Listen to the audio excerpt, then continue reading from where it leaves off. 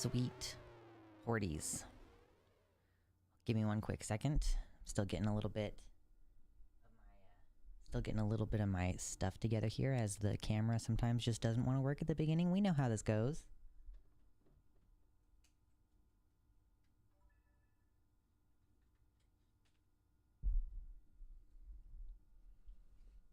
Okay, we're almost there. We're so close.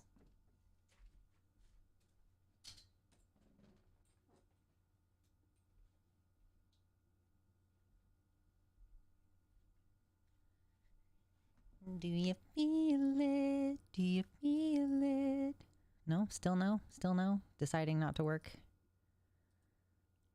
Huh. There we go. Goodness gracious. Anyway, hello everybody.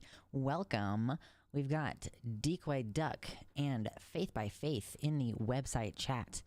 On the YouTube chat, we've got Venus Left and Alex, Theos, Deadjack 1999, Amel Irizarry, and Geneva. Hello, hello, hello, hello. Geneva, you were watching Finn, like, Fantastic, the person who I was recently on a panel with. He seems pretty cool. Kemaline says, one of my closest friends is freaking about this. He is trans and they have a socially transitioned child. We will be getting them to that in a second. I know I started out the stream title with like that. We're still going to take a minute to warm up before we launch directly into it. I'm sorry to hear that, Faith by Faith. I had that last week, but now it's better. So, my YouTube chat is not in the Streamlabs, which is quite interesting. Oh, it's Finn's birthday. Okay, I didn't know it was Finn's birthday. I didn't mean to be like, you know, stepping in Finn's business, but Thursday is my usual stream day, so unfortunately, here we are doing this. Okay, that's finally just, you know, technical stuff not working right. Anyway, hope everybody's doing well. I am doing okay today. Yesterday I had trauma therapy, and I'm not sure if I, like, broke out in hives specifically because I did trauma therapy, or if there was just like some kind of allergy exposure that I was not previously aware of. But I like had a whole bunch of like marks all over my arm, and I keep having like sick heart palpitations, so that's pretty cool. What's up, Mersh? And what's up, Margor, in the YouTube chat?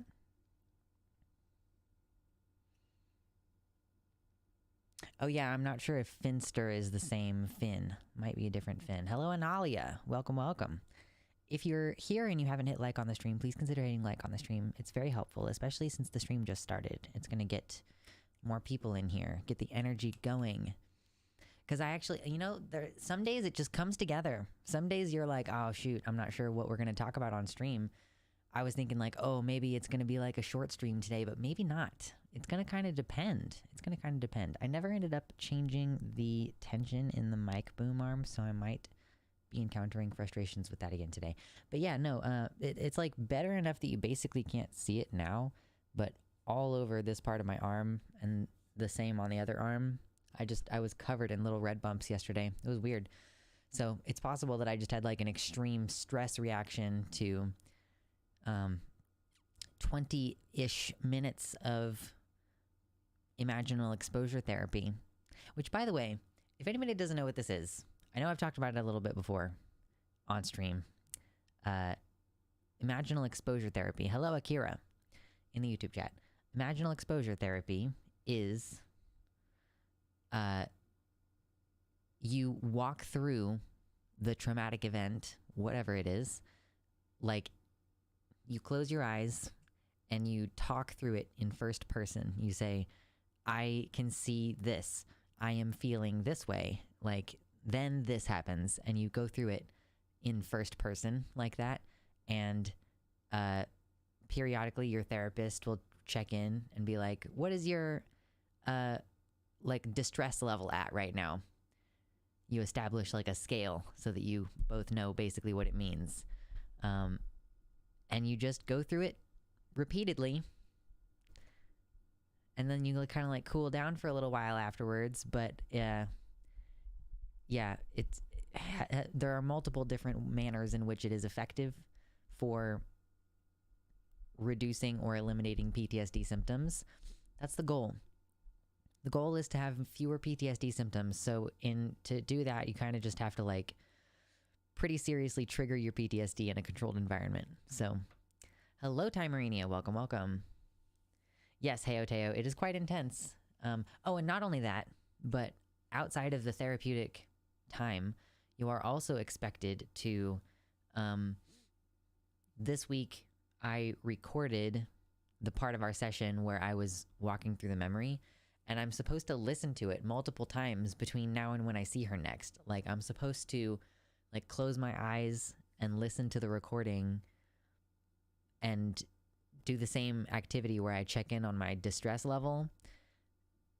In addition to, you also have to identify, like, what are other unrelated things in your life that you are avoiding because of trauma reasons. So, like, for example, like, I avoid having private conversations with people. Like, I don't have any friends because I don't, like, talk to anybody in private. It makes me really nervous, and I hate it, but I need to have friends. So that's a process that it's homework for my therapy to expose myself to things that I am trying to avoid, in addition to all of the other stuff. So it's like a multifaceted thing, and we're going to be doing this for like 2 months, and it's going to be great. The therapy sounds really intense. Definitely need some recovery time after, I imagine. Yeah, it's on Wednesdays in the morning, because that's not a stream day. Hello, Chase. Welcome in. We're getting warmed up. Just getting warmed up. I know the title of the stream indicates that we're diving in already, but we're not. We're just getting warmed up. Also, I don't know how, I'm not sure how long I'm going to leave this. I included the $10 from last stream, but do you want to see me wear a corset? I don't know. Lux with cleavage. I think it's pretty good. Donations. Sharing the stream. 30 concurrent viewers, 22 likes. Can you like the stream if you haven't already liked the stream? That would be sick of you. Technically, it's a bodice, but I figured people would kind of instinctively know what a corset was before they would know what a bodice was.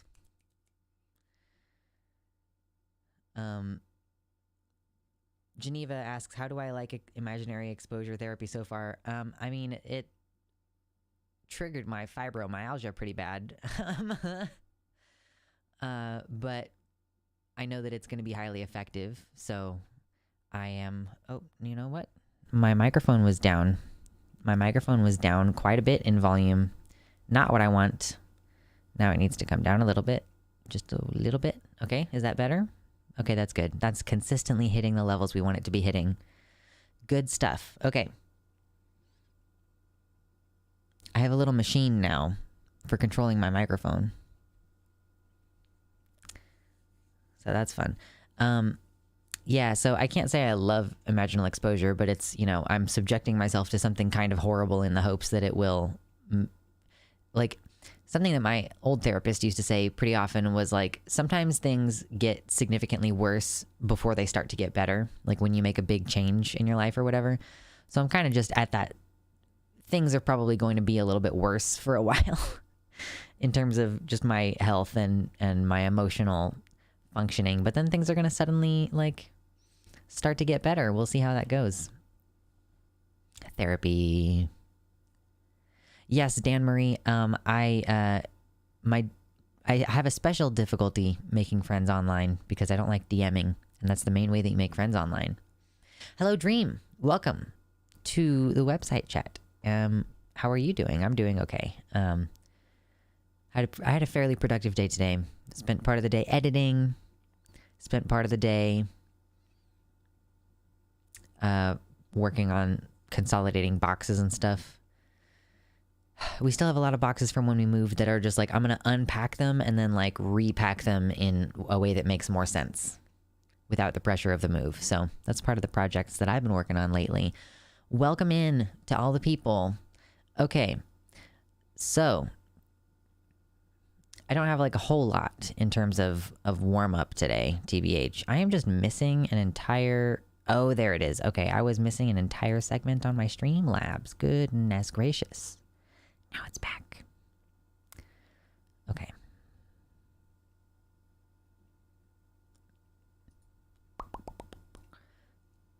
Okay. So, yes. I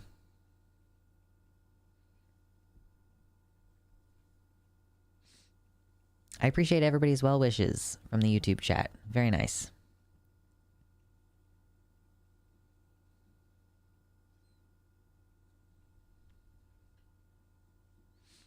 Thinking about it is sometimes worse than the original session, in my opinion. Yeah, I decided I'm not doing it today.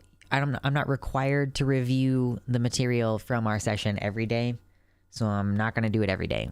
I decided I was not going to do it today. I'm like, I have to work today. I don't want to do this today.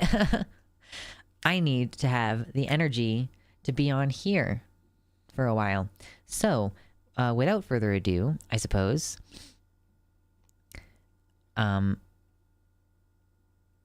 Beefy Kent, welcome in. A small happy to share they're changing the laws here in my state in Australia, so now my son will be able to go on tea before he's 18 without needing his estranged mother's parental consent. That's a small bit of progress. That's pretty cool. I don't know why the non-custodial parent's opinion matters at fucking all in Australia. That's really weird, but glad to hear. My teenage brother is also probably going to be starting tea soon, so that's pretty exciting. Thank you, Ashley the Dragon. Welcome in. And I'm glad that you're getting some new therapist stuff going on. That's good stuff. Cool, cool. Yeah, so let's go. I am ready to pull this open. So in the Discord, in my Discord, if you're not in my Discord already, there is a link in the description on the YouTube page and also a link in the website header over here on the right of my right, your left.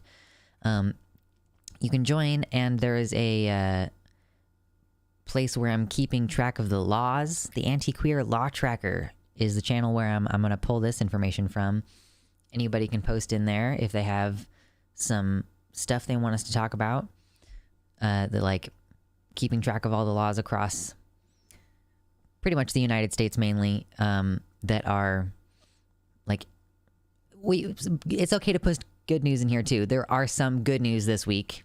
There is some good news on that front this week. We also have suggestions and feedback as another channel in there where you all are welcome if you have anything that you want to talk about on stream, anything you want to bring to my attention, like, oh, maybe you didn't hear so-and-so posted a video about such and such, like Ariel Scarcella posted a new video about non-binary people. You know, you can just post those links in the suggestions and feedback box. Very much appreciated. This is a user audience member created show. We don't just talk about the stuff that I want to talk about. We talk about stuff that you want to talk about. So always open to those suggestions. So in the Discord, there is a guidelines. This is kind of like how in Florida, the issue that we were having was that there was a more like guidelines than actual rules about whether allowing children to transition medically is child abuse. Like the law is, I know I had forgotten Ariel existed. True. The law is whatever, child abuse is illegal already, right? What then happened is that the state attorney general and the governor said, okay, we're issuing new guidance that says the pre-existing language that makes child abuse illegal now also applies to any medical care that is like toward transition for trans kids, okay? That was the issue in Texas. I believe what we're dealing with in Florida is a similar thing, right? So that's why I posted the title of the video that I did, that the title of the stream right now being like they outlawed it, because whether or not it is strictly illegal for them to just kind of change the interpretation of the law in this way, like really changing the interpretation of the law is in the hands of the courts. So anyway, the idea here for them is that like they want to make it impossible for trans kids to medically transition, right? And they're just doing it in a roundabout way through issuing guidance. And like, so the practical effect of that is that kids are still going to be taken away from their parents. There are investigations in Texas already happening. We've already talked about this on the channel before. So despite the fact that it's like a fuzzy area as to whether it's like technically legal, there are going to be enforcements of that interpretation and guidance. So of interest to us today is this letter supposedly from it's a Florida thing, which already passed the Don't Say Gay bill recently, which we've already talked about extensively. Everybody's been talking about it extensively. Let's go to the mall. So this is, can we do one? Maybe another one? There we go. That's good. Shared by Ronald W. Burkowski, PhD. Note that these Florida guidelines do not just cover clinical care in trans youth. It also covers social transition. To my knowledge, goes farther than Texas guidelines. Aaron Reed, Aaron in the Morn, who I have seen around on Twitter quite a lot. Florida has issued DOH, Department of Health, guidelines to medically detransition all trans teens. This is shockingly similar to what Paxton did with his letter defining gender-affirming care as child abuse. This easily could be a precursor to the state enforcing actions against parents and doctors. So here we have the actual letter from Ron DeSantis, governor. At least I think that's who it's from. That is who is up here. And Joseph A. Ladapo, the state surgeon general. Oh my God. Vision to be the healthiest state in the nation. Mission to protect, promote, and improve the health of all people in Florida through integrated state, county, and community efforts. That's up here in this top left corner. I know you can't see it.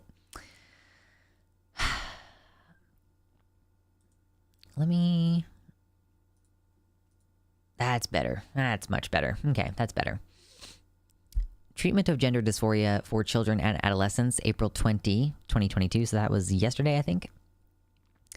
The Florida Department of Health wants to clarify evidence recently cited on a fact sheet released by the U.S. Department of Health and Human Services and provide guidance on treating gender dysphoria for children and adolescents. Supposedly, systematic reviews on hormone treatment for young people show a trend of low-quality evidence, small sample sizes, and medium to high risk of bias. It's interesting how there's a link for the first one.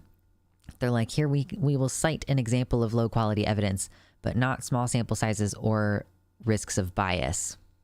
Interesting. A paper published in the Review of Psychiatry states that 80% of those seeking clinical care will lose their desire to identify with the non-birth sex. I'm pretty confident that the 80% study specifically is the one that there were a number of participants that dropped out of the study partway through, and the people conducting the study counted them amongst the desisters, which is like an incredibly, like a ridiculously skewed methodology for the study to have taken. Basically, it just kills any credibility that it could ever possibly have. If that is the study that I'm thinking of, that is typically where the 80% number comes from. So those are the kinds of things that you need to be aware of when you're looking at studies like this. You know, like what does the information show? Not just what does the information show, but how did they collect the information, and like what are interpretations of that information that could change the meaning of it, you know? Like we're talking about some studies that supposedly say that if you allow trans kids to if you allow like gender dysphoric teenagers to go through their quote unquote natural puberty, then they'll desist in their identifying as trans, which if there isn't a follow-up study in like 5 years for those same participants, then all that's evidence of really is that conversion therapy is incredibly effective in the short term, which is not a surprise. We already know that. It doesn't show that the desistance is continuous. That's something you would need in order for that what people are claiming that study says to be saying what they're claiming that it's saying. You know, you would need those follow-ups. So, hello, Shelly Berry. Welcome in. I like your cool color name. One review concludes that, quote, the hormonal treatments for transgender adolescents can achieve their intended physical effects, but evidence regarding their psychosocial and cognitive impact is generally lacking. Okay, hormonal treatments can achieve their intended effects physically, but evidence regarding psychosocial and cognitive impact is generally lacking.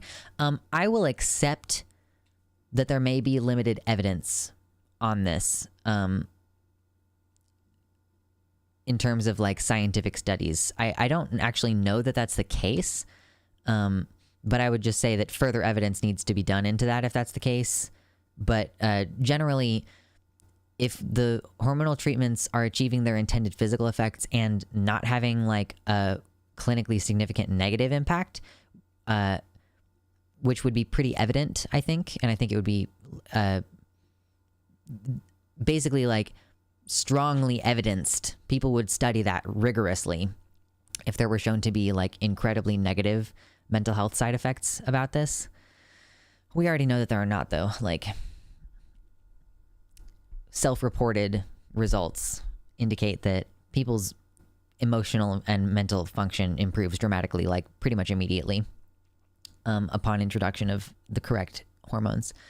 Anyway, according to the Merck manual, gender dysphoria is characterized by a strong, persistent cross-gender identification associated with anxiety, depression, irritability, and often a wish to live as a gender different from the one associated with the sex assigned at birth.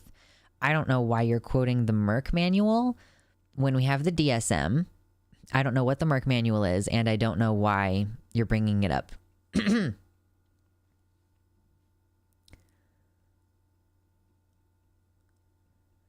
Yes, true, Heoteo. Social acceptance has a big impact on well-being outcomes as well.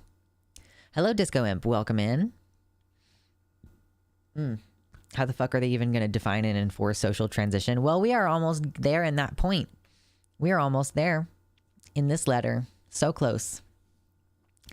So yeah, I don't know who the fuck the Merck manual is and why you are citing them when we have like several associations whose names I would recognize, who you could appeal to the definition of. Anyway, due to the lack of conclusive evidence, I don't actually think that the evidence is conclusive. You're just being selective about which studies are applicable to the situation and the potential for long-term irreversible effects. Why does no one ever care about the long-term irreversible effects of non-intervention in puberty for trans kids? Nobody cares about that. Jesus Christ. Social gender transition, due to lack of conclusive evidence, the department guidelines says social gender transition should not be a treatment option for children or adolescents. So I need to find, this is a PBS media file. I need to find the actual letter because I need access to that link. I need to know what that link says. Like I actually, in order to understand what this, in order to understand what is being said here, I absolutely have to find the original document. Oh my God, my head hurts so much all of a sudden.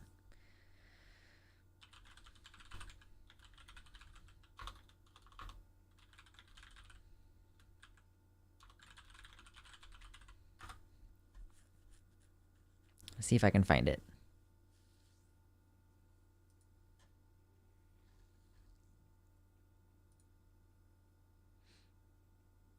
Okay. Ow. My head and my eyeball are just in very much pain all of a sudden. That happens sometimes. The Merck Manual literally just appears to be a popular medical textbook. Okay, that's weird. It's a widely trusted medical textbook / reference. Okay.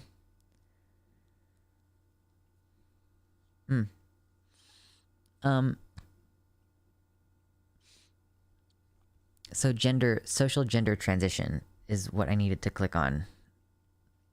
Oh my God. Sure.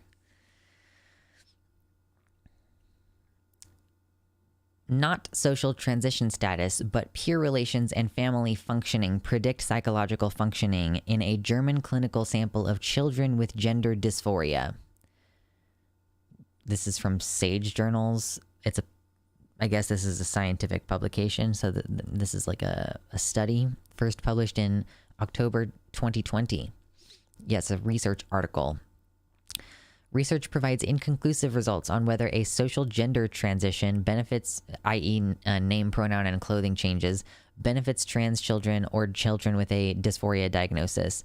This study examined the relationship between social transition status and psychological functioning outcomes in a clinical sample of children with a dysphoria diagnosis.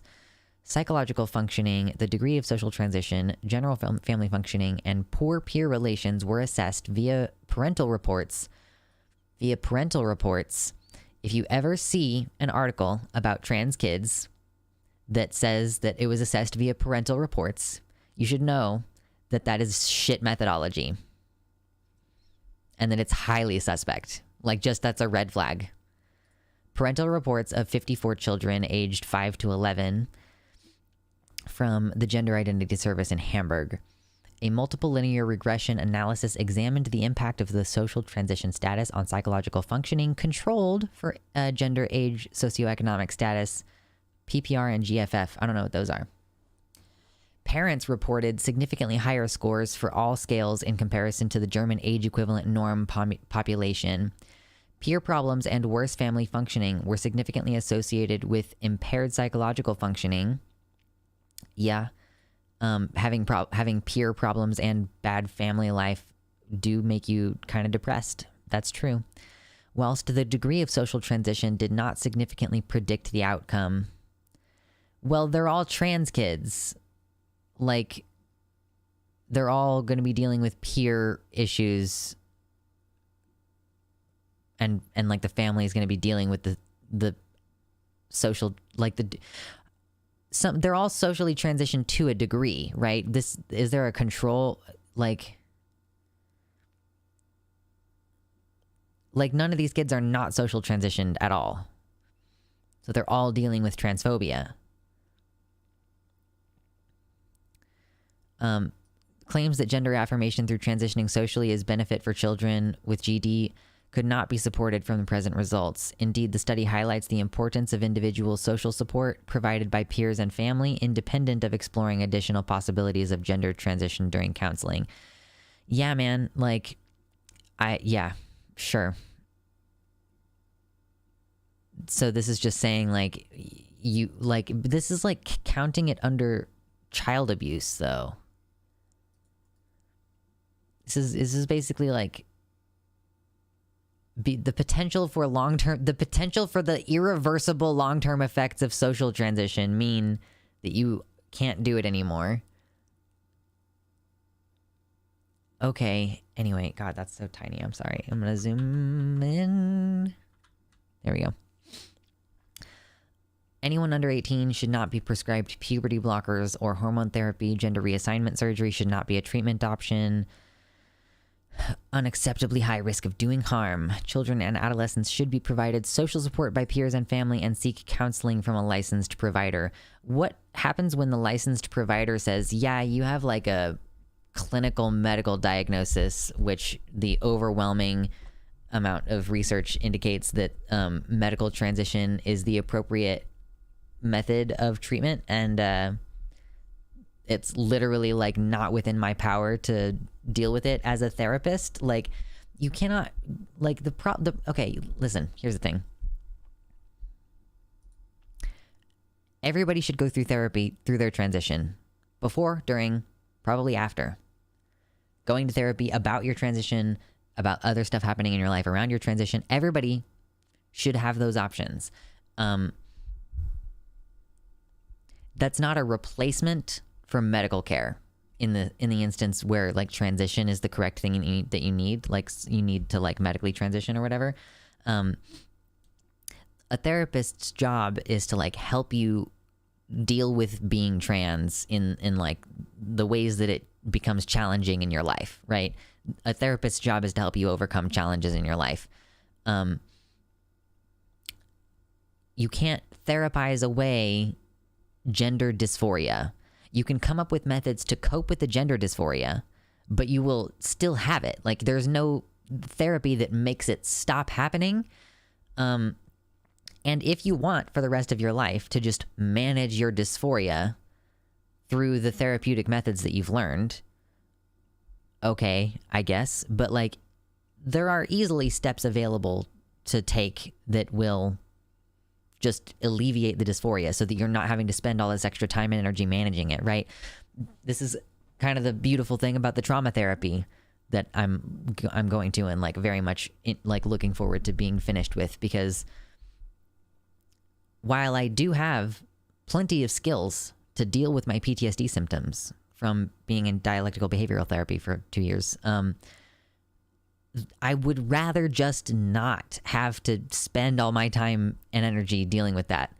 It's really disruptive, right? And draining.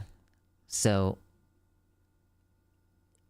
when it comes to the treatment of gender dysphoria, yeah, it's good to be in therapy. Like a therapist might even be able to help you like determine which aspects of medical transition are needed in your journey.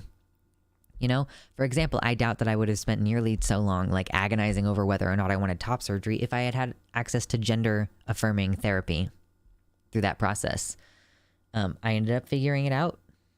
I'm comfortable with where I have landed on that.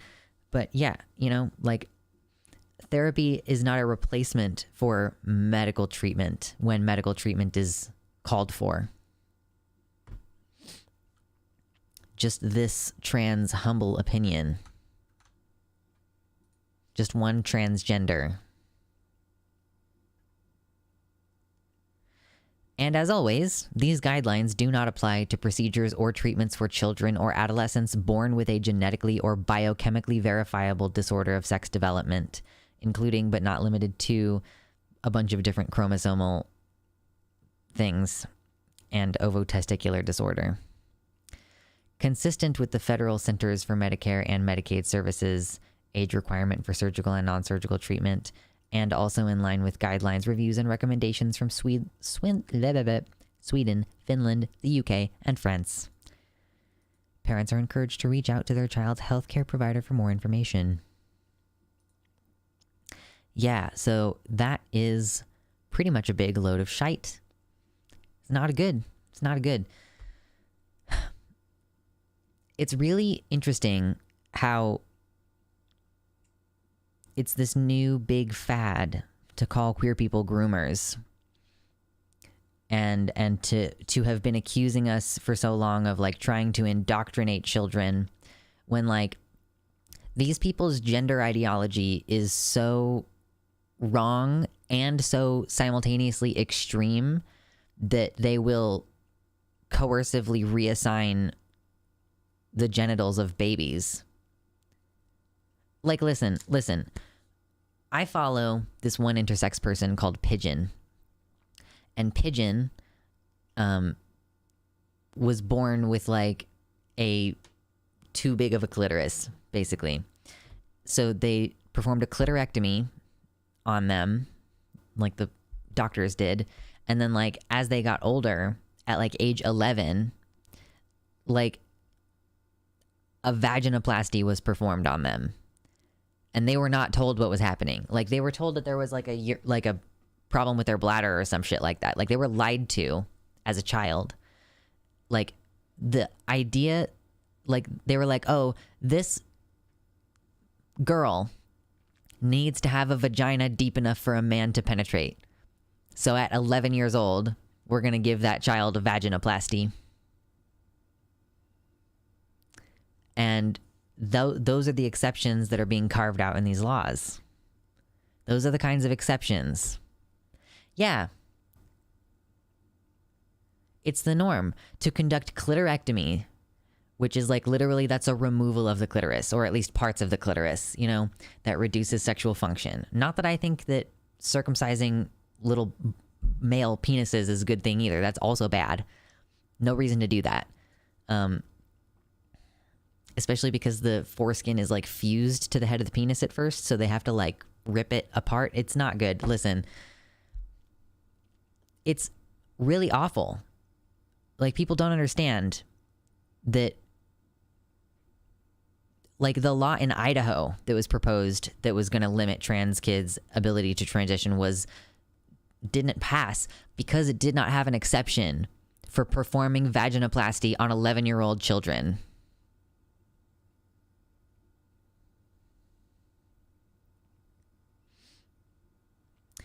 So it's pretty fucked up. It's pretty fucked up. It's not good. Not good. Great. Yeah, exactly. On an 11-year-old. But they won't let trans kids socially transition. By the way, if anybody does not, if anybody requires substantiation of that claim, if you're not, you know, hearing it secondhand or whatever, like, I will find Pigeon, and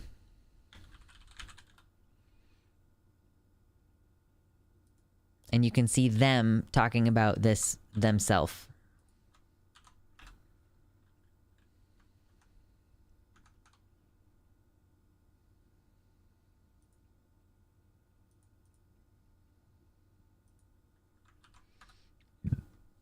Please check out Pigeon's channel.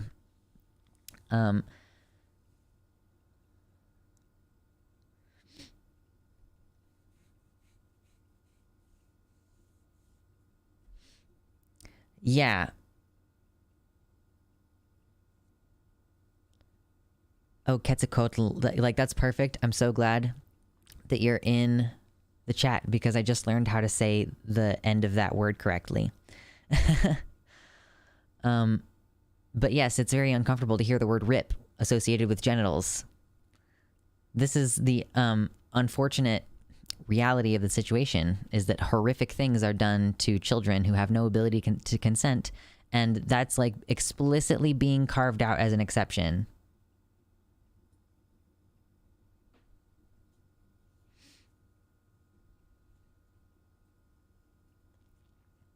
Yeah, and it is true also that intersex people also don't have necessarily accurate medical records. Like, sometimes these things are not recorded. Sometimes the parents are not fully informed, and sometimes the medical records are not accurate. So sometimes people just don't know that they've had surgery performed on them, you know? Tanza asking, are intersex people under the trans umbrella? Most, I would say, are probably not. Like, most intersex people don't know that they're intersex, or it's like a chromosome thing. Most people who are intersex kind of just cavort about their lives as though they're cisgender. There are intersex people who do identify as trans. It's a complicated relationship, though. Like, they have a complicated relationship with gender, of course. And sometimes people get annoyed, like they think like, oh, you're using intersex people as a prop for your trans arguments too much. So I try to be mindful of that and respectful, although it is my personal belief that being trans is a form of an intersex condition. So I would say, like, all trans people are intersex, but not all intersex people are trans. That's my risque hot take of the day. Cancel me, baby.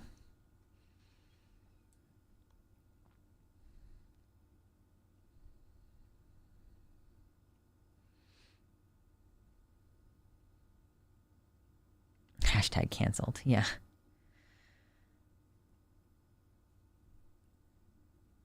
They can say religious ideology, but I call bull. Yeah, I don't think that it is ultimately, I don't think that it is ultimately, I mean, I don't know. It's hard to say. It's multifaceted. It's religious, but religion's also mostly an excuse. But it's because it's harder to control them capitalistically, maybe. I don't know. Like, if you have a whole bunch of quote-unquote women getting sterilized so that they cannot be breeding stock anymore, then is that a threat to capitalistic production? Kind of, yeah.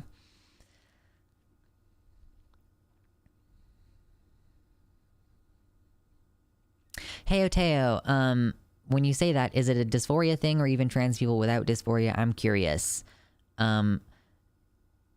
So, in my opinion, like, the easy argument to make is dysphoria. Brain body map suffering distinction, right? That's like the easy way to make the argument. But ultimately, like, everything about your brain is biological. Like, everything about who you are is coming from like electrochemical signals in your brain.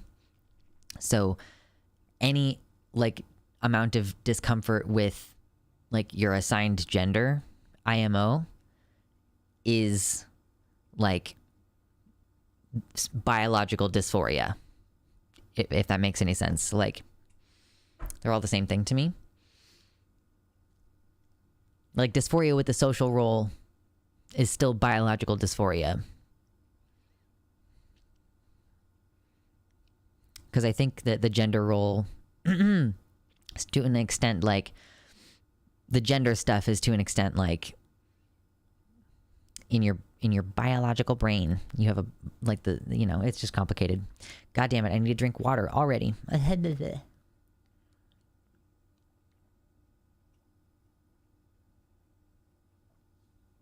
Okay. Yes, a lot of it is just scapegoating and fear-mongering because it's an election year. Or it's gonna be. In any case, there is such a thing as good news. Okay? Are we ready for a little bit of good news? Don't forget to hit like on the stream, dear friends. And also, I guess from now on, I'll do homework on Tuesdays. So anytime between now and next Tuesday, if you share one of the videos from the channel with someone and you post a screenshot in the homework channel of the Discord, I will give you a lavish and direct specific compliment on stream in front of everybody every week on Tuesdays. I guess unless people don't do it. But we're trying to help the channel recover a little bit from some recent subscriber drops. So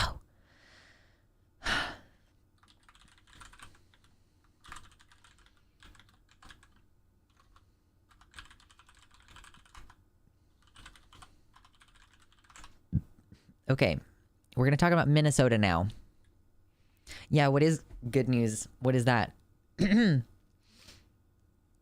hardly know her. True. So, in the Anti-Queer Law Tracker channel, we did have a pro-queer post. Again, Aaron in the morn, doing the heavy lifting of sharing all these posts on twitter.com. Very, very nice.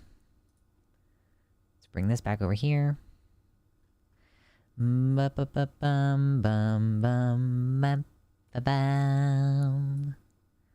we'll do this one and bring me my chat. I need this.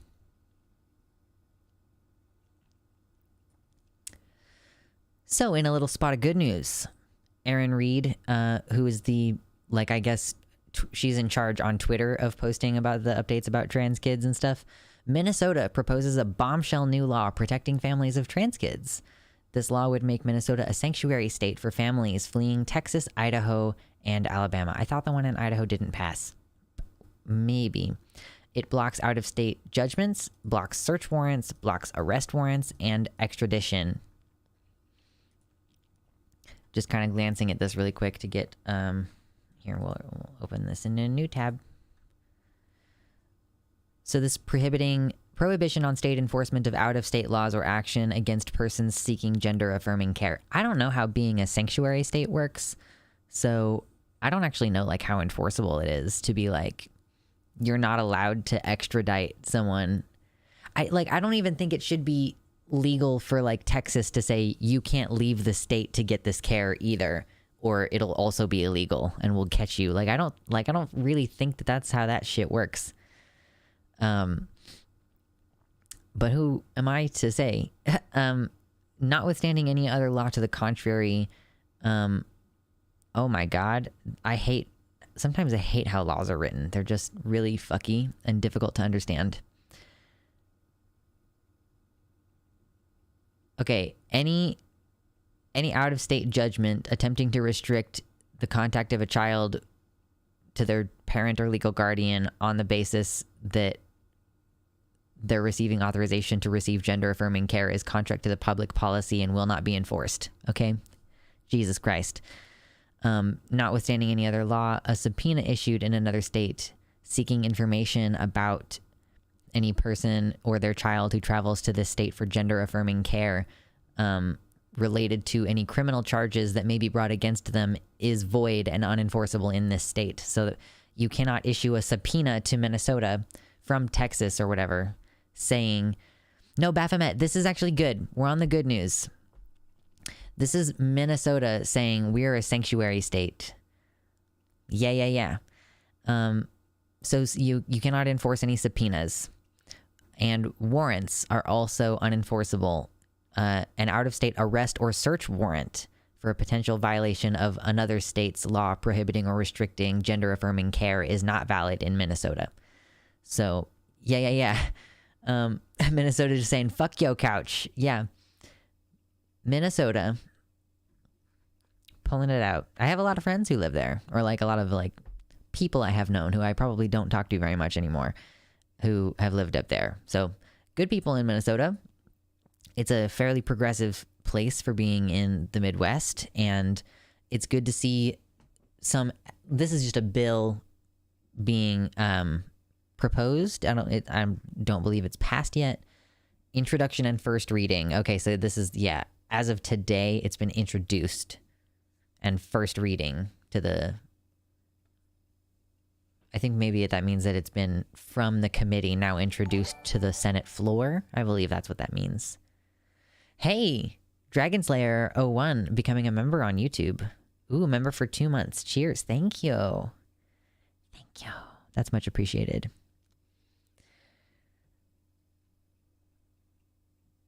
Ooh, the new trans legislation bot has posted half good trans legislation, and most of that is coming from Hawaii. I did not know that. Is that a bot on Twitter?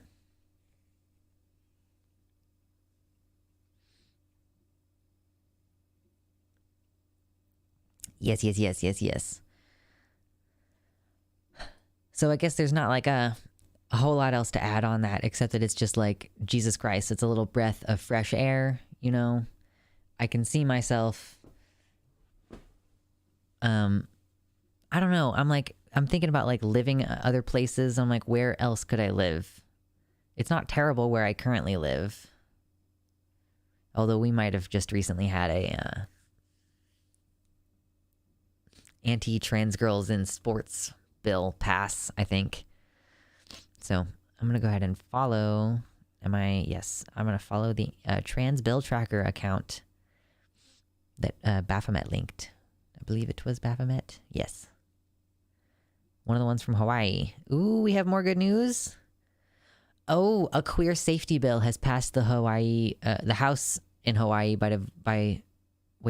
has passed the H by a vote. Do they have that small of a house? The bill requires the state to develop queer-specific training to assist queer victims of intimate partner violence. That's good stuff.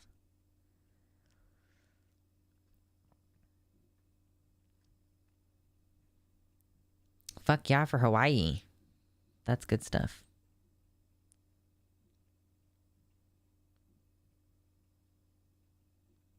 Yeah, Kimmeline, I love how folks who support calling in your neighbor because they chose gender-affirming medical care for their family are the same folks screaming about vaccine passports being fascist.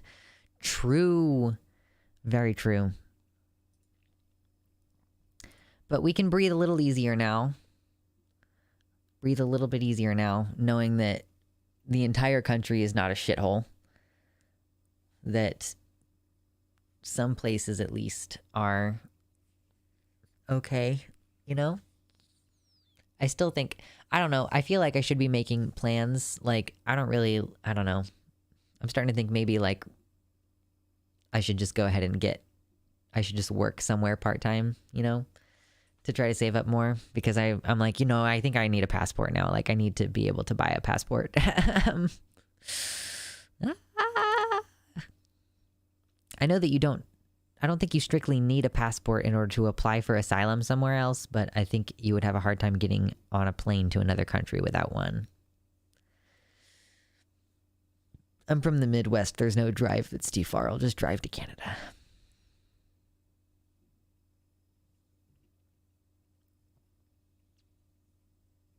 I thought we decided it was the USA to Holland trans pipeline. I don't know a lot about Holland.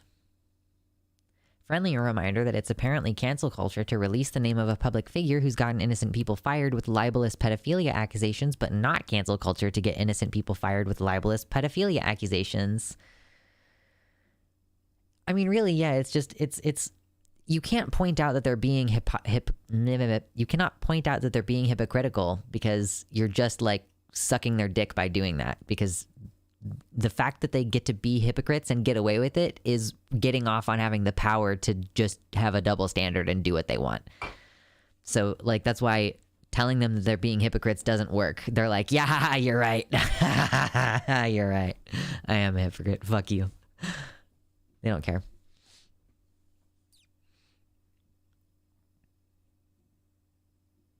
Ooh, a friendship treaty with them. Easy to move there legally. That would be good. The cycling culture, yes. I was just thinking recently about that too, about getting a bicycle. But I recently like moved to, I think probably the area in my city that is like the least friendly to walking and bicycles.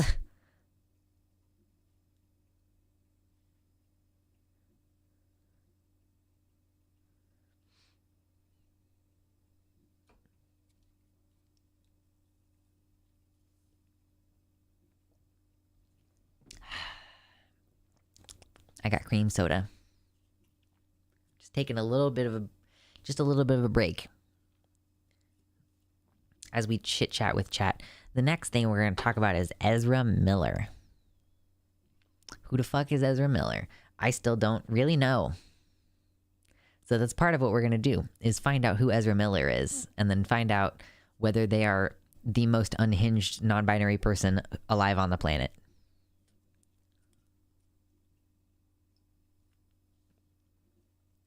They are non-binary, right? It's not just pronouns. Trans rights in Argentina? Forgive me, Analia, but aren't like a huge number of the names that we read off at Transgender Day of Remembrance like unnamed dead people from South America? Like, that's a huge number of like literally unnamed, not like this person doesn't have a name, but we know that they were targeted because they were trans, like an unidentified transgender corpse. You know, like lots of them were from South America, if I am remembering the last time I went to a TDOR vigil. Maybe that was, I don't know. Maybe some of those names are carryovers from a long time ago. Go clean and stuff, Chase. Enjoy. Have fun. Yeah, once I get done with stream, part of the reason I was thinking maybe this one might be a little bit shorter is because I was like literally enjoying cleaning earlier. And now I'm like, well, I want to get back to that. But we're at least going to talk about the 4 things that we wanted to talk about today.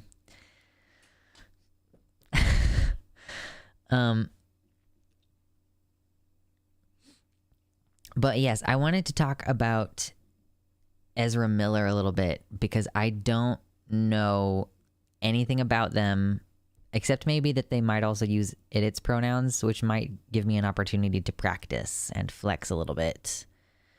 But Ezra Miller is in the news a couple times fairly frequently because of like some reportedly unhinged behavior that they engage in. So let's switch this. Oh my god, I keep misspelling their name.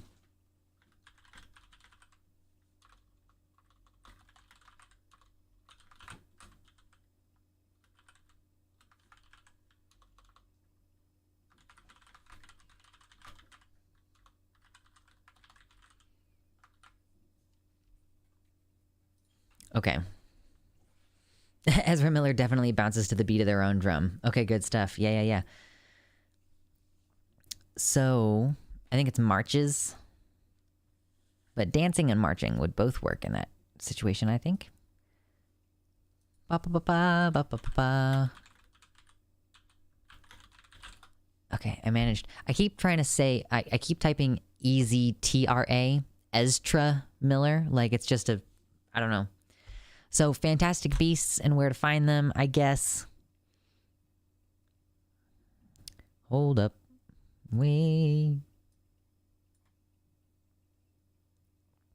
have 47 viewers. If you haven't hit like on the stream, please consider hitting like on the stream. Also consider pitching me a like, I don't know, $5 on PayPal or whatever, or like maybe $1 on Patreon, which is like $12 a year. It's not even that much. I'm trying to pay my vet bills for my cat, my diabetic cat who keeps having other health issues. I'm just gonna show you this Google search that I have up here. Beats to the drum of their own march. True. So Ezra Miller, just pulling up a little Google search. Most of it's covered up by chat. Don't worry about it. Let's just go to Wikipedia. Ezra Miller, American actor, debut film in 2008, starring in a drama We Need to Talk About Kevin. Perks of Being a Wallflower in 2012. I heard of that movie and I never saw it. Co-starring in a couple other movies before playing Credence Barebone / Aurelius Dumbledore in the Fantastic Beasts films. All 3 of them, apparently. And in 2020, a recurring role on the miniseries The Stand. Miller also portrays Barry Allen's Flash in the DC Extended Universe. Brief cameo roles in the 2016 films Batman v Superman, Dawn of Justice, and Suicide Squad, before appearing as one of the leads in Justice League 2017 and the director's cut, Zack Snyder's Justice League 2021. And we have a couple of other TV show experiences. Okay? Their own standalone film is scheduled to release in 2023. Excuse me, in which Miller also portrays another version of Allen's Flash from an alternate timeline. Okay. So they're an actor. And that is like, oh, let's see. Let's just kind of like look at the personal life, and then we'll maybe look at legal issues. In 2010, dated Zoe Kravitz, came out as queer in 2012, but said in 2020 that they don't use the label queer. They had said in 2018, queer just means, no, I don't do that. I don't identify as a man. I don't identify as a woman. I barely identify as human. True. Miller uses they, them pronouns, which GQ wrote in 2020 was a pointed refusal to be gendered. They previously used all pronouns interchangeably, but as of 2022 uses they, them, it, or z pronouns. Having expressed an interest in kissing boys at a young age, Miller said, "The way I would choose to identify myself wouldn't be gay. I've been attracted to mostly she's, but I've been with many people, and I'm open to love wherever it can be." They've also commented on having a lot of really wonderful friends who are of very different sexes and genders. I am very much in love with no one in particular. And then showed support for the Me Too movement in 2018. Revealed a personal experience of that kind with a Hollywood producer and a director, both of whom were left unnamed. Quote, "They gave me wine and I was underaged. They were like, hey, want to be in our movie about gay revolution? And I was like, no, you guys are monsters." Polyamorous relationship. On January 27, 2022, Miller posted a video on Instagram that seemed to threaten members of the Ku Klux Klan operating in Beulahville, North Carolina. In response, the SPLC reported no knowledge of recent Klan activity in Beulahville. Weird. All right. Yeah, true. What about kissing non-binary boys?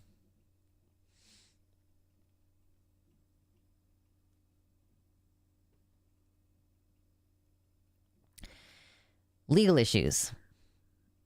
How old is it? 29. So Ezra is only like 2 years older than me. Like really like a year and a half older than me. So legal issues. On June 28, 2011. So they were only like 19. While shooting The Perks of Being a Wallflower, Miller was a passenger in a vehicle that was pulled over in Pittsburgh for a broken taillight. Police discovered 20 grams of weed. The actor was initially charged with possession, but the charge was later dropped. They faced a penalty of $600 for 2 citations of disorderly conduct. It later commented, "I don't feel like there's any need to hide the fact that I smoke pot. It's a harmless herbal substance that increases sensory appreciation." Oh my God. On April 6, 2020, a video surfaced in a since-deleted tweet that appears to show Miller, CW for violence, choking a woman and throwing her to the ground. The video was confirmed by Variety to have taken place at Prikyo Kaffehus, a bar in Reykjavik that Miller frequents when in the city. A bar employee identified the person in the video as Miller, who was escorted off the premises by staff after the incident. Holy shit. Holy shit. In Hawaii. Oh yeah, so this is the most recent. This is like the reason why Ezra Miller is like in the news. I'm reading it off of the fucking Wikipedia page. Get over it. On March 28, 2022, Miller was arrested in Hawaii following an alleged physical confrontation with patrons after having hurled obscenities at clients at a karaoke bar and being charged with disorderly conduct and harassment. Excuse me. The next day, a Hawaii couple residing in Hilo, filed for a temporary restraining order against Miller after claiming the actor threatened to kill them. The official complaint documents filed with local police alleged that Miller, quote, burst into the bedroom of the petitioners and threatened by shouting, "I will bury you and your slut wife." Is this at a house? They're residing in Hilo. In Hilo? So that's just a Hawaii couple, like a people who just live there, not like at a hotel. It's not like he was at a hotel and he bust into another hotel room, right? Thank you for the $1.49, Margor, via Super Chat. I appreciate that. And that's a very cute little kitty sticker. Much appreciated. So then, okay, here, hold on. The document further claimed that Miller stole some of the alleged victim's personal belongings, including a social security card, wallet, passport, driver's license, and bank cards. Miller had been staying at the couple's home while in Hawaii after one of them had met the actor at a farmer's market. What? Why did you invite this random person to stay in your house? It's not even like an Airbnb situation. You just met each other at the farmer's market. That is some psycho shit. The couple had bailed Miller out of jail on a $500 bond following the actor's previous arrest at a karaoke bar. Why are you people doing this? Who are you? You guys paid his bail? Why? His bond?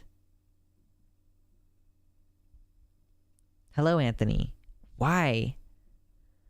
The restraining order case was dismissed by a judge 2 weeks later solely per the couple's request. They dropped their case. On April 19, even more recently, like 2 days ago, Miller was again taken into custody for second-degree assault by Leilani State Subdivision police authorities in Pahua for allegedly throwing a chair which hit a 26-year-old woman and left a half-inch cut on her forehead after being told to leave during a private get-together. Holy shit. Miller had been arrested 20 minutes after the attack during a traffic stop at the intersection of Highway 130 and Kukulua Street in Kea'au.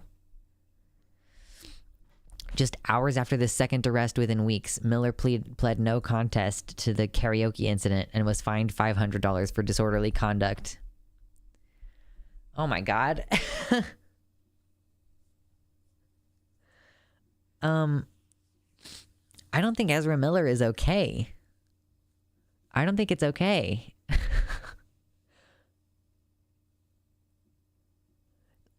I'm so confused about the narrative of this part of this. Hold on. So, like, Ezra Miller was taken into custody for assault.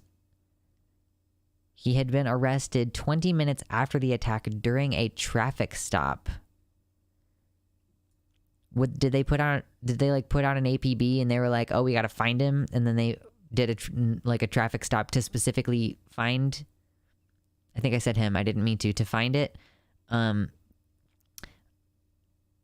Or did it just get pulled over because it was recklessly driving or something? And then they were like, ah, yes, this person just assaulted someone also. So that's so weird.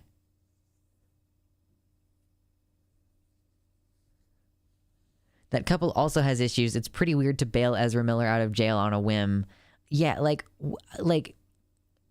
they met at a farmer's market, and then Ezra got arrested at a karaoke bar for what exactly? I'm not totally clear. Oh, yeah, no, sorry. It was a physical confrontation, hurling obscenities at a karaoke bar. Charged with disorderly conduct and harassment. So yeah, like Ezra got drunk at a karaoke bar and started yelling and screaming at people. And this couple who met them at a farmer's market bailed them out of jail. They were letting it stay at their house.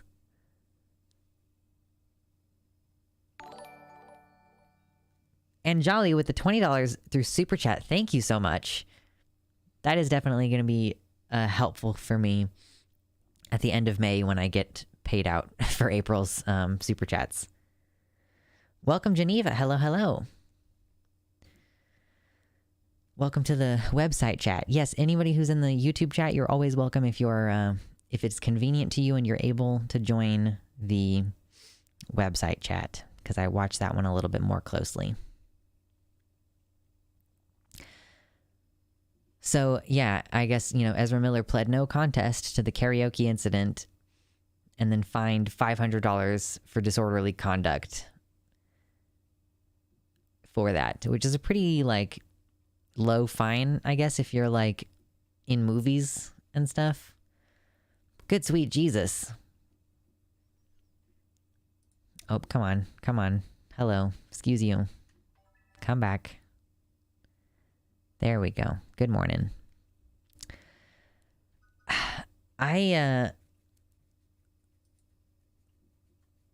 They're 29. Yeah, so Ezra is a year and a half older than me. It's going to be 20. It's 29. It's going to be 30 later this year. And absolutely off its rocker.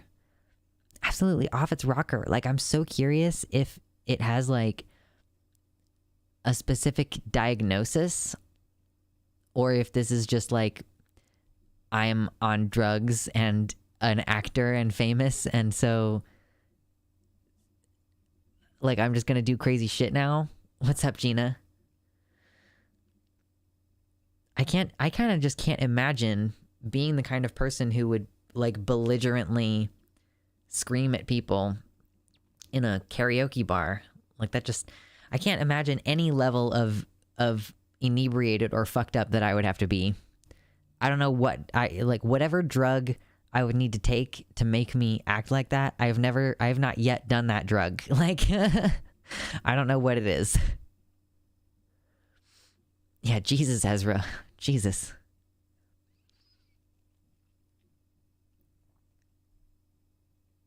Yeah, and Jolly, I see your comment from earlier. If no one said it already, the quote groomers crowd is going to surely resuscitate the pic of the leather dog near kids at Folsom. True. Diagnosis: wild and rowdy drunk. It can't handle its liquor? Maybe. That would be like a relatively easy thing to solve, you know? You just use some of your extensive amount of money to go to rehab. That could be good, you know? I hope that it gets help. Because I hate that, like, I don't know. It makes sense that the like the representations of non-binary people are people who do crazy shit and like are kind of unhinged and like unstable, because like being non-binary like is kind of one of those predictive elements for having like other comorbid issues and instabilities in your life. Like, you know, like AFAB non-binary people are like the highest demographic for having been subjected to sexual assault, like more than women, more than trans women, like and cis women, and more than trans men. I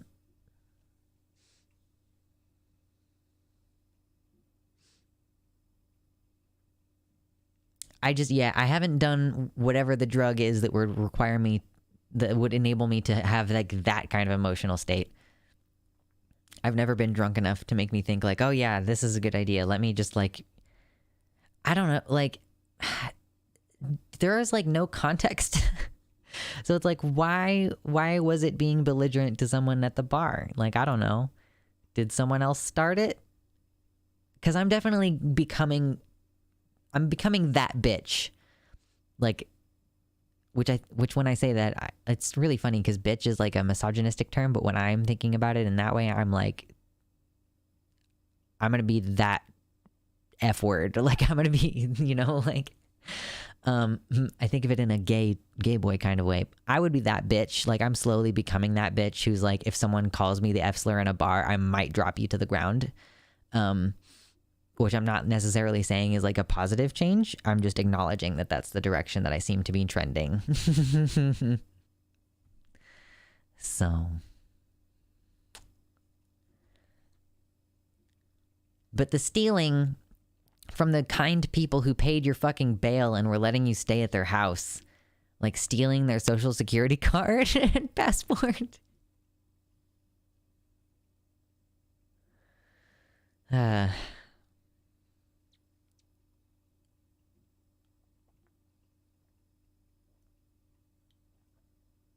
I hit my 2 weeks sobriety from alcohol this week. Yesterday, I think. I'm thinking about drinking though. Not for any specific reason. I don't know. No. It's probably just, it's like, I don't think there's any specific reason, but it's because it's easier to live your life. When your trauma is ignited, like it's easier to be inebriated all the time. Keep me accountable, y'all. There's just no need for me to do that. Although since it's been 2 weeks, it probably wouldn't take very much for me to get drunk.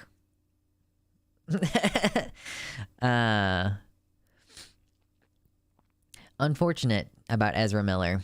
Really unfortunate. I don't really have a whole lot else to say about them. I just wish that like there were some non-binary representation of like more hinged people. Like I can appreciate that. Oh God, what is her name? Miley is like, I identify as genderqueer. I'm like, great, that's perfect. I love you. Ezra Miller, also great, perfect. We just need some people who like aren't like the most out there types of people. That would be good.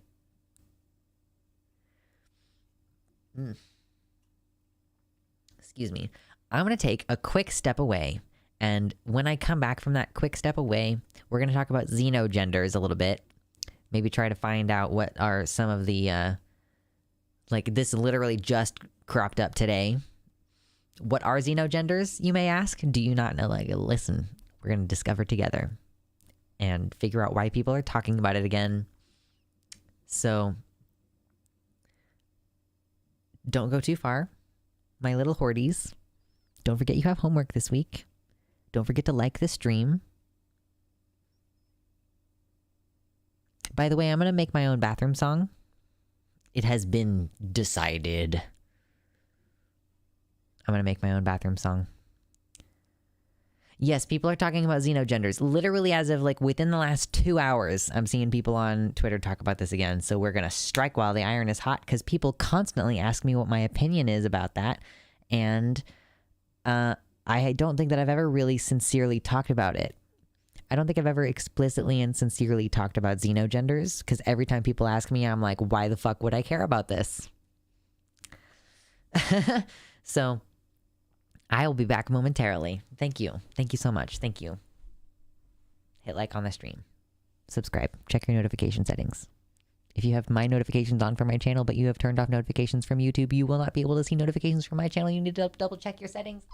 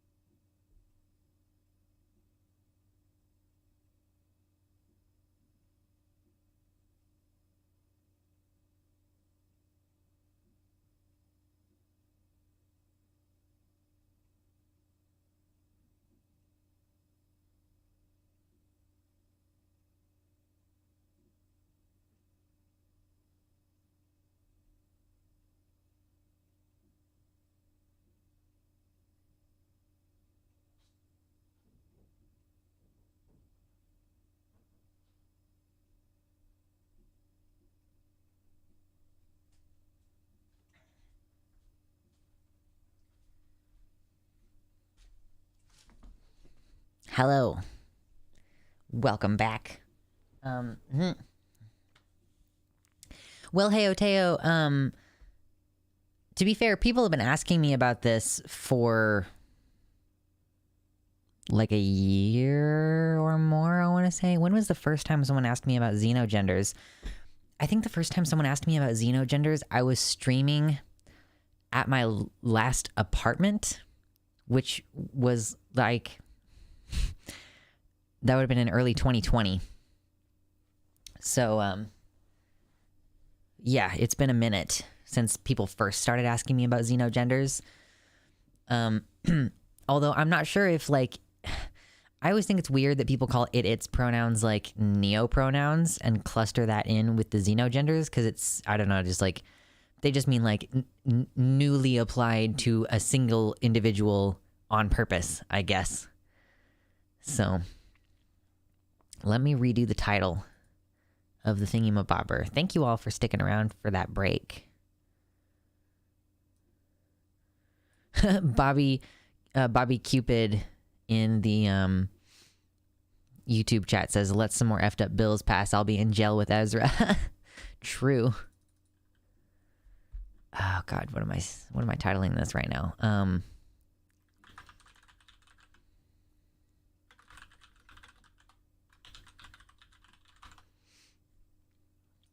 All right. Pretty straightforward. Luxander's take on Xenogenders.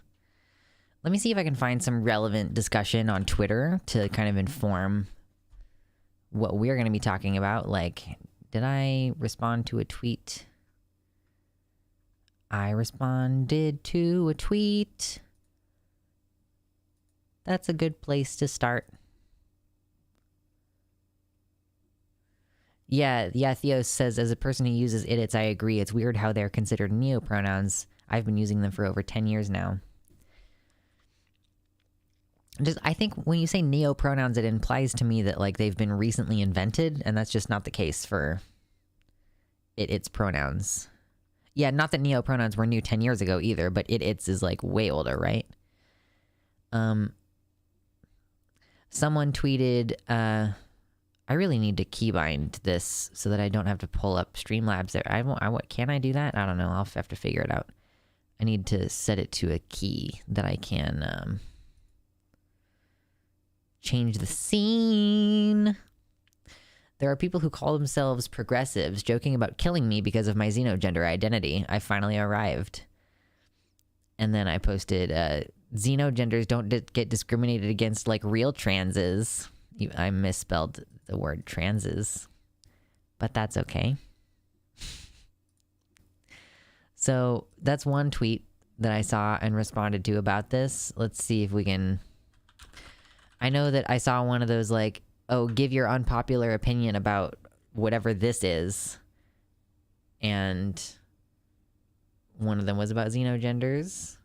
Yeah. So, Sansol. I don't know who this is, but this person, Sansol, was tweeting about this earlier today. So this is where this came up. Gender is a socially constructed set of identities that are characterized by both physical and social traits ranging on a spectrum of masculine and feminine. While traditionally there have been two genders, it is conceivable that more can become socially recognized. However, gender itself being an identity cannot support other identities in and of itself. For instance, goth gender cannot exist because goth is a subculture that has in itself a range of masculine and feminine traits. I'm just going to read this thread before responding. In that same vein, vampire gender cannot exist because, again, this would be a separate identifying category. If we look at a statement like, I bought a little old worn-out green cabinet, none of the adjectives there can be replaced with the others because they are different. They are different categories themselves. Without fundamentally redefining entire segments of our language and reorganizing societal roles, vampire cannot be a gender. If that's the goal you want to achieve, go for it. I don't care, but don't say that it's a gender. I don't want to like go through too many of the replies just like on screen without filtering it. So I guess this is like a broad like argument against xenogenders, like because conceptually, like xenogenders are a lot of different things. Like a lot of, I guess like technically things that. Do y'all think it would be fair to say that like otherkin is a term that has been kind of abandoned in favor of xenogenders, or that like otherkin is like a subdivision of xenogender? Because like what I'm trying to like get a grasp on is that because xenogenders, like I'm understanding that vampire and goth can be in this subcategory. Are the animal genders also part of this? And like I know that like Aaron Green TV is like a tree gender, you know? I think that maybe it's just like once you realize how silly the masculine feminine distinction is, like, you know, what is the substantive difference between a gender non-conforming butch lesbian woman, a cis woman, versus like a trans-masculine non-binary person who also dates women and looks pretty much the same, you know, like what is the substantive difference between those two things? Excuse me. So once you recognize that these things are kind of fake. I think it's easy to then pull up different, like, people say it as a joke, like, oh, my gender is pizza. People say it as a joke, but it's also like saying your gender is anything is as meaningful as saying my gender is pizza. So then, like, it can be equally frivolous and like life-threateningly important to each individual person on the basis of how important it is to them, and like many different things could technically fall under that subcategory. It's just taking the gender concept and like increasing the number of axes, instead of having like one x-axis of a range of masculine to feminine, and like so woman and man are on either ends of a one-way little line, and then maybe at some point later we'll tack on another cross, and that range is like, I don't know, like let's say like if boy and girl were on these ends, then like agender and violently genderqueer are like these two spectra, you know. We're just like adding more dimensions to that. And I think that this might fit into a more broad situation of like gender is play. Like if someone says like my gender is goth, I feel like what it tells you is that like they don't go for a gendered expression, like they just go for a goth expression. They don't really identify with a gender. They're like filling a void of gender with goth. Yeah, a pizza to attack helicopter gender spectrum doesn't make a whole lot of sense. That's true.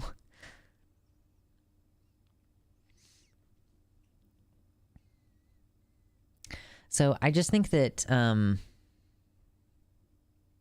it's kind of pointless to bitch about it, I guess. Whoever he quote tweeted, whoever Sansol quote tweeted had to put their account on private. So I don't know what they originally said, but I assume that they had said something about vampire gender.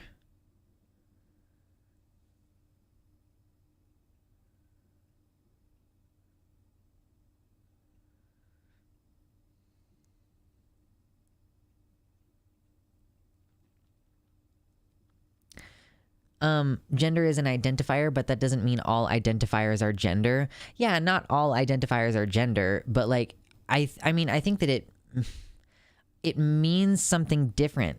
If you say like I'm a goth girl, that's different than saying like my gender is goth. Like you're saying like this is majorly this kind of thing is my bag, baby. Like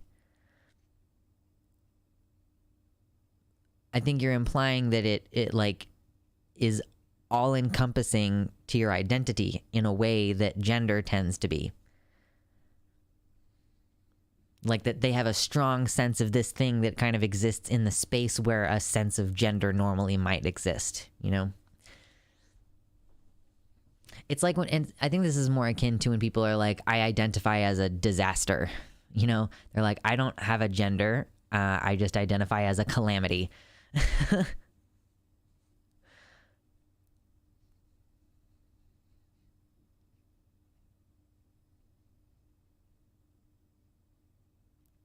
I mean, that's interesting, Beefy Kent saying, as an actual goth, calling myself goth gender feels meaningless because it has nothing to do with sexual preferences. I mean, like, maybe you're just, like, using this phrase in a way that I don't understand. But, like, gender doesn't typically have anything to do with sexual preferences. It's impossible to say what your sexual orientation is without invoking your gender, but usually when you state your gender, you're not also invoking your sexual orientation. That tends to be unrelated.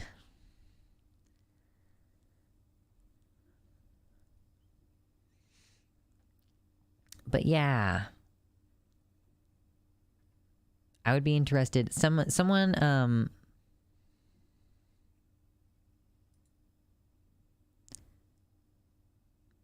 Someone quoted, what is this? Stanford, EDU.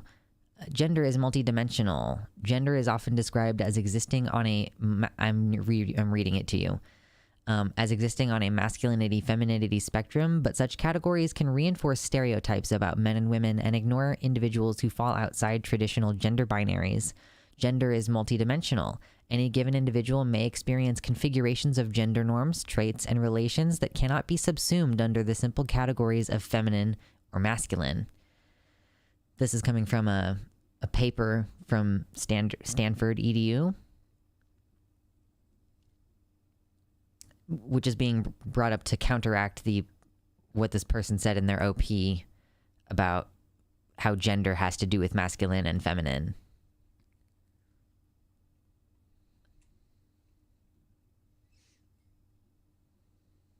Hello, Alexis. Welcome, welcome.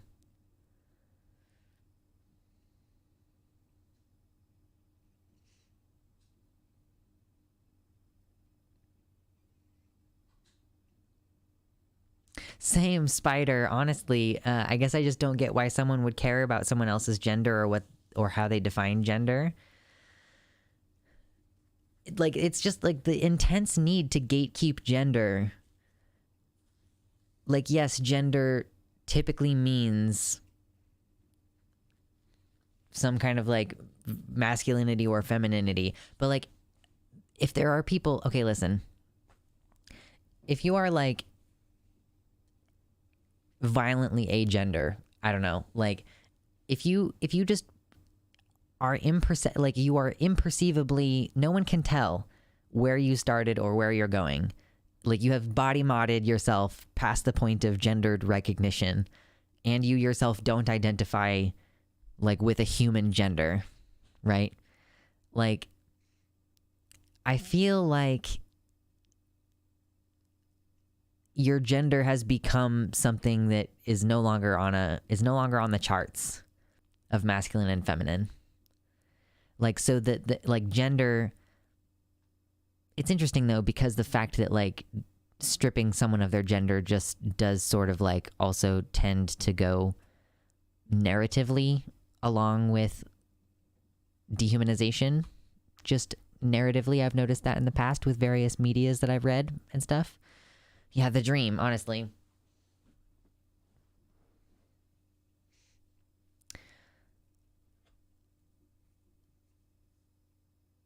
I mean, I again, maybe this is just from having been in the community for such a long time, but like when someone says, like, my gender is vampire, I don't sit there and think like, oh, that doesn't work because there are men and women vampires. I'm like, oh yeah, okay, so your version of idyllic self-fulfillment is like fangs and pale skin and a Victorian aesthetic is typically like the set of expectations. It's literally exactly like when someone says, I'm a woman. I'm like, oh, okay, so I can kind of just guess that you have breasts or you want to have breasts and that you are likely going to have soft skin and you might be like more emotionally aware than other people that I've met. You know, like when someone tells you I'm vampire gender, I'm like, okay, there's like a set of expectations that implies. And it's just like, I can allow it to fill the void where gender exists because I'm already accustomed to there being nothing in that void where typically gender exists in the way that you think about people, you know? So again, I guess like maybe it could also just be like a mental barrier. It's more like, I don't give a fuck about gender, I'm a goblin. Exactly, Beefy Kent. Pomp Top Tiger, hello. Xenogenders are also a way of describing one's gender outside a binary understanding. I could write a whole paragraph explaining how I experience gender, or I could say I am insert thing gender and let people make assumptions about it based on the attributes of the thing I used. It's preferable to writing a dissertation in some ways. Yeah, like, I just don't usually feel the need for a further explanation if someone says, I am tree gender or I am deer gender. I'm like, okay. Perfect. Like, that's just like a whole bunch of info that I have now, and I can continue as long as I know your pronouns, you know? I just don't find it to be that difficult to vibe with.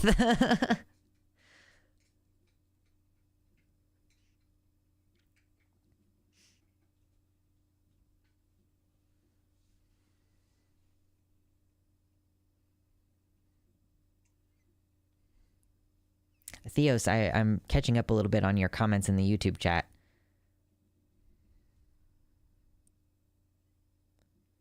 Yeah, its pronouns are used in a day-to-day way that most people don't notice. I think that that's also true of they-them pronouns, how people are like, oh, you can't use newfangled pronouns for singular they. And it's like, well, you already do it, you just don't notice all day long.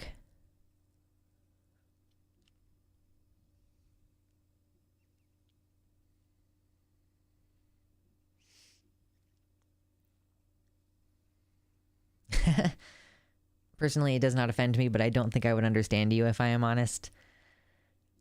I get, you know, like, I guess it's just a conceptual thing. I guess it's just conceptual.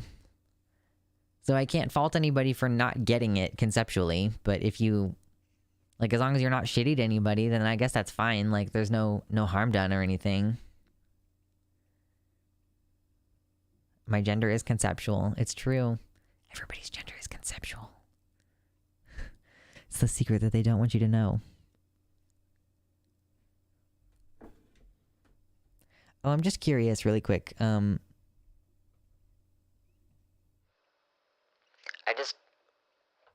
was just curious if this does what I think it does. Hello. Are we talking on an old-timey radio right now? You gotta let me know if the thing is doing what I want it to do. Phone speak? Okay, good.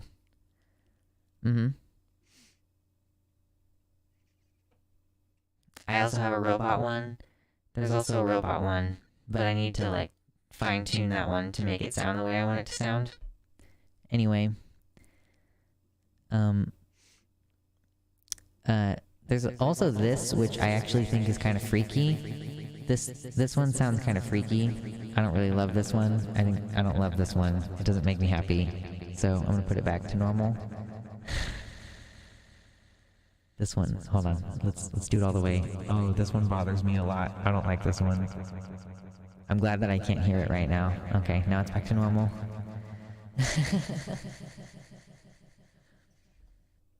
The echo.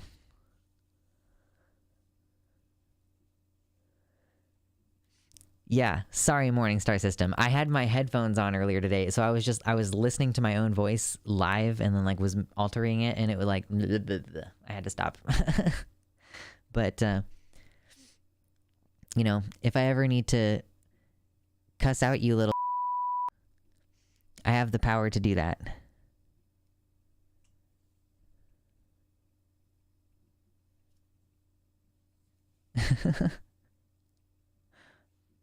Reminds me of something serious, like being called to the office. Yeah, I didn't realize the echo was up. Yes, I see it now. This is the software for the XLR interface. I know, I beeped. I can beep now.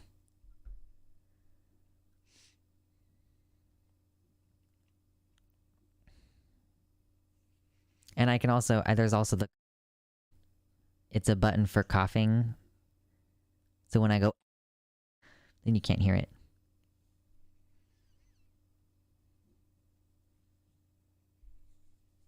I don't know why everyone is so weird about different identities. It's like, mind your business and don't be an asshole. True, be good now. Don't be an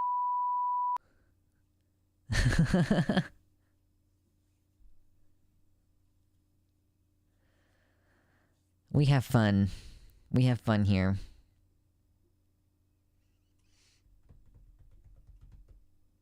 Basically, my opinion every single time the subject comes up, I'm just gonna be like, Testing, testing. 1, 2, 3. Don't be an asshole. When you're in public and you can't tell what someone's gender is, move on with your day. Step 1. Move on with your day. Step 2. There is no step 2.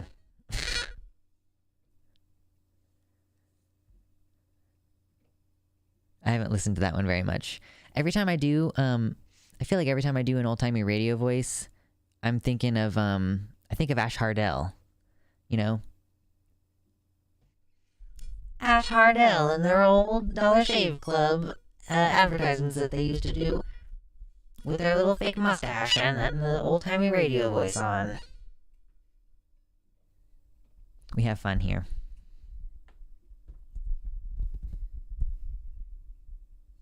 Step 2, think about it a bit and don't say anything. True.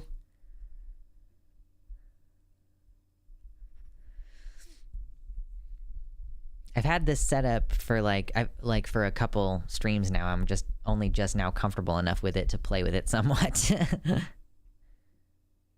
Hey, Lucy. Hey. Do you want to say hello? Meow. We are blessed with baby. We have baby. Ash is doing well. Emma, I don't know if you saw that Ash Hardell posted a video about like a month ago or so, but it's the first in a series of... It's going to be a multi-part series. Hello, baby. Will you let go? Yes. Oh. Oh, he's baby.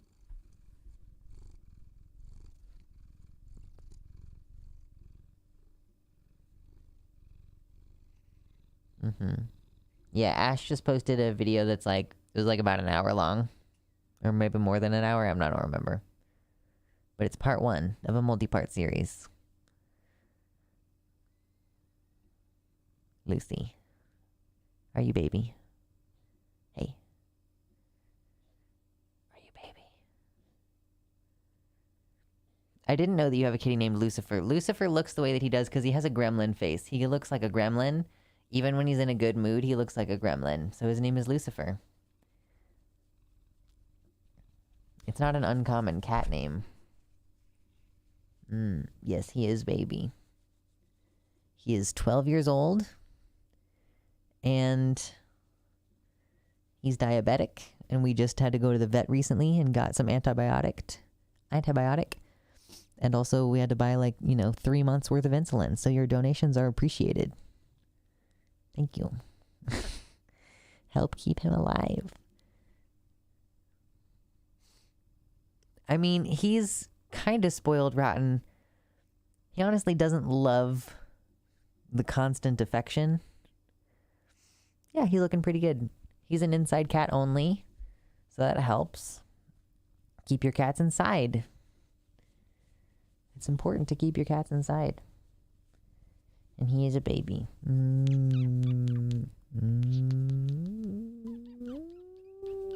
You're such a baby. Yes. He was bottle raised. He's been an indoor cat his entire life. And he gets wet food sometimes. And he gets lots of affection whether he wants it or not. Mwah. Okay, I'm going to put you down now, okay?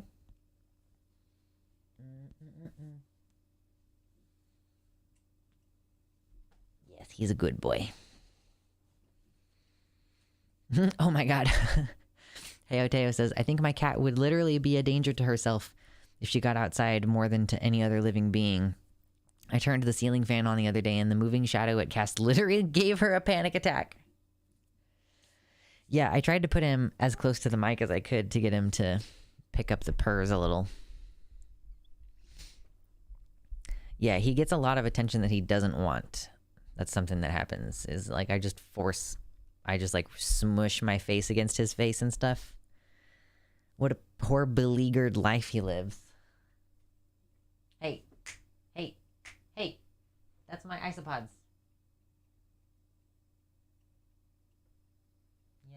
Yeah. He was trying to mess my isopods.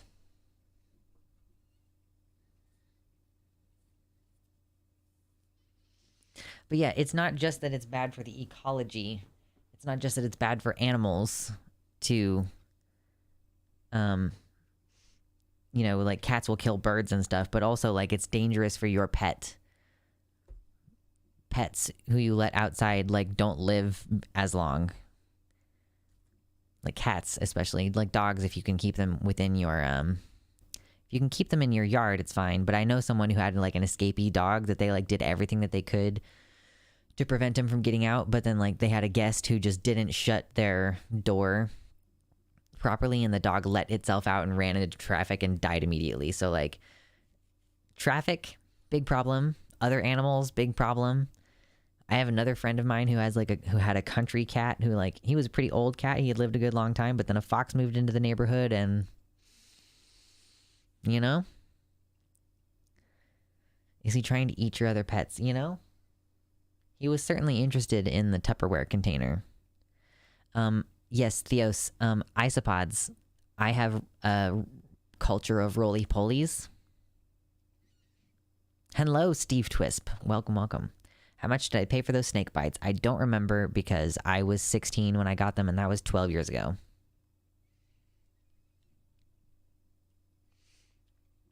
It's pretty lucky to have outdoor cats that live to be over 18. It must have been in a good, safe area, or they were very scrappy or very lucky, or some combination thereof. My dog, who weighed like 15 pounds, always wanted to hang out with the horses across the street. Pets don't have the best sense of self-preservation. Yeah.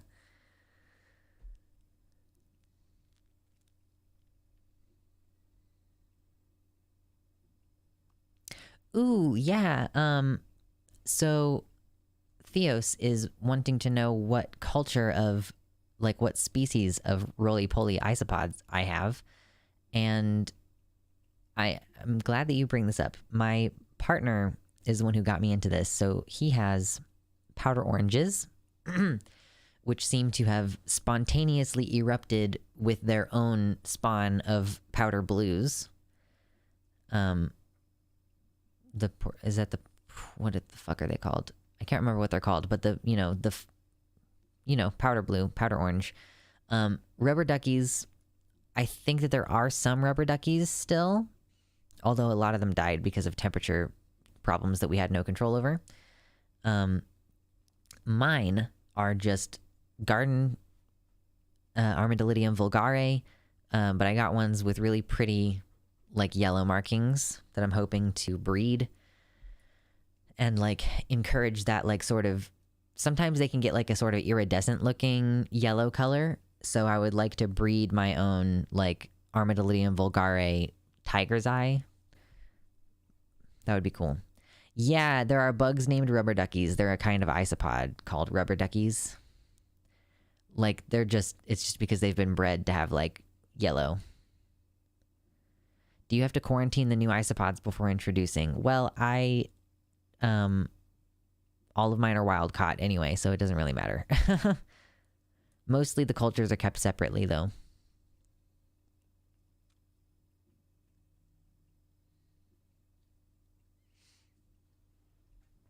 They can totally live together, though. It's pretty obvious when one is diseased. We saw one with, like, a disease that makes them turn blue.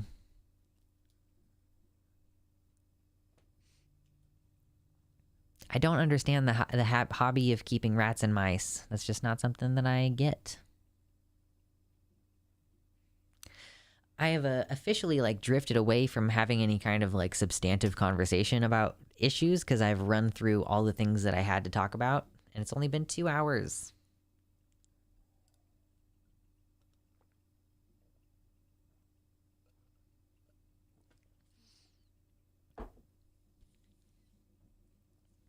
Hangout Strem. I mean, basically...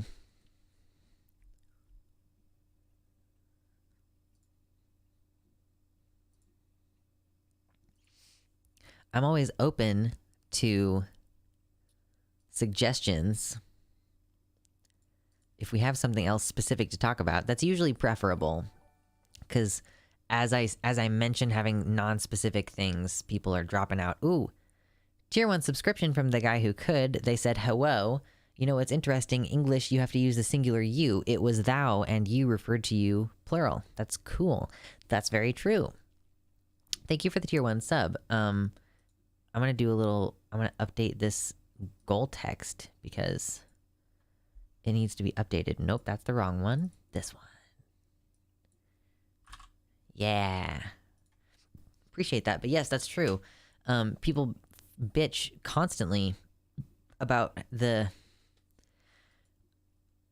Oh, you can't use they as a singular pronoun. Like, okay, well, you already juggle this difficulty understanding what's being said when you use the word you. There are times that you even have to clarify, like, oh, I don't mean you, I mean like a general you, you know, because we use you in 3 different ways. You is a singular, it's a plural, and it's a universal pronoun. It's very irritating, and people are just like, oh, the issue with they is unique. Oh my god, it's so fucking dumb.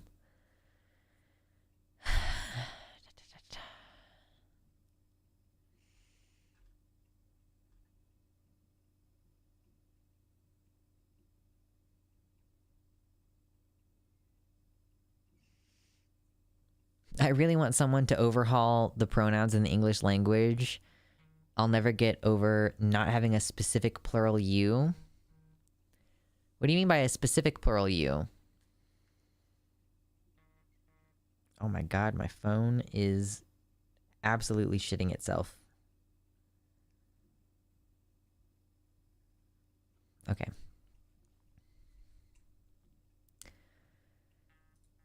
Jesus, calm down. Sir. Sir. Good night, Faith by Faith.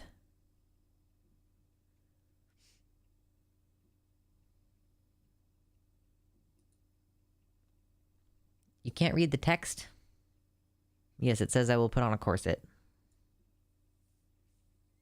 Oh, but it's also, yeah, it's Lucy Vet Bills. I will put on a corset.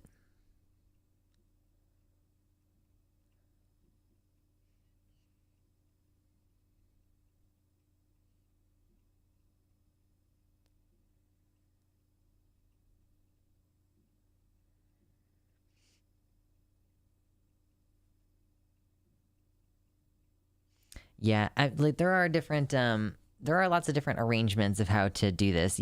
Some languages have a you that are like you were specifically referring to 2 people at the same time. Like there's all kinds of different.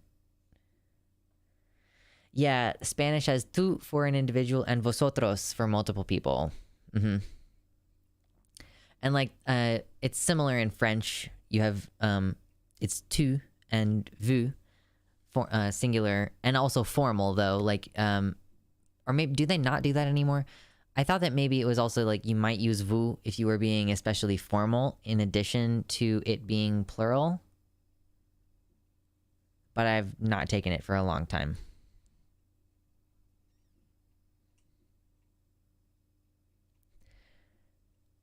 I have started using y'all more because of like basically like I used to try to shy away from speaking in ways that were like reflective of where I'm from, like the Midwest / sort of Southernisms, but then like you can't, like queer people are Southern, you know, there are queer Southerners. You can't just like make fun of Southern accents and be like, oh, you fucking hillbilly, anti-queer, whatever, because there are queer people who talk like that who are from those places, you know? So I've kind of just at a certain point been like, I am going to steal the country language and you can't have it. Yes, ustedes in Spanish also works.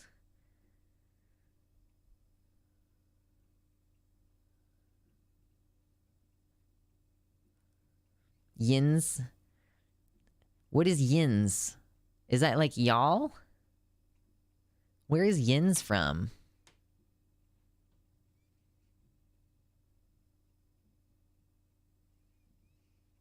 Interesting. Portuguese informally says the people with the third person singular conjugation instead of we constantly, and it was so incredibly confusing as a non-native speaker. That does sound weird. Yinz is from Pennsylvania. Okay.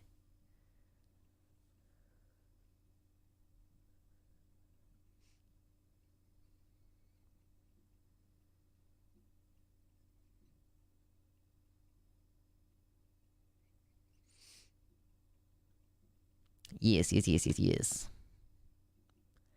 Oh, true. Go get your gun. I'm also around POC more than ever since I graduated college, especially black people who use y'all, and it started to tattoo onto my brain. That's also part of why I use y'all, TBH. I grew up around a lot of people of color, and especially black people, and also, like, my grandparents are, like, you know, Missourians, so...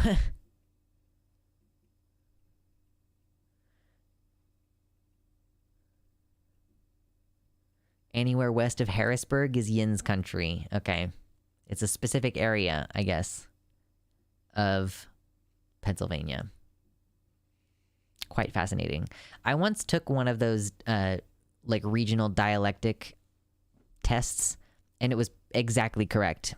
It was exactly what I thought it was going to be.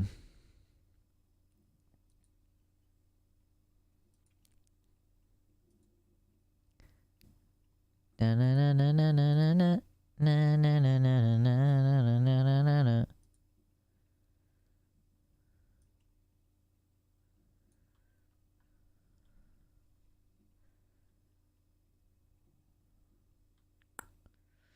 need to retitle the stream, but I don't know what to retitle it to.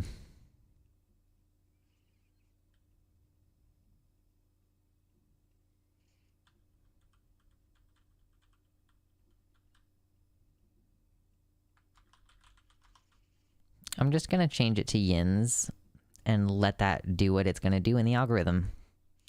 It's, you know, I don't really, like, have a strong opinion on how many people are here from this point out. We have new people in the Discord. Welcome to the new person in the Discord. If you want to join the Discord and you haven't already, consider joining the Discord. Oh, okay, Cal in the YouTube chat just joined and asks what xenogender means. I've kind of shifted off of talking about that, but it's xenogenders. There are some people who say, like, my gender is a tree, and we would call that a xenogender because it's like a non-human identification. Xeno means alien, so it just means non-human. Why did I just get a Daily Wire ad on this stream? Yeah, it's any, like, political ads. Sometimes I get Trump ads. It's just the nature of it. Click them sometimes. You should click them sometimes, because I'll make more money that way. If you want to help the channel, click the ads. It's true. It's a true fact. I'm not making it up. Absolutely not making it up. I'm glad that you love the Discord. I would like it to be a little bit more active in there. I need to put a little bit more work into it myself. Do y'all want to do game nights? That seems like it could be fun.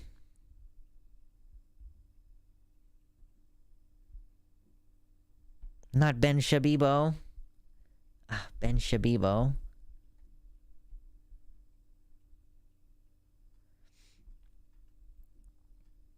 What's going on Twitter tonight? Doodah.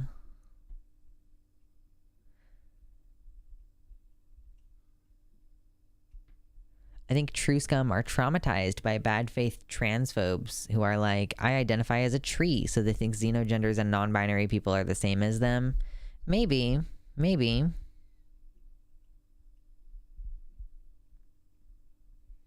Hey, Be Good Now, that's like that's a double whammy. If you have YouTube Premium and you support on Patreon, that is the good shit. That's the good.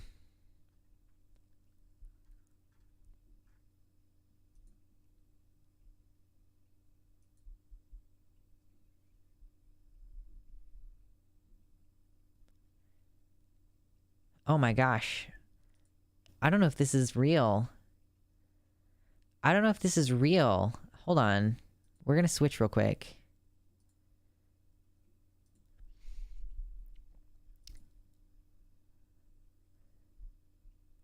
Senate Barrett fundraising ask claims, quote, your child is scheduled for gender reassignment surgery.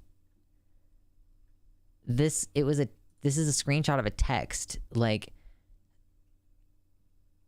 and it's going to repgop.com. So it's going, this is like a fundraising text automated message that's sent out that says, confirmed, Thomas, your child's gender reassignment surgery has been booked. If you have any issues with this operation, please view the objectives of Biden's national transgender strategy here. What the fuck? This says a fundraising message sent out by Senator Tom Barrett, Republican from Charlotte, who is seeking the Republican nomination for the newly drawn 7th Congressional District, claims, quote, President Biden is forcing 5-year-olds to learn about gender reassignment surgeries, gender identities, and other radical ideas, adding that, quote, every American needs to step up today and stop this sick and twisted ideology from poisoning our children. According to a screenshot obtained by the Michigan Advance, which is the website that we're on, Barrett's original fundraising appeal came via text and appeared to be an appointment confirmation for, quote, your child to receive, quote, gender reassignment tomorrow at 9 a.m.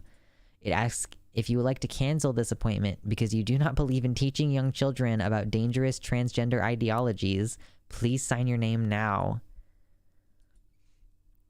That message has since been replaced with Barrett's current appeal, in which he also claims, quote, Democrats are hellbent on destroying our faith, removing God from the center of our nation, and pushing transgender ideology on young children.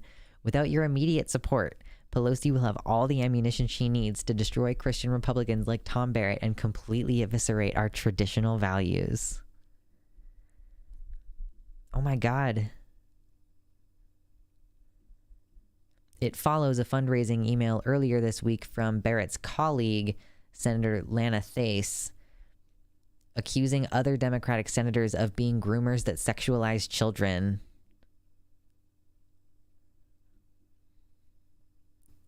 So this has just like very quickly become the norm for discourse.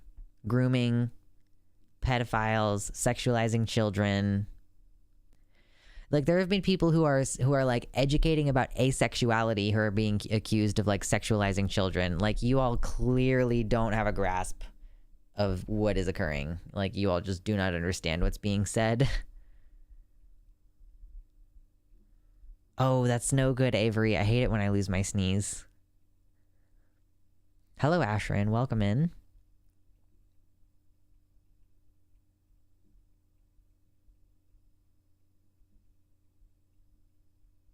Rain Raven, I do not stream on Twitch. I'm not monetized on Twitch, and I will never be.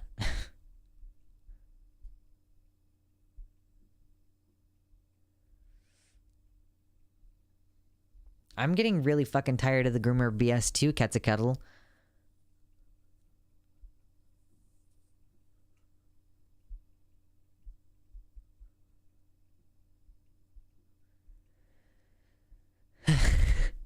Go get your gun says like question marks. I didn't get a text like this when I got top surgery. Yeah, you got to use the antibacterial wash before your surgery. Mm-hmm.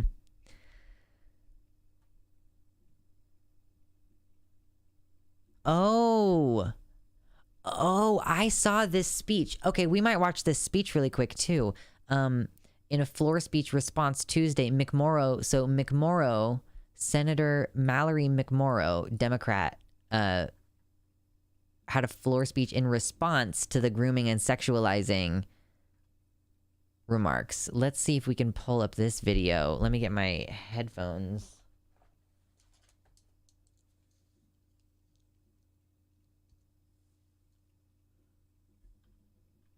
I know, I remember hearing about this kind of shit as a kid. True.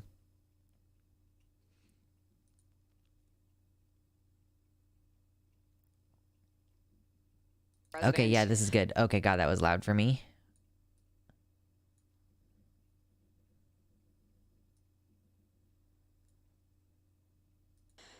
I didn't expect to wake up yesterday to the news that the senator from the 22nd district had overnight accused... Okay, let me just do this. Thank you, Mr. President. I didn't expect to wake up yesterday to the news that the senator from the 22nd district had overnight accused me by name of grooming and sexualizing children in an email fundraising for herself. So I sat on it for a while wondering why me. And then I realized, because I am the biggest threat to your hollow, hateful scheme. Because you can't claim that you are targeting marginalized kids in the name of, quote, parental rights if another parent is standing up to say no. So then what? Then you dehumanize and marginalize me. You say that I'm one of them. You say she's a groomer. She supports pedophilia. She wants children to believe that they were responsible for slavery and to feel bad about themselves because they're white. Well, here's a little bit of background. It's funny how they mix the like critical race theory shit together with the gender theory shit. Fascinating. About who I really am. Growing up, my family was very active in our church. I sang in the choir. My mom taught CCD. One day, our priest called a meeting. I do not know what CCD is. With my mom and told her that she was not living up to the church's expectations and that she was disappointing. My mom asked why. Among other reasons, she was told it was because she was divorced and because the priest didn't see her at Mass every Sunday. So where was my mom on Sundays? She was at the soup kitchen with me. My mom taught me at a very young age that Christianity and faith was about being part of a community, about recognizing our privilege and blessings and doing what we can to be of service to others, especially people who are marginalized, targeted, and who had less, often unfairly. I learned that service was far more important than performative nonsense like being seen in the same pew every Sunday or writing Christian in your Twitter bio and using that as a shield to target and marginalize already marginalized people. I also stand on the shoulders of people like Father Ted Hesburgh, the longtime president of the University of Notre Dame, who was active in the civil rights movement, who recognized his power and privilege as a white man, a faith leader, and the head of an influential and well-respected institution, and who saw black people in this country being targeted and discriminated against and beaten, and reached out to lock arms with Dr. Martin Luther King Jr. when he was alive, when it was unpopular and risky, and marching alongside them to say, "We've got you," to offer protection and service and allyship to try to right the wrongs and fix injustice in the world. So who am I? I am a straight, white, Christian, married, suburban mom who knows that the very notion that learning about slavery or redlining or systemic racism somehow means that children are being taught to feel bad or hate themselves because they are white is absolute nonsense. No child alive today is responsible for slavery. No one in this room is responsible for slavery. But each and every single one of us bears responsibility for writing the next chapter of history. Each and every single one of us decides what happens next and how we respond to history and the world around us. We are not responsible for the past. We also cannot change the past. We can't pretend that it didn't happen or deny people their very right to exist. I am a straight, white, Christian, married, suburban mom. I want my daughter to know that she is loved, supported, and seen for whoever she becomes. I want her to be curious, empathetic, and kind. People who are different are not the reason that our roads are in bad shape after decades of disinvestment, or that healthcare costs are too high, or that teachers are leaving the profession. I want every child in this state to feel seen, heard, and supported, not marginalized and targeted because they are not straight, white, and Christian. Damn. We cannot let hateful people tell you otherwise, to scapegoat and deflect from the fact that they are not doing anything to fix the real issues that impact people's lives. And I know that hate will only win if people like me stand by and let it happen. So I want to be very clear right now. Call me whatever you want. I hope you brought in a few dollars. I hope it made you sleep good last night. I know who I am. I know what faith and service means and what it calls for in this moment. We will not let hate win. That was pretty intense. She should be in the Senate or something. True.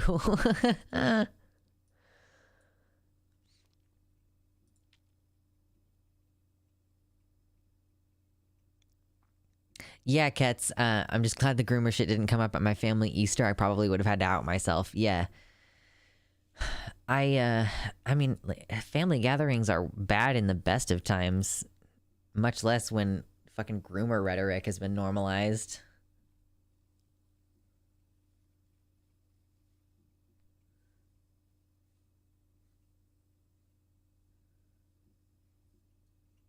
Oh, weird, Rain Raven.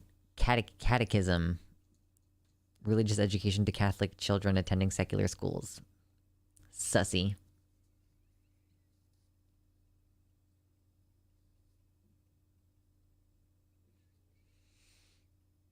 Yeah, no, it censors God. But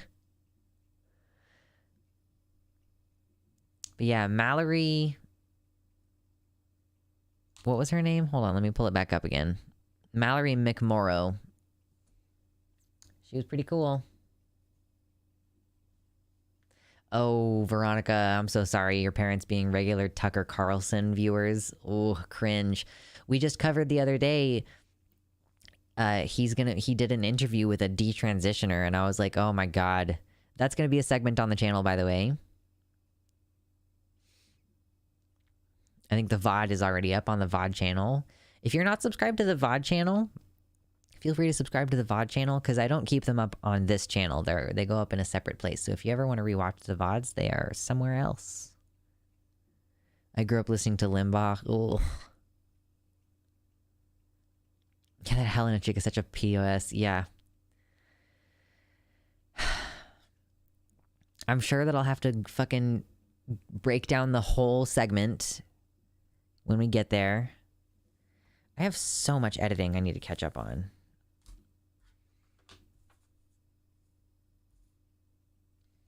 I need to do the trans women period segment. I need to do the Jubilee trans men segment. I gotta do the Ethan H3H3 segment. That one's mostly done. I did that one today. And then the Tucker Carlson segment. I grew up listening to Limbaugh, but now I listen to an It streamer, so we all improve eventually. It's true.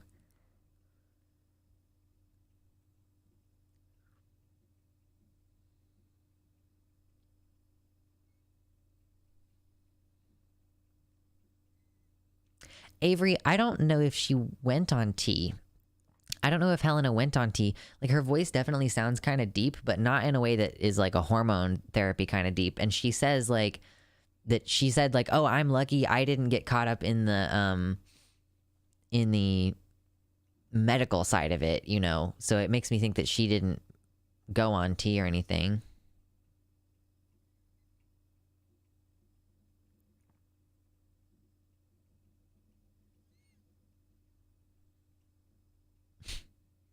I never thought the leopards would eat my face. It's exactly.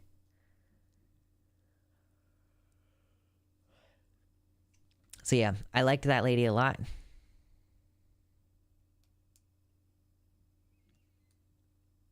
Oh, interesting. She said she went to a Planned Parenthood out of state to get testosterone. Maybe she did.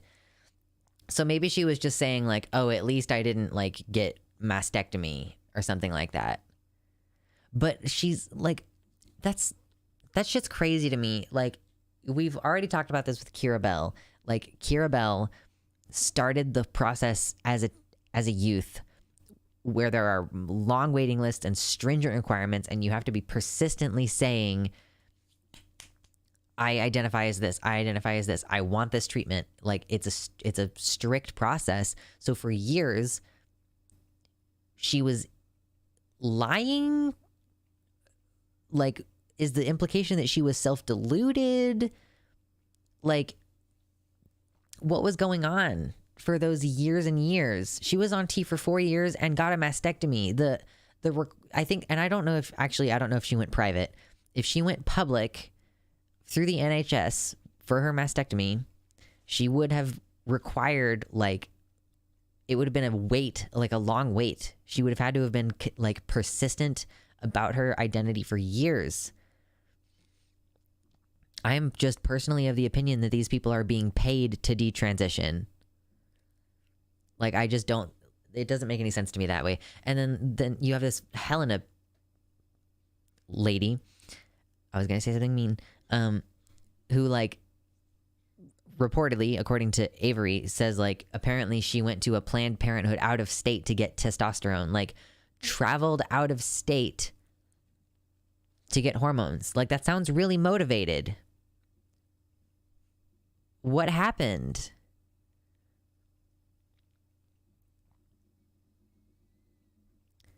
Yeah, maybe GC people could have brainwashed her to think that detransing is the only correct decision. Gina.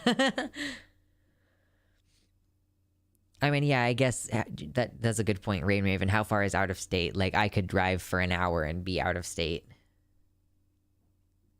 Probably, I think in more than one direction, I could drive an hour and be out of state.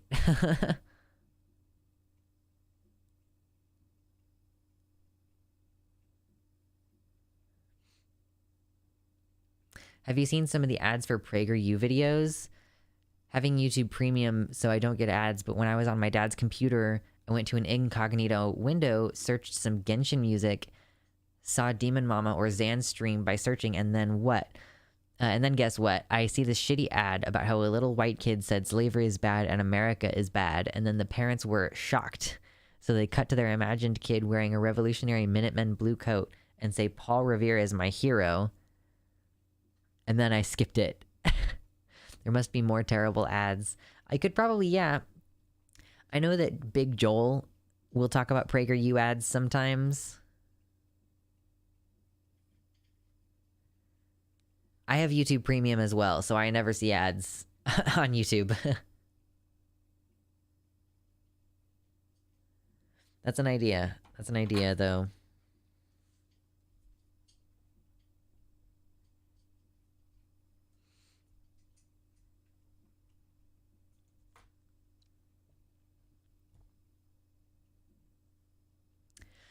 Chicago, so she traveled like 6 hours. Yeah, that'll be good. It'll be good to research Helena a little bit, because I would like to find some way to access the full interview when it becomes available to view. I don't know how I'm going to do that exactly, but I would like to view it.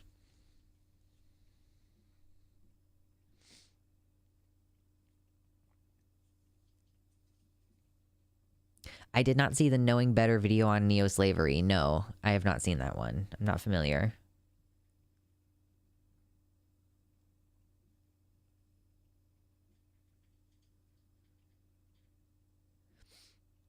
No, I'm planning. Avery, like, we watched the trailer for that interview. And, like, I do think, like, people have asked me multiple times over the years if detransition is something that I should talk about. Like, the reason that I know who Daisy Chadra is because a couple people suggested that I respond to her content. So I kind of wonder if that's something that I should just make a habit of talking about. And honestly, maybe even having, like, some non-shitty detrans people, like, come talk to us, you know?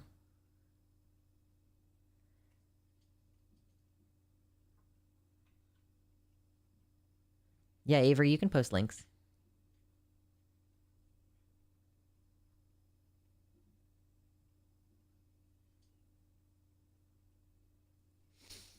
Yeah, Gina, be thankful you don't know any of those names. The neo-slavery video is good, but I do have thoughts about it. Oh, God. How long is this post? Is it very long? Oh, no, it's so long. I'm definitely going to have to do this some other time. Because I'm not in the fucking mood to do this, but it's so long. This is longer than Cat Black's post.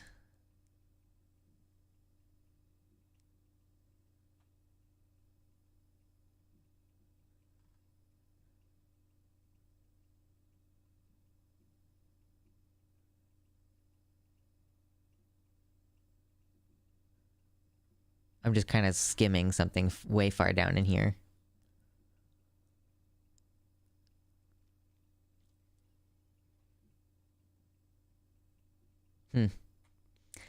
Well, that'll be interesting to look into. her Substack about her transition and detransition. Yes, it's quite long.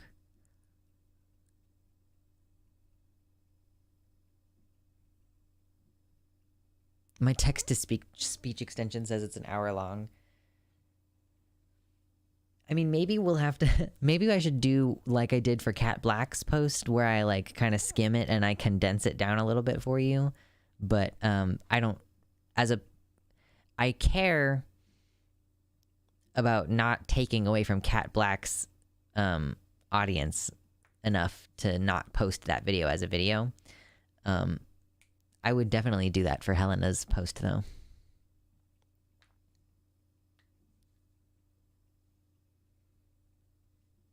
r/actual dtrans is a trans-inclusive and anti-TERF subreddit. That is good to know. There are a couple detrans videos that aren't pushing an anti-trans agenda, where it's just, this is what happened. I was a girl. I used to think I was a boy, and now I'm a girl again. Yeah, I'm sure that normal people exist who have detransitioned. I don't know how common that is. And like, are those people lacking support? Because I think that they should definitely be like supported from within the trans community, I guess. Like, I don't know. Nothing against detransitioners who don't then make it their personal vendetta to, you know, go after us, whatever, fucking bare minimum. But I don't know how necessary it is to be like vocally like, oh, we should support detransitioners, because if cis society weren't supporting them, I would say yes, we should go out of our way to help them. But like, detrans people are gonna get like love bomb level of support from cis het society, and I just think that they're probably doing okay without our help. They're cis, you know, like, except for the detrans ones who are like, I'm in that nebulous space where I'm not trans or cis. Like, those people happen too.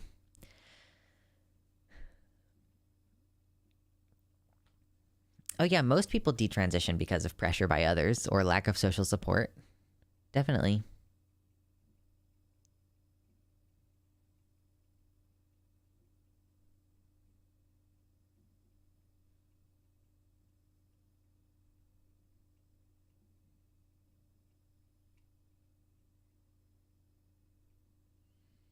Well, Avery, it's not uncommon for people...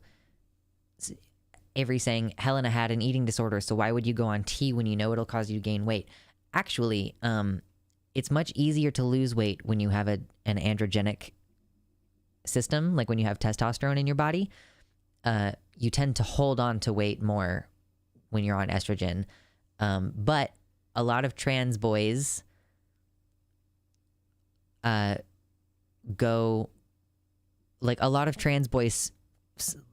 trigger warning, eating disorders, starve themselves before they have hormone access, because that's the only control they have over their curves and their breasts. Like, they starve themselves to try to reduce the fat on their body. So that part, like, I would definitely like say that going on tea is fine in that case.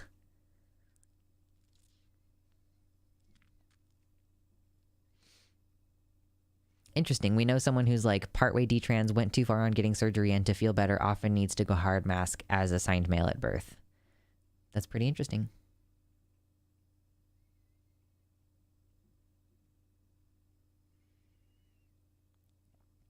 Yeah, I don't have anything against detrans people and support for sure, but IDK, how the optics of being very vocal about supporting them as a person who would never detransition would come off iffy optics, I guess.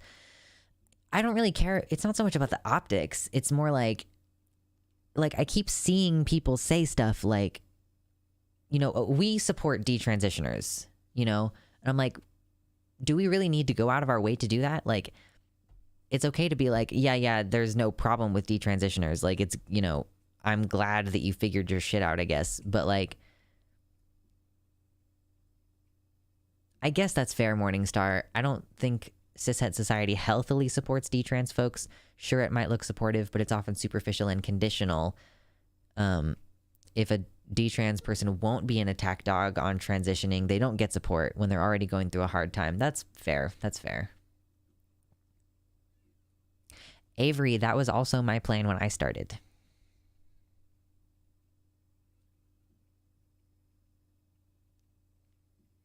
True, Alexis. There's a lot of mockery that comes with detrans, even from cis people. It's like, you silly fool, you thought you were trans. I imagine it's pretty hard.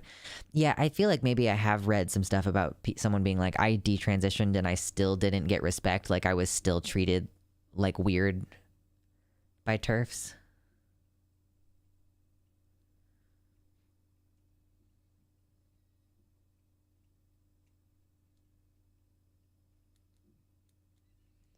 Ooh, yeah, true, Theos. If I remember correctly, Demon Mama said she was going to talk about the time she detrans soon, which is exciting. She's talked about it a few times, not like in super depth, though. I imagine it's really difficult to talk about. I need to respond to my DMs.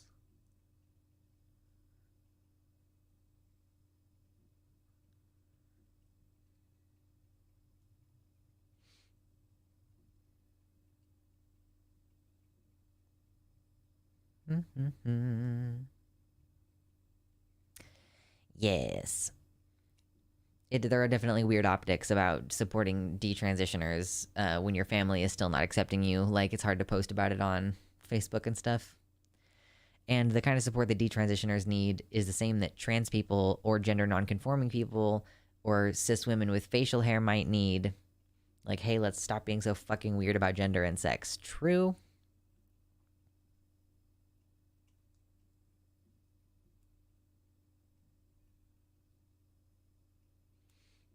Yeah, Avery, it's tough when those things like seem out of reach.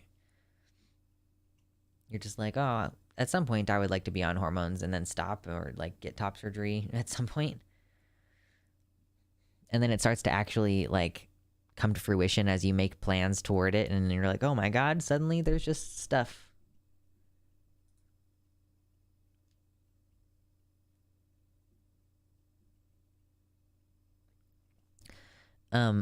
Theos, or hold on, where did that message go? Oh, Go Get Your Gun says, also, there are tons of cis people who are very rude to detrans people. I heard of detrans people who get shit from cis people who say things like, you made your parents grieve by transitioning.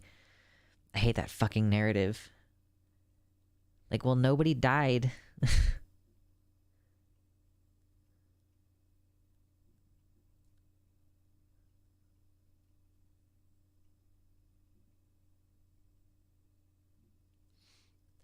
Yeah, I kind of feel similarly.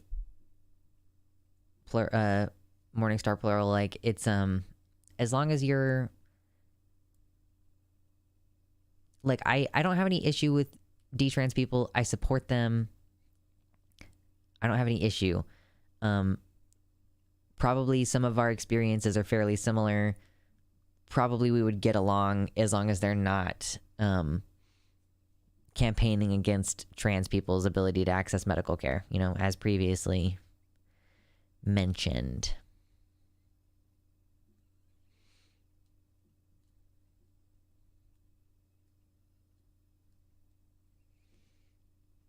It would be easier if we just didn't. What if you could just do what you wanted? And like, you were just like, I am a boy for a few years and I take the medicine to be boy juice. And then you just are like, instead, I want to be back on girl juice again. And then just nobody said anything to you about it ever. Amazing. How crazy of a world would that be?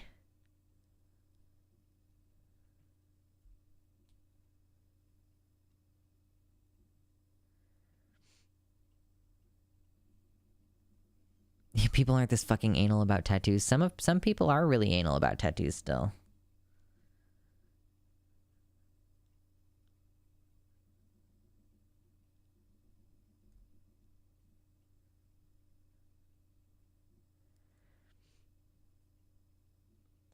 Super Doctor Who Lock, are you saying that Like whenever you listen to detransitioners, you like feel reaffirmed. They said it's helpful hearing from them as well, because then you know you're doing the right thing going or not going on hormones. Like if you basically, like, one of the determining factors for me at least is like watching a bunch of videos of people discussing their transitions and being like, this is how I felt when this happened. And I've had a pretty clear sense for the most part of being able to be like, if I were growing this body part, like there's an intuitive sense, right, of like that would be horrendous or like that would be based. I don't know.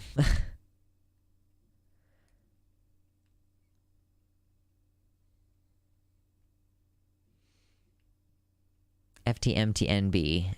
Yes. Trans nanomachines just reconfigure me every day. Fuck me up, please. Yes, less stigmatized. The fear of being wrong about my gender and having to detrans kept me in the closet for far too long. Yes.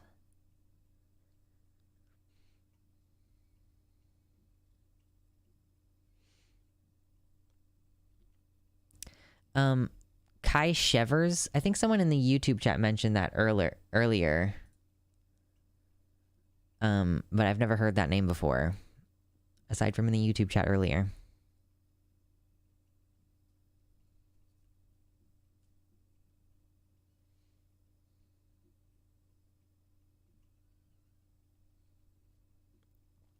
Okay, yeah. Super Dr. Hulock says, yes, a family member of mine tried to conversion therapy me in a way with a documentary by detrans people, but they were the transphobic ones. And she was like, see, what if you regret it? And I still don't regret it. Yeah. So, you know, if someone's like, here's what happened to me on testosterone and I really enjoyed it. And you're like, wow, like if I grew a beard, I would throw up. Then that might be an indication of whether hormones are right for you, you know, like... Or if someone is like, or if someone is describing that they went on hormones and grew a beard and freaked out and hated it, and you're like, why would you freak out about that? That sounds based as hell. Then that's an indication of maybe whether you should go on hormones.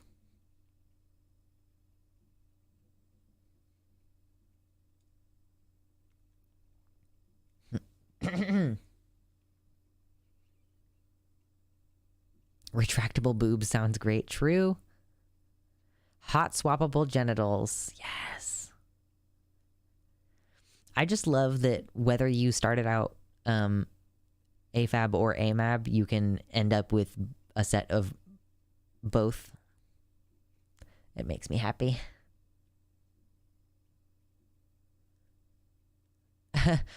Margor in the YouTube chat says, I watched detrans videos before starting T to see if I would be okay if I went through with it, and all I could think was how gorgeous they looked and how jealous I was of their voices and stuff.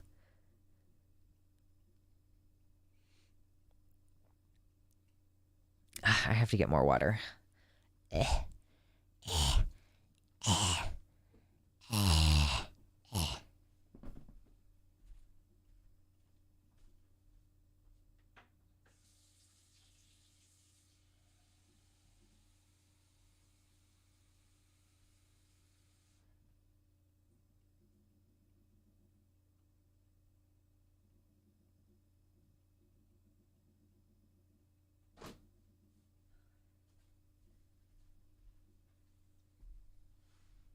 Okay.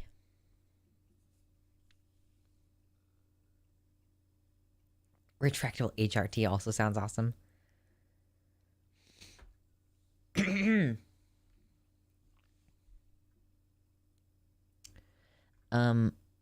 Kai Shevers used to be a major detrans figure, but she got out of the whole detrans radfem cult after 7 years in it, retransitioned, realized that she kind of did DIY conversion therapy on herself, and she is now proud of being a transmasculine dyke gender weirdo, and is trying to help both trans and detrans people get accessible mental and physical health. That's pretty cool.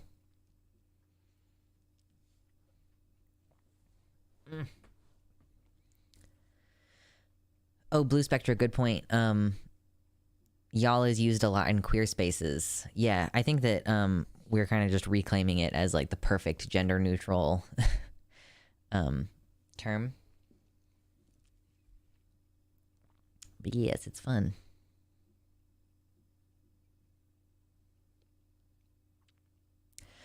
Super Dr. Hulock. No, I think that it's probably like, I think that it is sort of like a type of, I don't know if I don't know whether it qualifies as trauma, because trauma like medically has to do with fearing for your life or being in a situation that is adjacent to that kind of situation. But it's definitely like it can do damage to be misgendered and gaslit for 18 years. Oh my God, I need to like get the squooge juice for my earwax stuff. It's very unpleasant.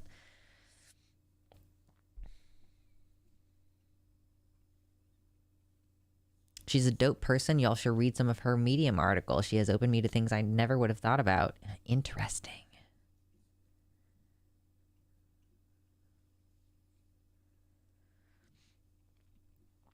Emperor Seacart. That's a good question. I wonder what drives a parent, the person who is supposed to love you unconditionally, to try to forcibly convert their child.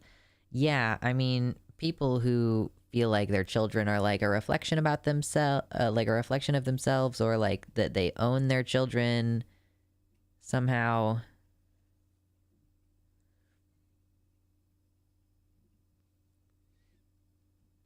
Like you think of, people would say like, you can envision an abusive parent saying something like, "Now, I didn't raise a queer. I didn't raise..." And that situation happens not only with queer people too, but like, I know I didn't raise some lazy piece of work who wasn't going to go out and get a job. Like it's because parents have like, their ego is invested in their children.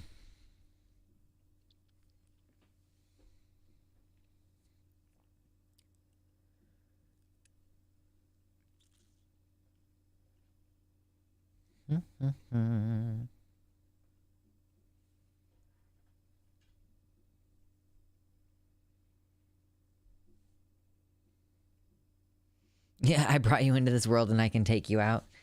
That's definitely ownership and control kind of rhetoric. Do y'all also hate the rhetoric like homosexual and same-sex attracted? It reminds me of religious shit so much and it makes me feel so gross. Yeah, no, it definitely is disgusting.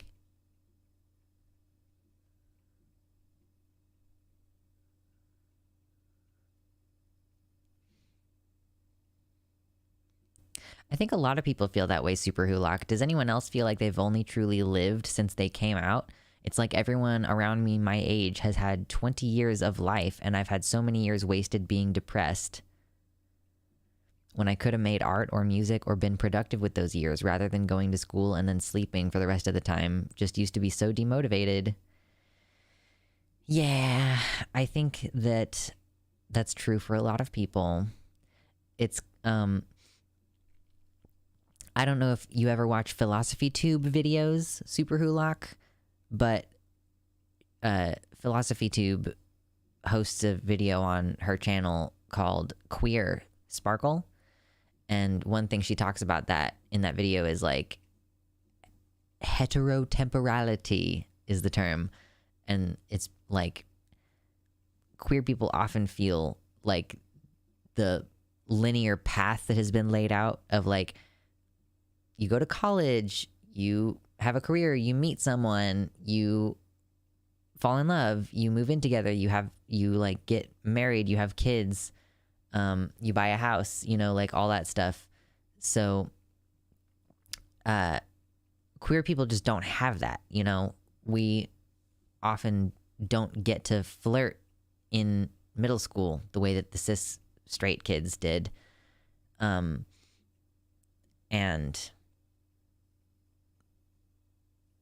sometimes we can't even get married.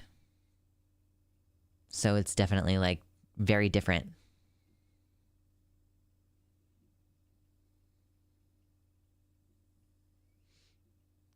Hey Lux, I've been struggling with really not enjoying being trans. I find it painful, and the fact that people have negative or positive opinions of me based on how they align politically is agonizing. I'm a self-hating trans. I don't think that sounds like you hate yourself.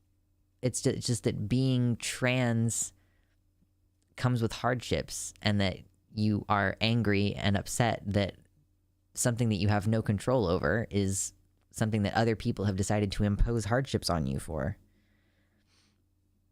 It's understandable to be frustrated by that. I take psychic damage from it sometimes. Like, there have been a couple times recently where I just can't read about more legislation targeting trans kids. Like, I cry really easily, and I cry really easily over trans kids not being taken care of well. So,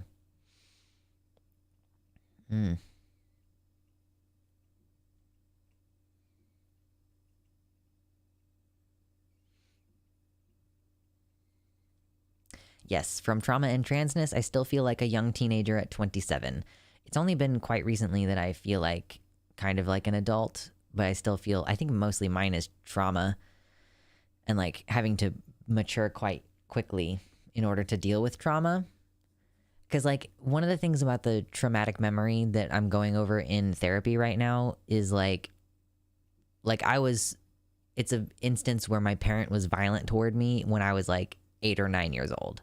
And one of the like really strong things about the memory, like if I haven't been emotionally engaged in the memory up until the point at which I start thinking about how small I feel compared to my parent, like I would, like that's what draws me in emotionally and makes the memory effective.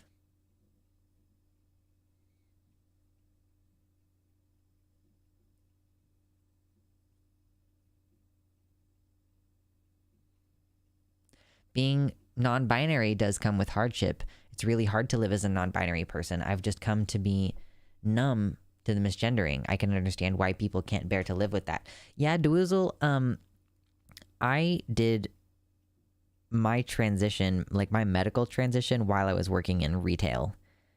And retail is already soul-crushing, but it is even worse when you are just being misgendered constantly and like not just misgendered, but also having people like startled because your voice doesn't sound like what they think it should sound like. So many new people in the new people on the website chat right now. Welcome in, everybody. All you people who just made your account in the last 24 hours. That's pretty based. Welcome in. You're part of my horde, by the way. I am in I'm definitely going to need to get a job so that I can pay for art, because I need art for the channel, and there's no way that I'm going to make enough money doing it currently.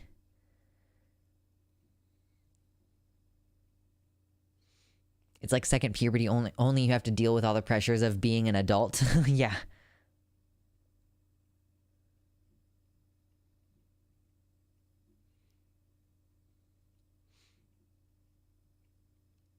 I feel that way too, Avery, about having like maybe not having a lot of time gaps in my memory, but I didn't learn life skills when I was younger. So I feel like stunted emotionally and like skills wise for like life skills.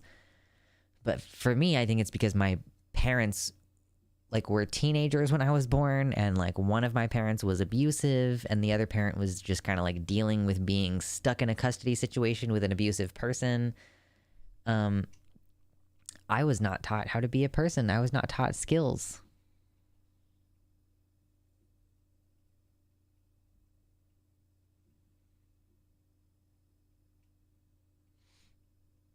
Yeah, I'm not sure exactly what age Abigail was when she came out, but it was mid to late 20s, because she came out privately way before she came out publicly.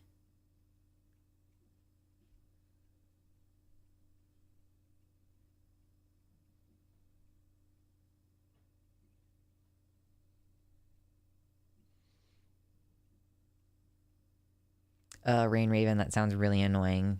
transitioning while in nursing, having to justify yourself and explain everything about it to medical professionals while trying to also be a medical professional and feeling judged as less than. Do you have patience too? Like you have to deal with public facing individuals like that? That sounds like a fucking nightmare.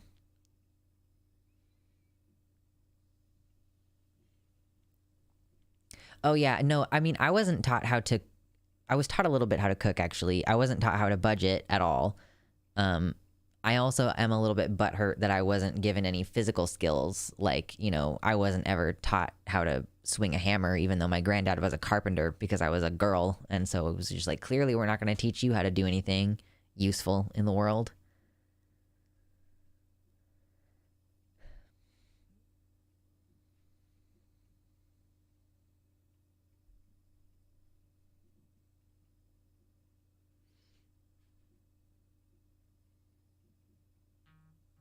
Oh, goodness gracious. It's a Discord. Oh. I got Discord messages. I didn't learn how to write a check until I was 24. Who taught me how to write a check? I think that I learned that in like a home ec type class.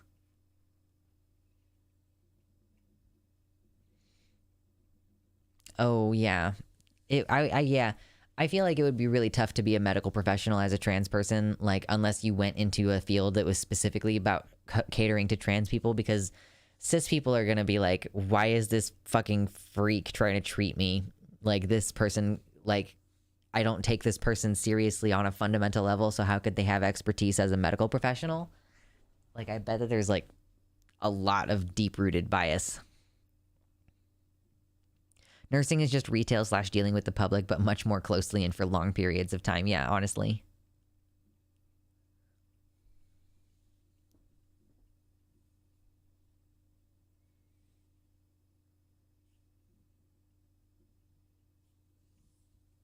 Itchy.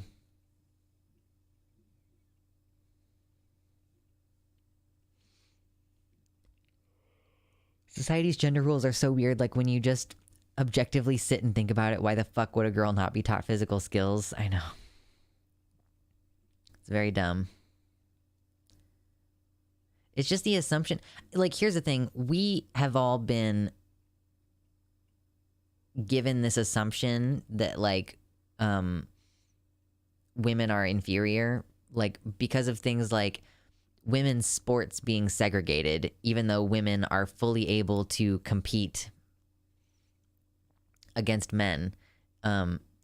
They've just been segregated into their own separate groups for so long that people have just accepted the passive, like, brainwashing idea that women are physically inferior to men, even though that's not necessarily the case.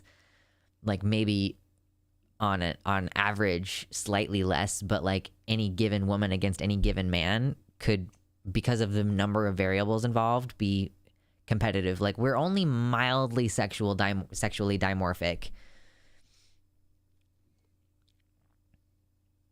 Thank you, Green 5. I appreciate that. And I appreciate you coming in to hang out with us live.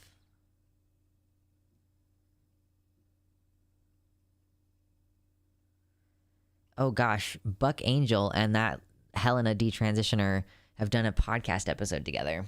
Well, that's horrifying. Oh my gosh.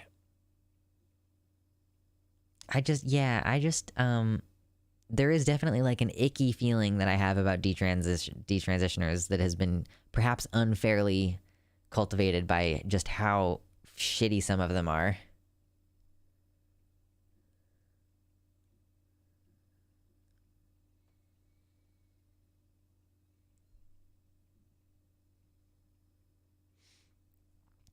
Ari says, I can't understand the confidence required to be non-binary and present as such. Like, I agonize over passing constantly because society treats me palpably better if I do.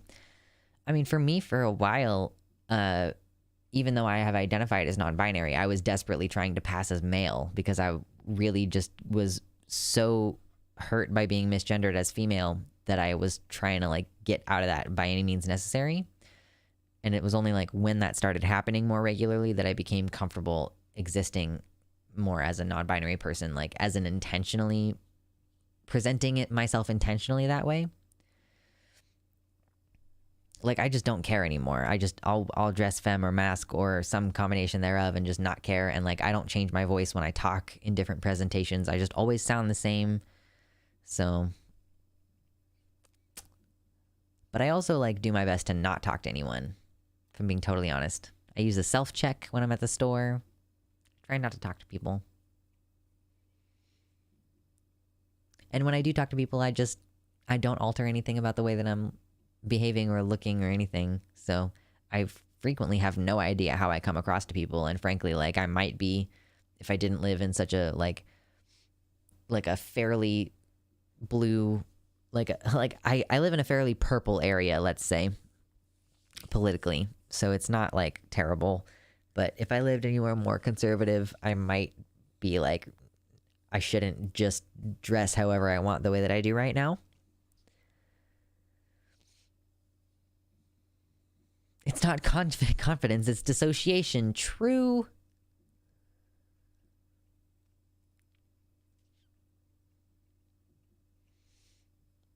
The average man is casually required to do more physical tasks that could easily explain the slight increase in physical strength. And maybe I'm weaker because I'm seen as a girl, not because I'm AFAB. Honestly, like, having not been working outside the home for the last couple months, like, I am, my upper body strength is tanking dramatically. And I had already quit tea before quitting that, or like before losing that job or whatever, so.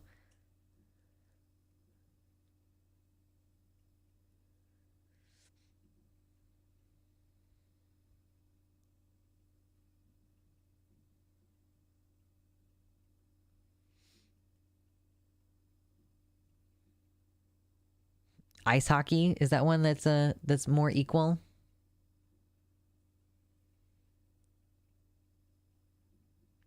Much love to the nurse from Super Dr. Hulock in the YouTube chat, because that seems like such a hard job, but it's so important too. They deserve more pay. And then TERFs think we're the ones who are a threat, like we're on your side with women's rights, because of course we are. True. Goodbye, Avery.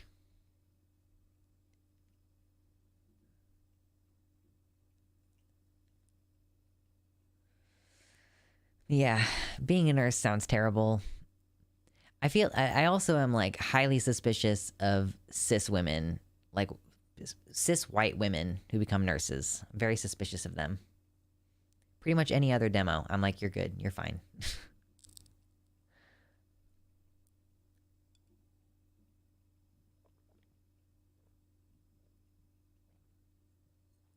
Gorsh.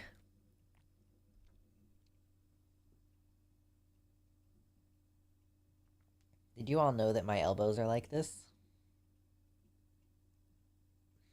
My elbows just naturally kind of hyperextend. That's the only one though. None of my other joints do that.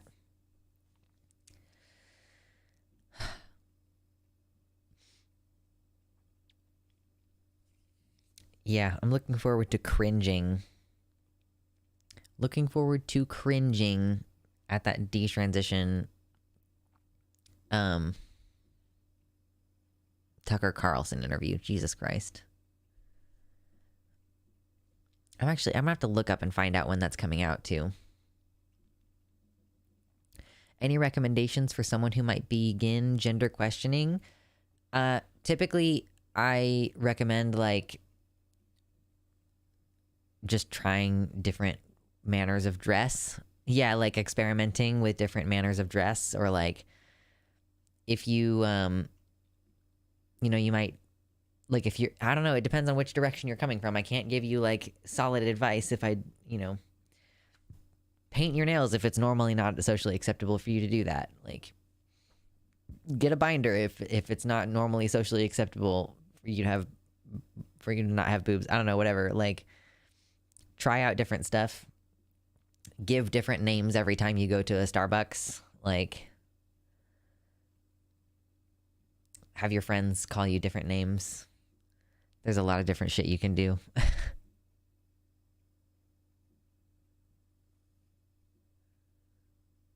Oh my God, Blue Spectra. Honestly, at this point, I really don't think about gender presentation very much. I just kind of vibe.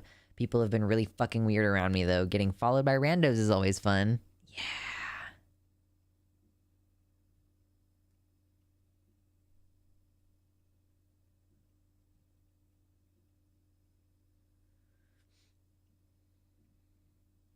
Yeah, Blue Spectre says, when it comes to like gender question stuff, I break it down to gender expression and gender identity. Focusing on what makes you happy and trying things out is important. I think it's good to,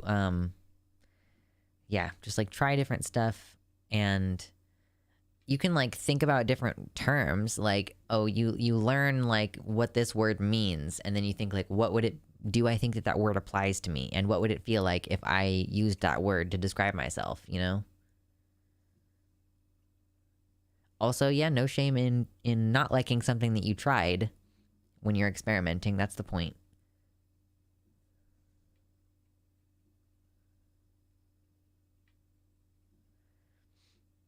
Changing hair is a big one, yeah. Changing hair. You can dye your hair or cut it differently.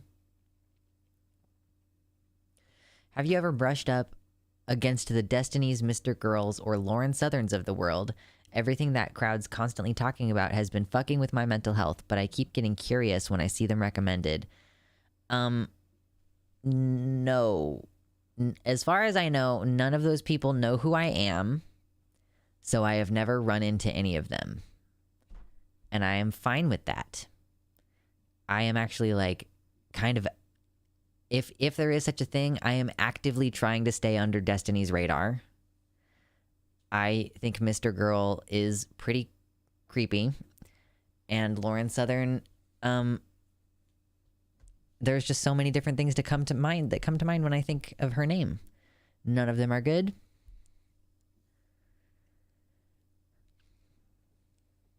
Yeah, experimenting with different pronouns, that's a good thing. Yeah, try different pronouns with your friends.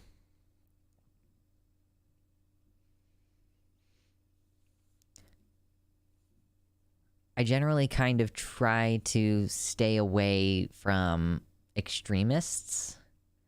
Like Lauren Southern was cited in the fucking Christchurch guy's manifesto. So, you know, like I just try to avoid like the kind of, if I were to talk to Lauren Southern, the kind of people who are fans of her who would then find me would like dox me and show up at my house, you know, like that is a terrifying crowd.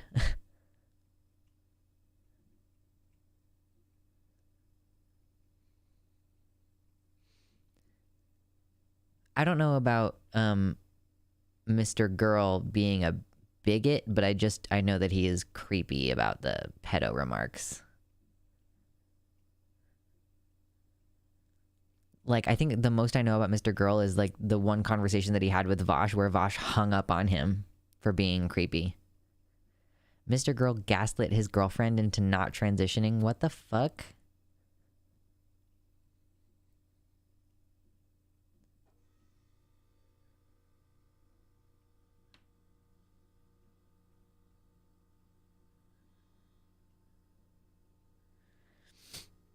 Yes, Tucker Carlson throws flames. It is all designed to enrage people to draw in viewers. I'm sure I would be appalled if I heard his takes on trans people. Sometimes I wonder if people like that are not just bad faith, like grifters. I do think that there are more bad faith grifters than most people give credit for. Like, there's a good number of them.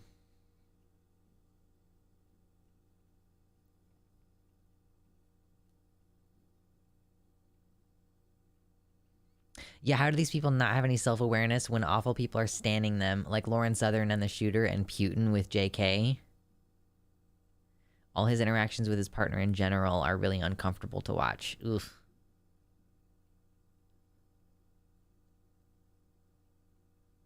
I feel like it takes a lot for Vosh to hang up on a weirdo. Mr. Girl must have been really bad. Yeah, it was some pedo shit.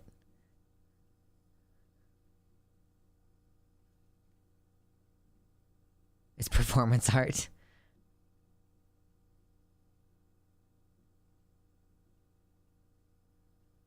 Wow, he basically convinced her that she hates herself and her body because of her desire to transition. Jesus. You shouldn't, like, don't let, like, part of me is just like, don't let cis people date trans people in that vulnerable part of their transition. Jeez.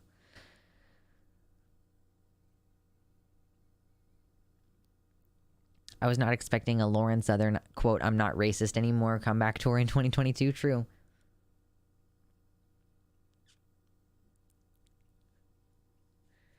Yeah, Morningstar Plural points out that Lauren Southern plus Shooter and then Putin plus JKR makes it sound like Putin is the one being supported by a worse person. It is a cursed year. 2022 is cursed. My God.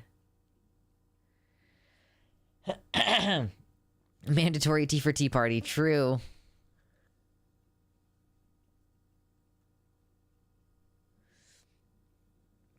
Oh my goodness.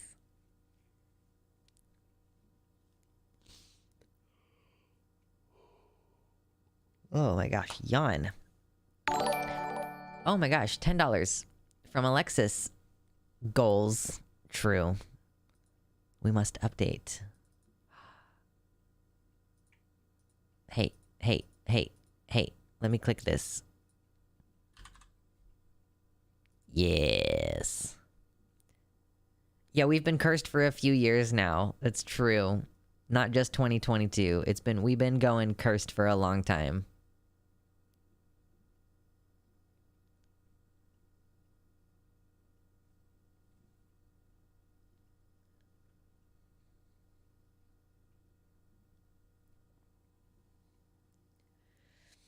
No. The Morningstar system wasn't critiquing you, Super Dr. Hulock.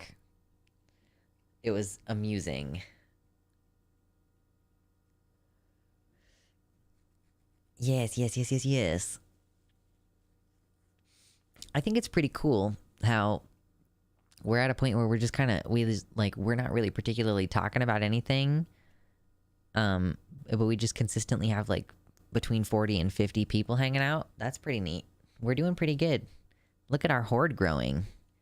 It's so good. There's so many hordes. I'm going to try to start working on the emojis so that you all have horde emotes.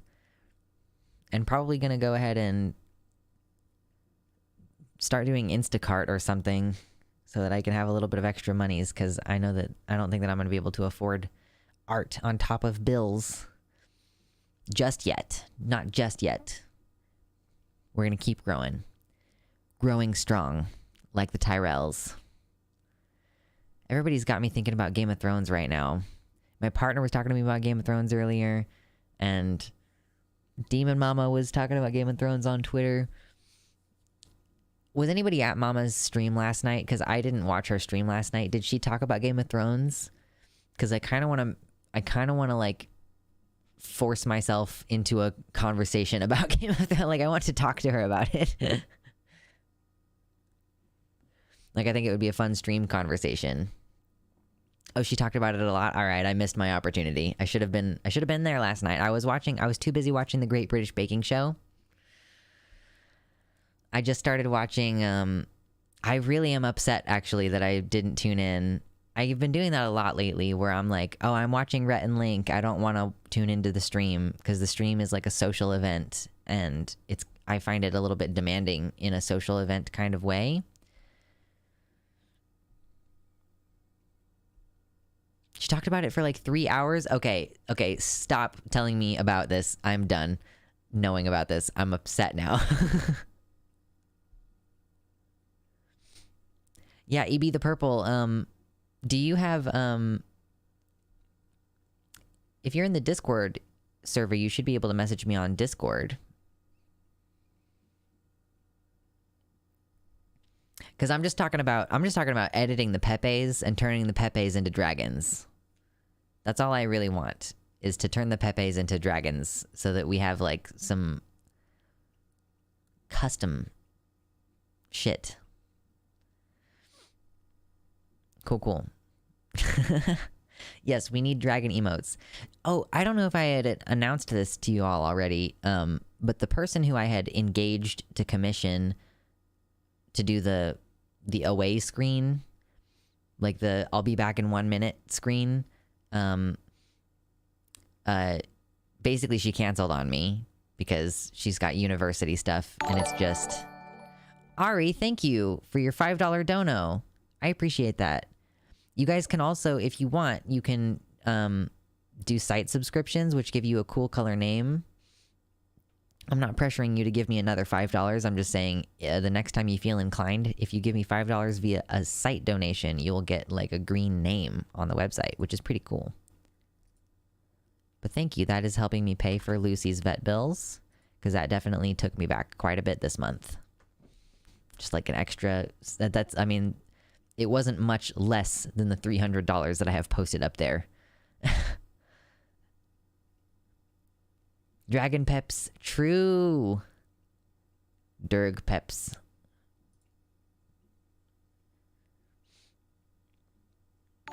Yes, Alex Jones. Oh my god. Razkal with the tier 3 sub. That's incredibly generous of you. Thank you so much. I was just like a little bit caught off guard by that.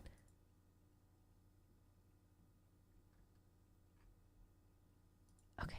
And then I'm gonna update this thingy. That was awesome.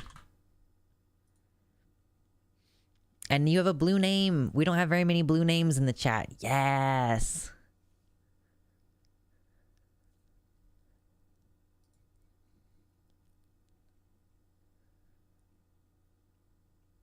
Oh my gosh. Okay, I gotta clear some of these notifications. Okay. Been watching for forever. Nice, nice. Good to have you. Yeah, it's a strong blue. There's like 2 different greens, and then there's a blue. And then I don't know if we have any tier 4s.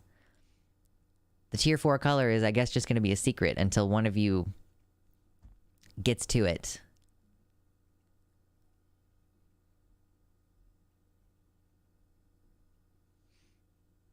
Pepe has negative connotations for me, as silly as it sounds. It just reminds me of those edgelord 16-year-old extremists. It's not literally triggering. It just reminds me of that stuff.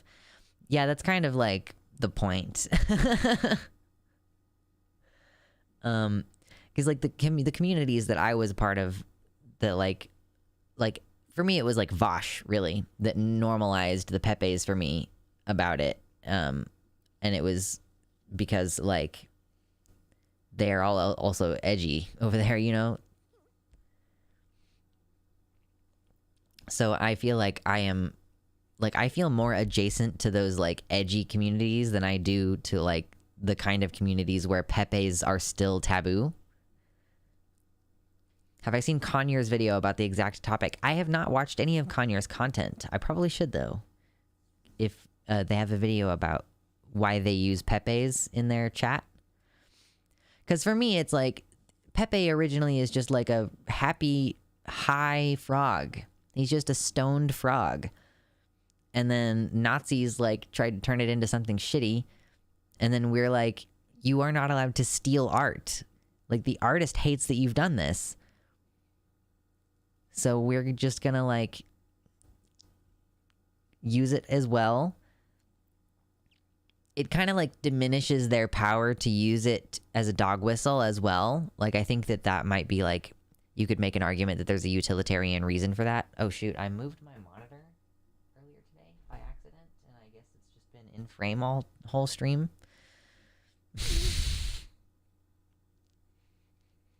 Reclaiming the Pepe.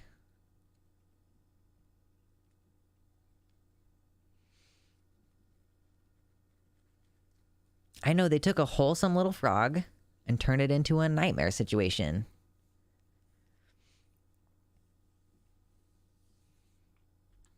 I want to do a quick little Google. Have I seen the TERFs trying to claim dinosaur emojis? No, I haven't. There's so many little like communities on Twitter that do this though. Like there are like emojis in people's names, and I like can tell that it means something, but I have no idea what it means.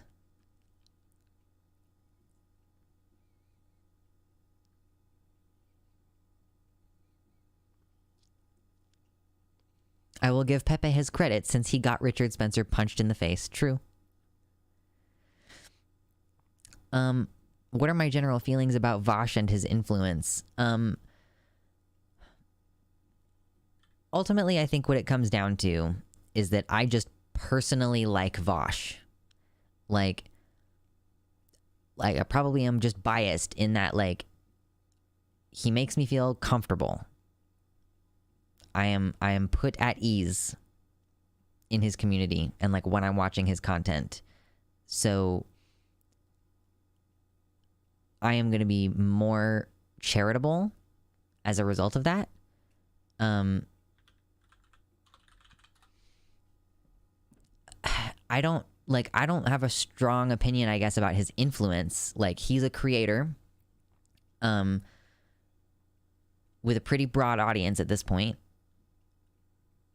I've said previously that, like, sometimes I appreciate his content because he just calls things out as they are.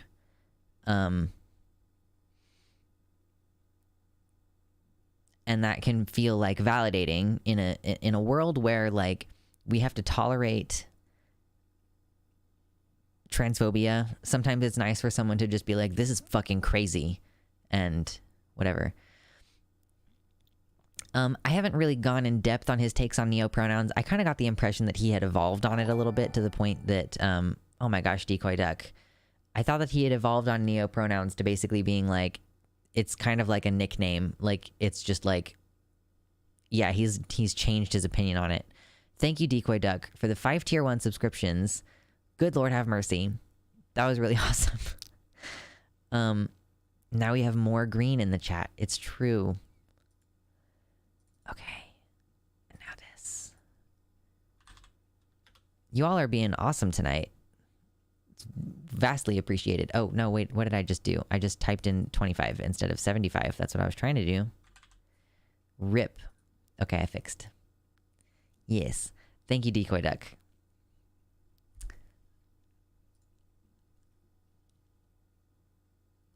My opinion about Vosh. Yeah, so, like, I think that, like, I just like listening to someone be mean to conservatives. And I am not going to try to justify and say that I think that he has a positive influence on the community. Like, I'm not saying he has a negative influence on the community. I'm just saying, like, I don't know, and I'm not going to claim it. All I can say is that I like watching someone be smarter than conservatives and mean to them. That's just my personal view.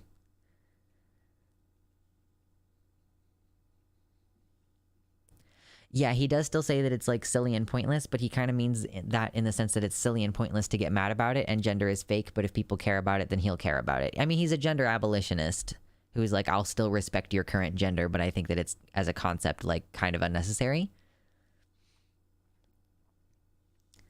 It sounds so silly to say you're comforted by Vosh's content just because of how it usually is, but I feel the same way. I don't even know if it's that I'm, like, it's not the content, it's that it's him as a person. Like, usually,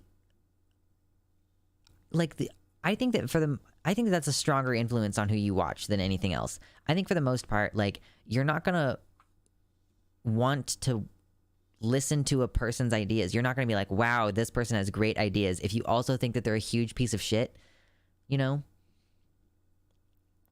So I just think that, I don't know. Yeah, it's his directness is also part of it. Enjoying being a fellow autistic person, watching someone speak in your own language, that might be part of it too.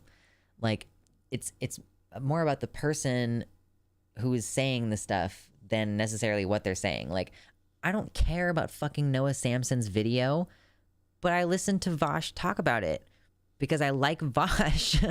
Like, it doesn't matter what the content is about sometimes. I'll avoid certain types of content if I'm like, I really don't want to deal with whatever this is right now, but he always corrects people when they don't use its pronouns for doe. Hey, no worries, Mersh. No worries at all.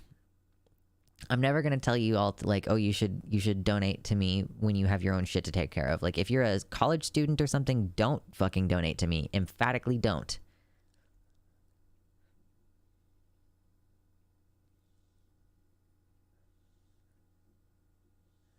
The shit with Professor Flowers was really fucking awful with the shit she dealt with. And since that was the only thing I heard about with him, I just personally stay away from him in the community. I don't really know much about what happened between him and Professor Flowers. The only thing I've watched about Professor Flowers was her conversation with Heem, and her conversation with Heem made her seem pretty, it really damaged my ability to view her as particularly credible. Quetzalcoatl, the one and only, has become a member on the YouTube. Thank you so much. Yes, welcome to the cheers tier. Thank you so much. So yeah, like all I saw of Professor Flowers was her conversation with Heem, where she seemed like,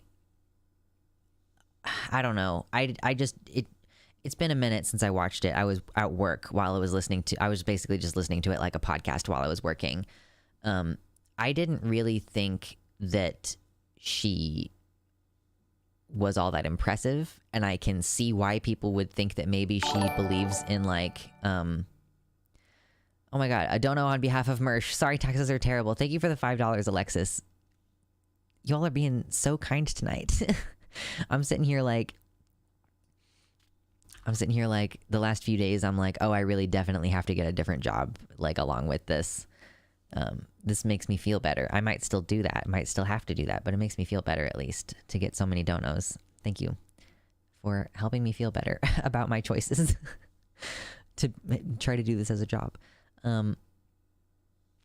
Yeah. So again,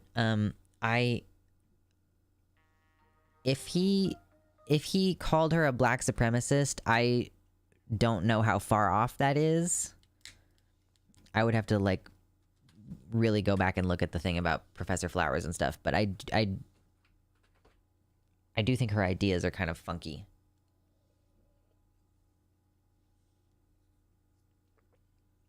His ego sometimes rubs me the wrong way, even though I enjoy a lot of what he does. I mean, yeah. We have upgraded membership. Oh my God. Now it's a tier 3. Or technically it's tier 2, but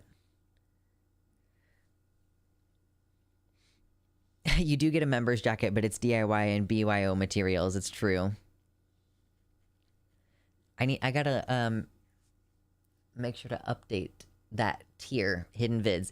If there isn't currently a video on the hidden vids, I will fix it. Nobody else was previously on that tier, which is why I hadn't updated it. I'm gonna make a note. Okay. Promise. I will fix it. The goal thing probably does help with donos a little bit, yes. And the calling attention to it every once in a while always helps. Like, call to actions actually help. Did you all know this? Like, if you're sitting here on the stream and you haven't yet liked the stream, you should consider liking the stream, because that does help.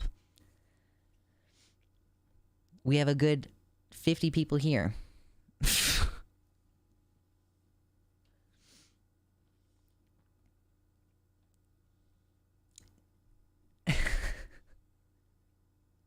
Do I ever do unboxing videos? Well, I would certainly consider it.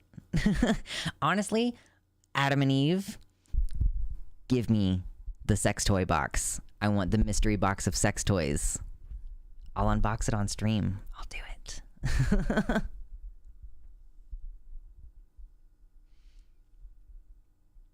I think he was overstating when he said that she actively holds genocidal beliefs.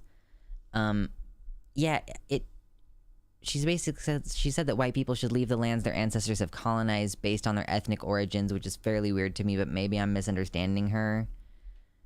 Geneva, she didn't, in the video that I watched, it wasn't that she decided to leave that she was overwhelmed. She was just like, I honestly kind of felt like Heem was like giving her a very mild pushback, and she was just like, you know, I really didn't come here to like have an argument or whatever, and it just seemed to me like the moment that she started to feel like she was actually going to have to justify any of her positions, that she just ducked out. That's kind of why I feel like her credibility was damaged by that. Just me. Am I dumb? How do I like the stream? Ari, the website doesn't show that. You have to go back to the YouTube page and like the stream on the YouTube page, because this is just a YouTube embed. It's not just that she was really bad at expressing her ideas. It's that she was actively like, I don't want to do that. And that just made her seem like, you know, not very, again, not very credible. There's a sex toy mystery box only for creators. Oh, Deegan, I have my website. The top link in the description. I have a website, separately, where the chat exists. That's my main chat. And people can find all my links to all of my related medias and subscribe to become like a direct supporter of the show. Because the show is fully viewer supported. From viewers like you. Thank you. You don't really need to have both open at the same time. You can hit like on the YouTube page and then leave. That's okay.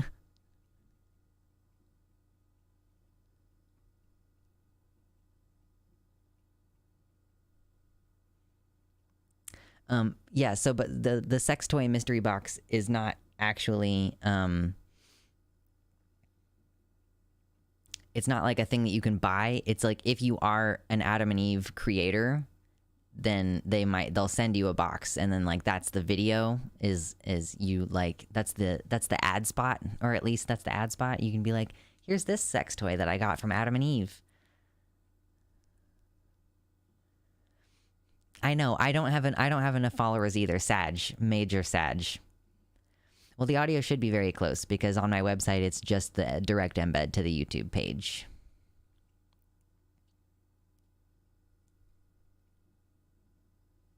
I don't think Professor Flowers is a genocide apologist, but she needs to stop talking about land back.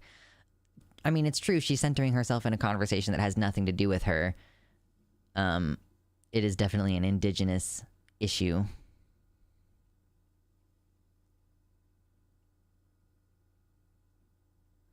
I see, Geneva. She addressed why she left in one of her videos. She knew she was speaking for colonized people and pretty quickly realized she wasn't ready to have that conversation.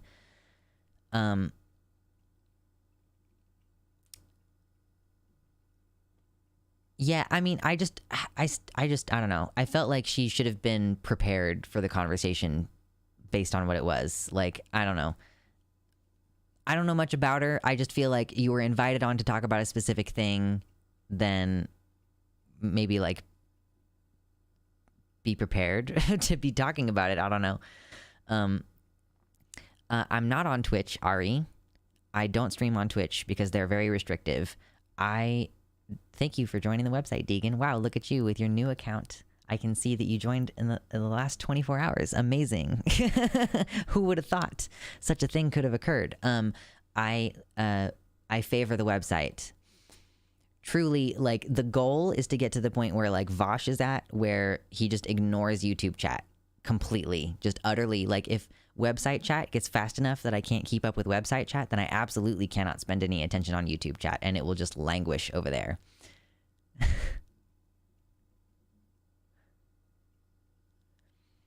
Well, yeah. It's so convenient and easy to make a username on the website. You just connect your pre-existing Google account. It just shows me on my back end. I have like an admin chat that shows a little clock next to your name that shows that you've been recently added to the website. It's a security feature.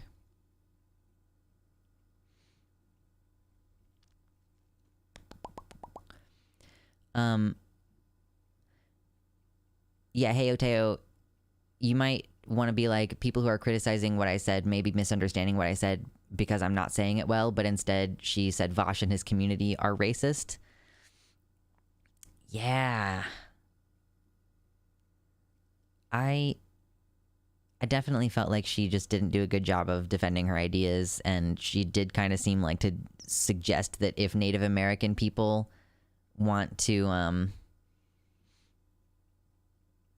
like kick all the white people off of their land, then they have the right to do that, I guess. Like, and it's kind of just sounded pretty sus. I don't know, it was weird. Been streaming on Twitch for like almost 8 years. Site sucks. YouTube is increasing the number of like features for streaming. You ever joined a Twitch stream and you start typing in the chat, but before you can type, it like pops up some rules that you have to agree to first? I can do that now on the YouTube for both comments and live chats. So YouTube is really working on those things. Excuse me.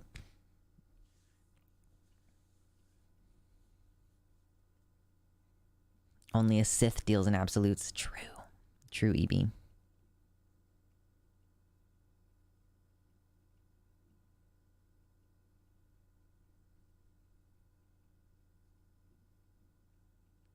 Oh, Emperor Seacart says, I don't want to reignite this drama, but Professor Flower's response to the question, do you support ethnic cleansing, was consistently, I think that would be wrong, but indigenous people should be allowed to decide, which isn't a no.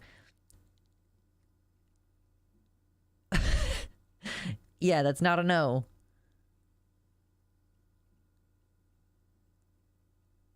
Yeah, Drawfee, the Drawfee Show does VODs on YouTube for the streams, but only streaming on Twitch because Twitch doesn't let them stream elsewhere. Yeah, in order to be a partner on Twitch, you can't dual stream, and Twitch also has like a much more restrictive TOS. Like, you know, if I want,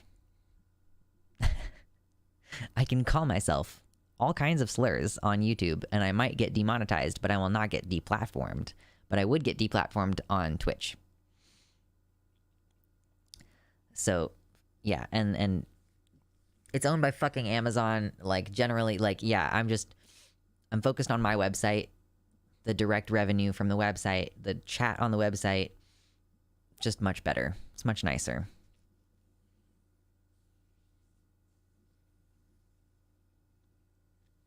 They might have hashed out some of their misunderstandings on DMs after the stream. I'm not sure. It kind of seems like they still have issues between each other. Probably not going to donate to the stream, TBH. I'm a hater. True. Would I be willing to collaborate with Vosh since he's also on YouTube? Yeah. I mean, I pop into Vosh's chat sometimes and I talk to him. I just don't... The reason that I don't do more collaborations is just because I don't know what to talk about. You know, like I so frequently end up just doing these streams where we are just here chatting about whatever for like hours. If anybody had like a specific thing, like, oh, you guys should talk about this specific thing, like you two would vibe about this specific thing. Like, I don't know. I think that like the most fun conversation I could have with Vosh would be like a media conversation. Like if I go on and talk about World of Warcraft lore or something like that, that would be fun. For a long time, Vosh didn't do conversations with friendly targets. So more recently, you know, it's been a possibility that I could talk to him on stream, but just hasn't happened. I pop in and say hello sometimes, and he says hello. We're cool. It's fine. He's given me some advice on streaming stuff. I asked him a little bit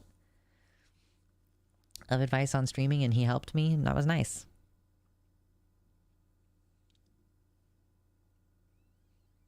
I could talk about Souls lore and themes for like days until my voice dies. True. I could talk about like...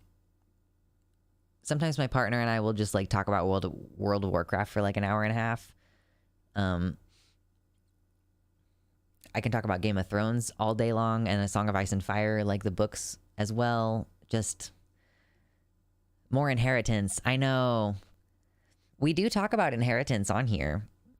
Well, because people ask me, because I'm the dragon streamer, and people always ask like, you know, good night, Alexis. They're always like, what's your big dragon inspiration? And I'm like, it's like Aragon inheritance. That's like where most of it is. to the point where I think that other things that are more common are weird. Like the dragon hoarding gold thing, I don't like it, and I think it's weird because of lore from the Inheritance series that makes more sense to me.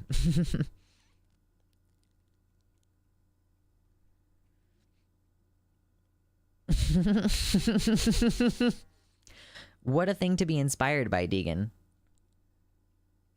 What an interesting thing to be inspired by. I saw the film but never ended up reading them. That's a shame, Gay and Play, because the film doesn't exist. Yeah, the willpower, true. Yeah, it's inspiring to will your... It's like those monks that supposedly can will their heart to stop beating, you know?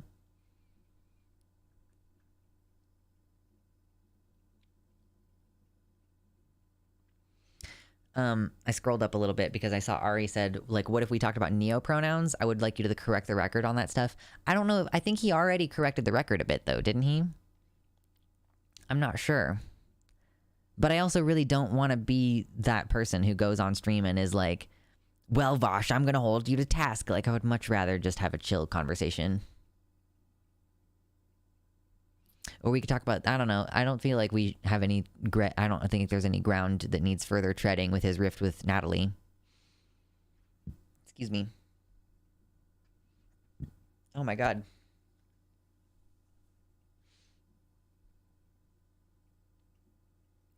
On dragons hoarding gold, we like it because shiny things, not wealth. Well, Morningstar system, the inheritance cycle, like, it's part of the reason why Saphira is like, she doesn't like material things is because of, like, dragon scales are refractive and gem-like. So they are shiny and therefore, like, don't require any items that might be shiny or valued highly because they're,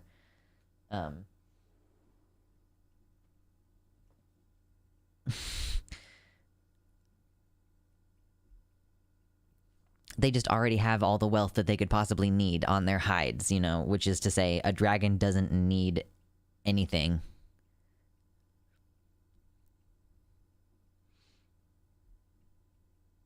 I've always liked the idea of a dragon that hoards, but not gold, just some random thing like Tamagotchis. I hoard chatters. I don't actually think that the monks can stop their heart willingly. I was just evoking a what would you call that? A folk tale? Kind of like a folk tale?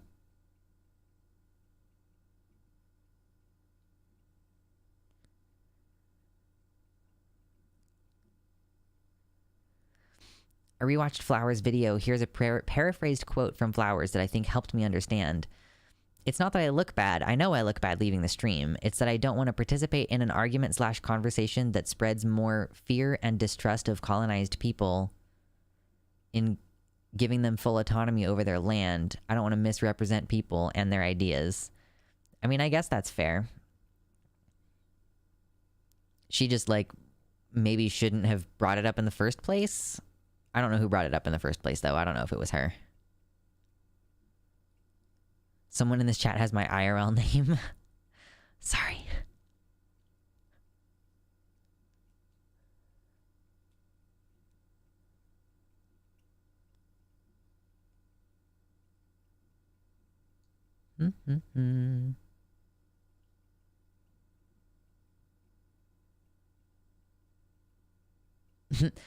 Felix in the YouTube chat, the first video I saw of you is the 10-second video of you saying Contra is not a transmed.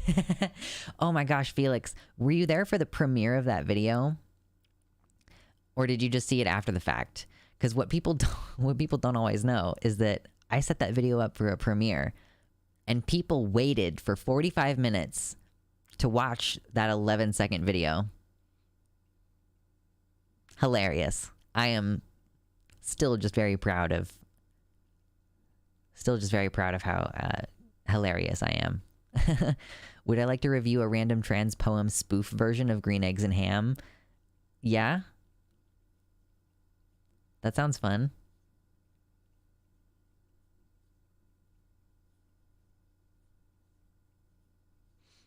It's not ableist to criticize something someone said just because they're autistic. That doesn't usually make sense anyway. True. Not liking him isn't inherently ableist. That's true. Someone said earlier, like, maybe he uses sometimes, like, the more academic definitions of things.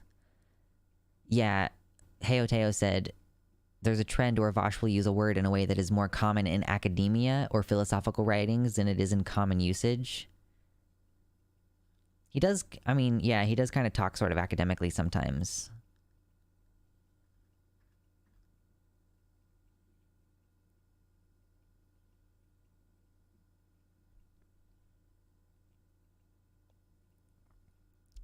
Okay, thank you, Rain Raven. I'm not like the others. It was not my plan. I'm finding myself, and I'm not a fan of Sam. I do not like these green eggs and ham. I prefer pastels and greens too bland. I will not move box to box. I will not hear harsh, hateful thoughts. I'm done with fear and hidden tears. My tastes are different, but have been here for years. My name's now Jan, and I do not like these green eggs and ham. My own eggs cracked, and I'm trans. I am just really impressed by the iambic meter. That was pretty great.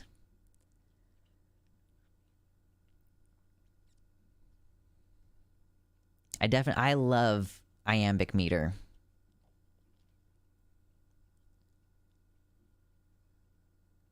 I just lost the game. Ari says the problem, excuse me, shit.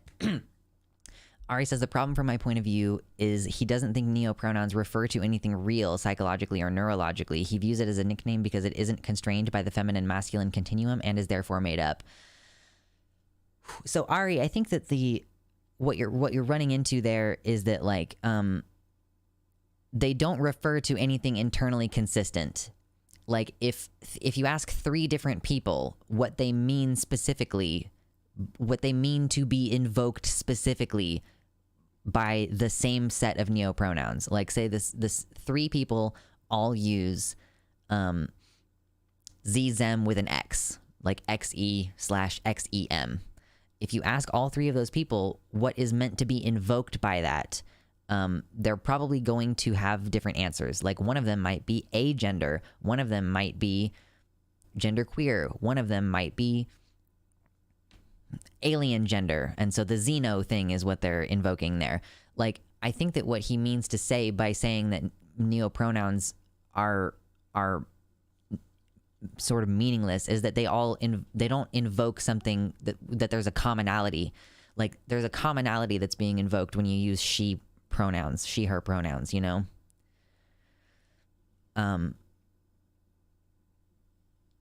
So there's just, like, no, it's like hard to, it's not the same as, like, when you know a trans woman and she is transitioning and you're, like, trying to mentally rework yourself to think of her reflexively as female in order to just reflexively think of her as a she. That's a different process than just memorizing her pronouns. And because xenogender pronouns don't invoke any kind of, like, visceral thing, it's more of a rote memorization. It's not like you're trying to reprogram a reflexive response. So that's I think that if that helps make any sense of what he means by that.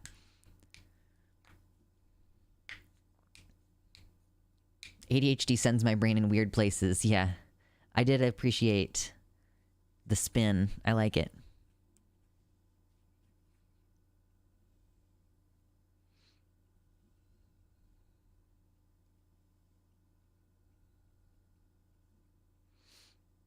Yeah, we are talking about xenogenders again, I guess. True, be good now. Nobody needs to like Vosh. I do, but people can like whoever they like.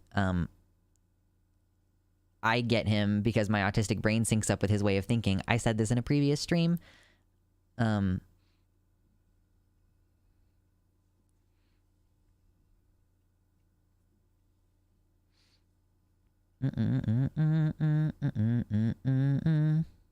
Xenogender sounds cool as fuck. Like your gender identity is so wild, it's literally out of this world. True.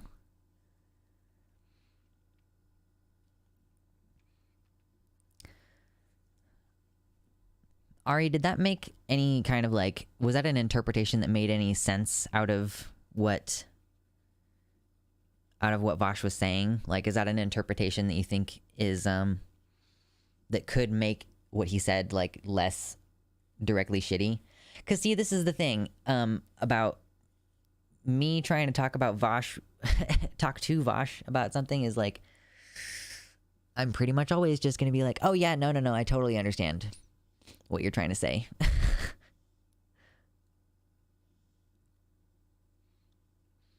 Thinking gender thoughts. True. I think xenogender is like a broad umbrella term, but maybe it's a specific gender as well. I don't actually know.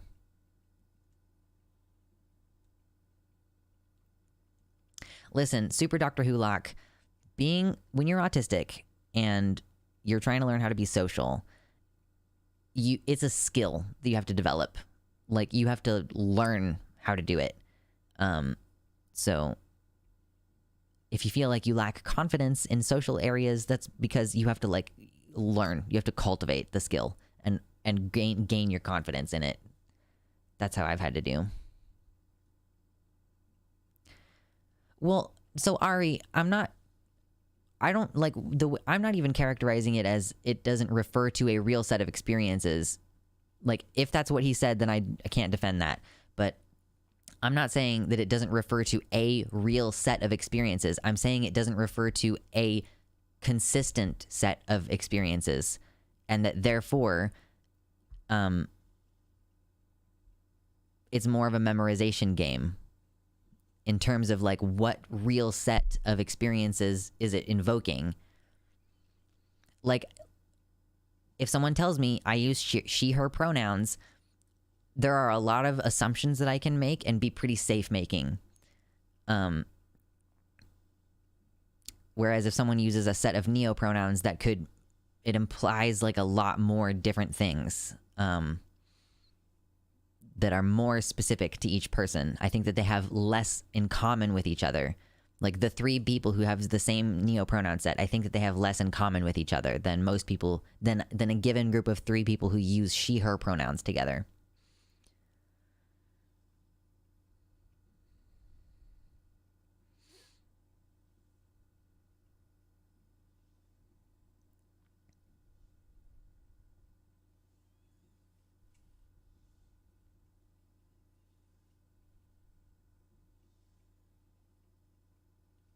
The nickname thing isn't because it's not masc or femme or that it doesn't refer to anything. It's because when people bring it up, they often talk about like super hyper specific pronouns that only one person uses probably.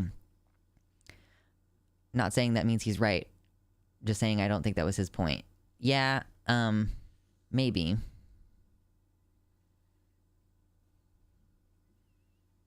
I don't know of many pronouns I have seen that I haven't seen at least more than once. You know, like I don't think that I've ever seen a pronoun set that hasn't been used multiple times. So I don't know.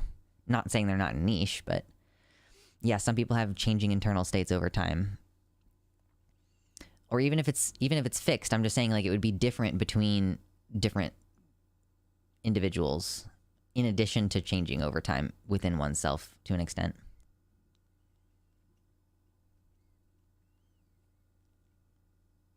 Yeah, hey Oteo, I love this world. Once again, I'm dreaming of the world where we use super general, non-gendered pronouns for strangers, and then people who actually know us use gendered ones because they know us enough to gender us. It's like names, you know? Like, I like the idea of cultures where you have, like, a name that you use in public and then a name that you use in private, but that might also be because I have become the kind of person who might end up doing that.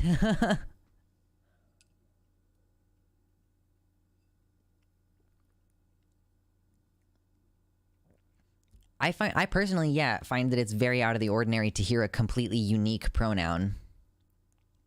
Everyone's public name is Bob. It replaces you or dude. True.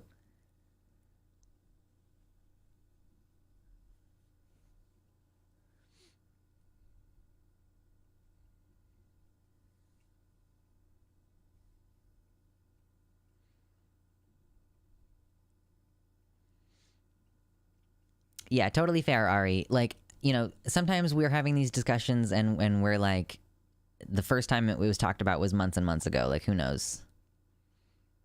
People use the most niche examples possible when they ask him about it specifically, which frames the topic badly. Oh, yeah, gay and play with complicated plural feelings. The idea of having different names in different contexts. Bob's Bob self. We are all Bob. His name was Robert Paulson.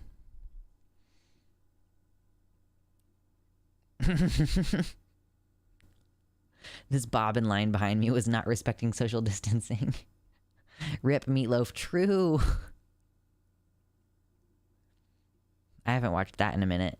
I've never met a person named Bob. I don't believe they exist. One of my many granddads is called Bob.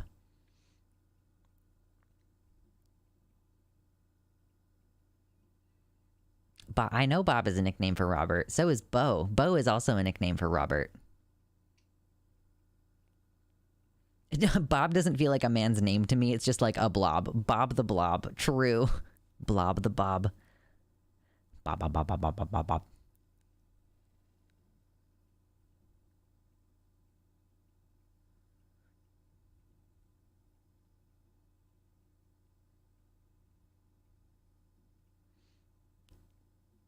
Did you not know that?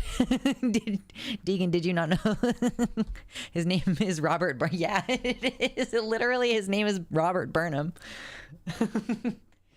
Robert's been a little depressed, oh, and so today I'm gonna try just getting up, sitting down, going back to work. All right, I'll stop. Yeah, his name is Robert.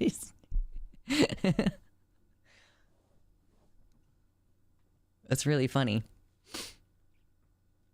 Bo was like, knowing that his nickname was Robert, or that his name is Robert and his nickname is Bo, is part of what inspired me to name myself Luxander and then have Lux as a single syllabic nickname. Inside singing stream when? I mean, Decoy Duck, I sing random songs pretty frequently. I've already mentioned it on stream before, but like the ultimate dream for when I, like if I've really made it as a streamer is when people are taking clips of me singing and then putting and like remixing it into a song. Cause I like listening to the Game Grumps remixes that are like that. Those make me happy. Thank you. I like my singing voice. Actually, I also have discovered that my like post-testosterone singing voice sounds a lot like Bo Burnham's singing voice. Like, we both have a deep resonant quality to our voice, but we hold our voices like very forward in our mouths. So whenever I'm like really belting it and singing it, that's quite enjoyable. I have an upcoming unboxing. Is it an upcoming unboxing that needs to happen on stream? Because I haven't done any unboxings on streams. We need to get a stream goal to get you to sing Particle Man. That's They Might Be Giants, isn't it? Forrest with the $20 dono. Thank you. I appreciate it. That's really generous of you. Now we're at $100. Wowee. Amazing. Yeah, you can set a precedent.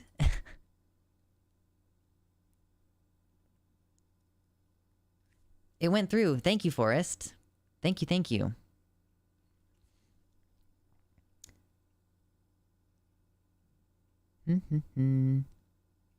But yeah, like, I know that song. I've listened to it before. The They Might Be Giants song that's most recently stuck in my head is, I don't remember what it's called. It's about a breakup. Can I sing with a lifted R1? I don't know what that means.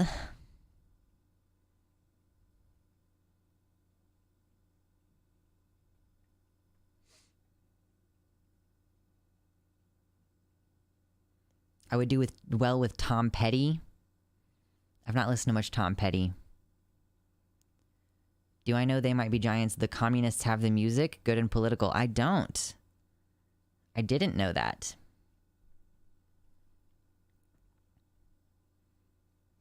I'm really excited about having the new microphone because the possibilities for like my singing voice are quite different now.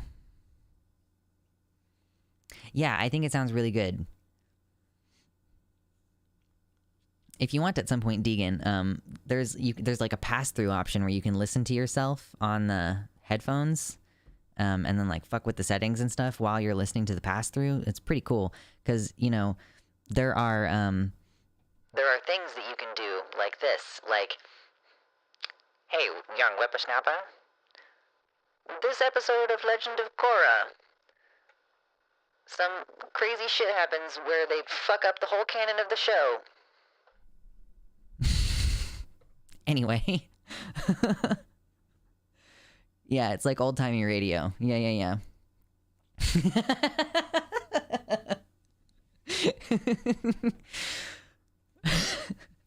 I'm so angry.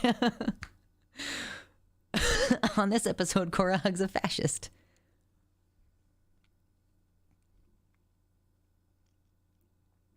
The stream is growing pretty fast. Yeah, it's true. I could do Green Day as well. Yeah, how could I do Green Day? I'm trying to think of like the melodies of any of the songs. Because the issue that I run into actually is that my voice is too deep for a lot of pop punk, you know? Having spoken to you in person at some point in the past, it's a good approximation of your real voice. Well, that's good to know. I feel like this is not a good approximation of my real voice, though. This is probably not a very good approximation of my real voice. I should maybe not do that without warning. Because I feel like it was pretty upsetting to me when I listened to it over the headphones. Not the Korra lore break.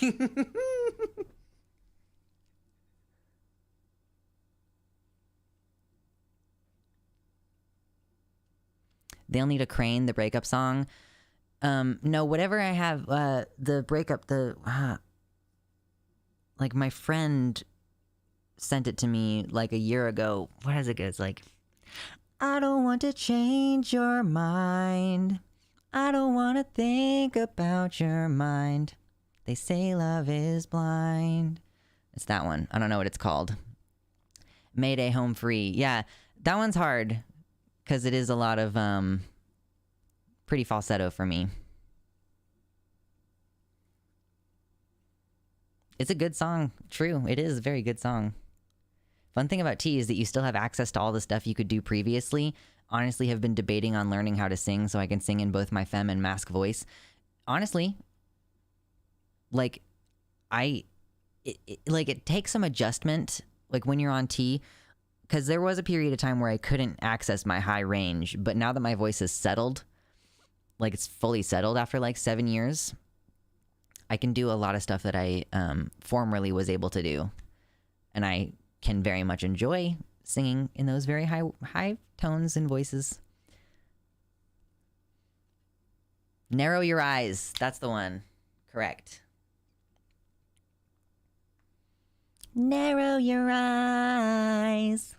I've definitely got like 4 hours talking issues.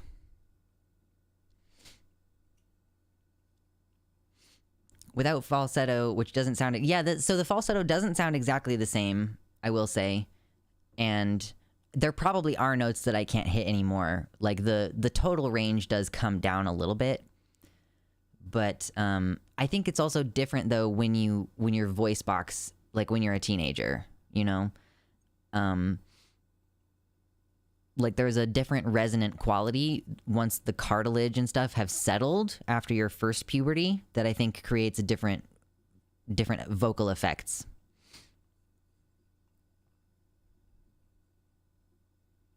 Yeah, you got to learn how to move the muscles in your throat.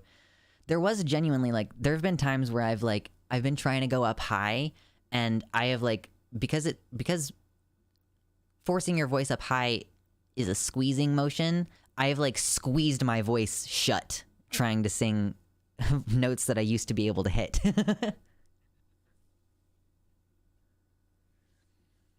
Top 5 favorite bands. This is always a difficult question because oh my god. Individual artists count as bands, right? Lil Nas X, Bo Burnham, Tim Minchin. No, I like a lot of different music. I just don't. It's like good music from all kinds of different genres. I listen to all kinds of different shit. I don't jump around when I go to shows. I must be emo. Don't get me started, Jack Coleman. Don't judge me. You're not allowed to judge me. Coldplay's The Scientist seems to be in your range.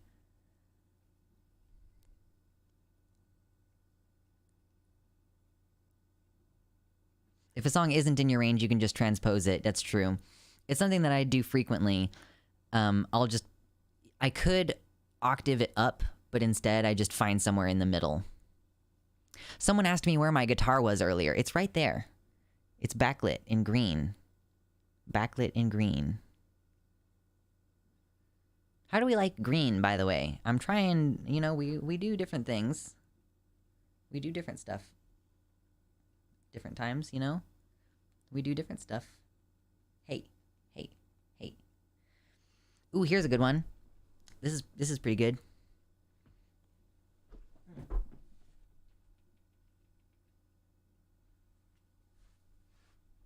Oh, you can see the flicker horribly when it's doing that. Oh no, that's bad. I can't leave that on.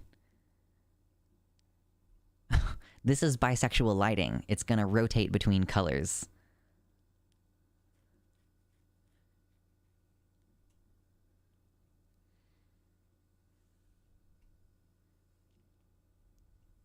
I do not like green exam, lol.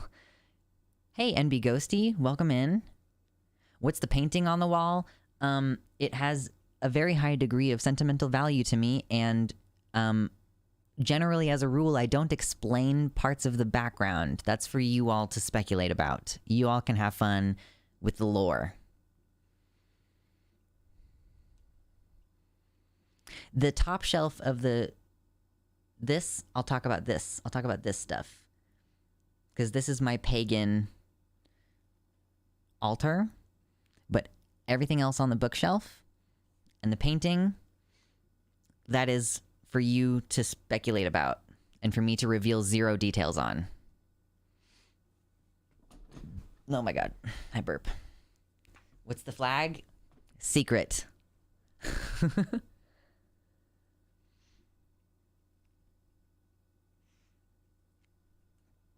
Oh my god. Can't do boots with the fur anymore either? Oh my god, Theos. If Lil Nas X and Bo Burnham did a crossover, the world would explode from the chaos. True. I really think that they could have some, really nice existential crossover. Because, Lil Nas has, he has said that his entire album, the whole album of Montero was, partially about him feeling like he was going to die, inevitably going to die soon almost, and part of Bo Burnham's inside was coming to terms with climate change.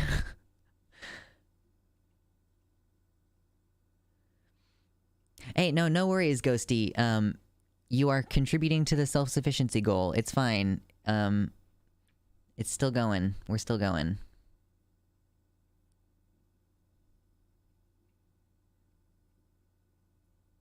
Are we missing something? Is the thing in the bottom right of the frame a human rights sticker or a stage light?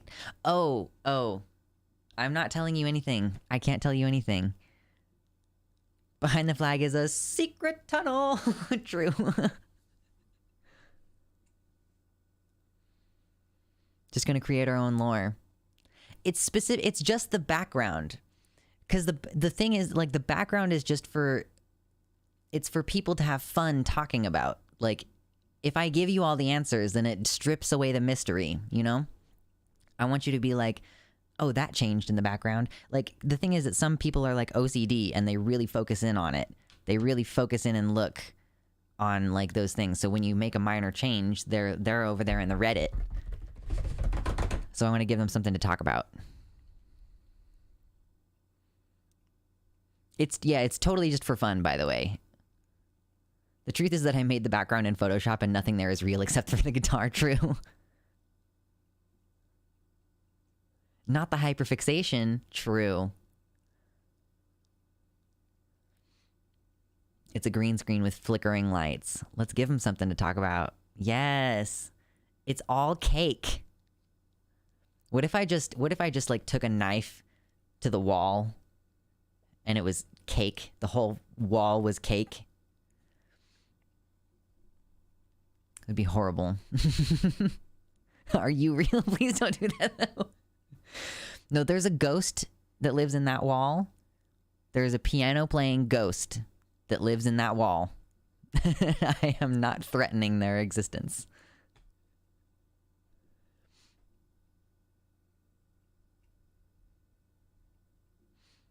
The wallpaper is a color blended from the blood of transphobes. True.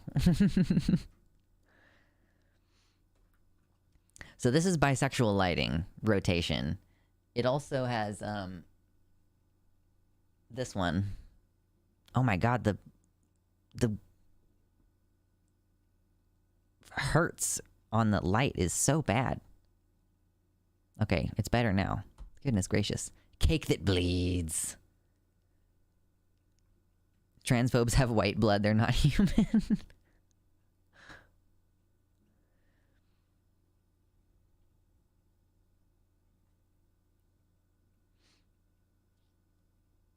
Yeah, Mersh, yes. So the cauldron is supposed to be quote unquote feminine energy, I guess. I don't do feminine masculine energy in my pagan practice because I spend my entire life mired in stupidity about gender, and I'm not going to introduce that into my religious practice. Thank you. But yes, it is supposed to be like representative of a womb versus the maypole, which is representative of the cock. Red LED? Is it the red LED that's causing the flickering, you're saying? Could be the case. It's certainly the pink ones. It doesn't like the pink ones. It's all cake. True. The cake cock. It's only the purple and the orange and in between it. Yes.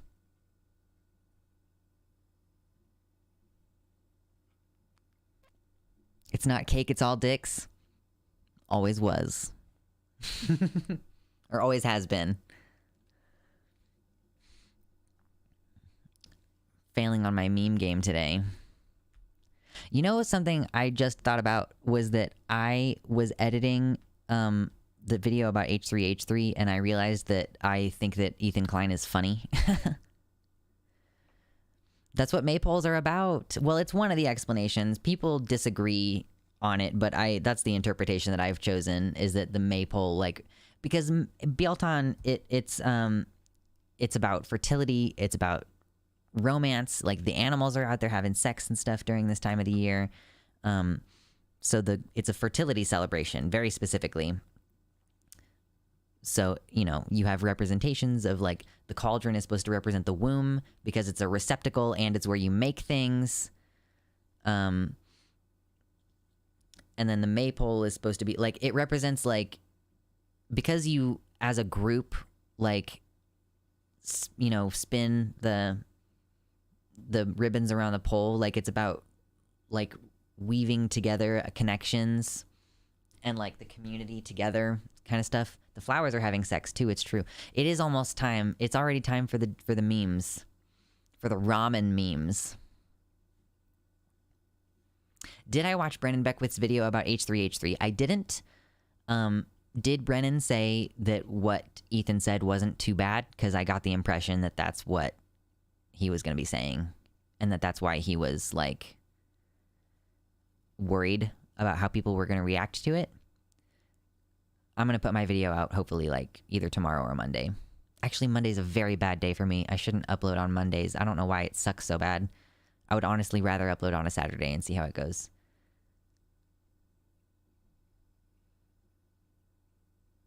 Gender shit and tradition is so annoying. I know.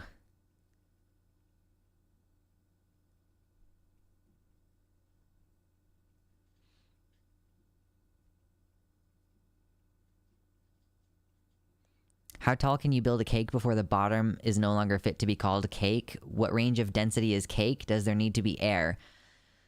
So if a cake is too squished, then like I guess it sort of depends on how you define cake. But to answer your question of how tall can you build a cake, just on that run, you build like you just put like pillars inside, like plastic pillars.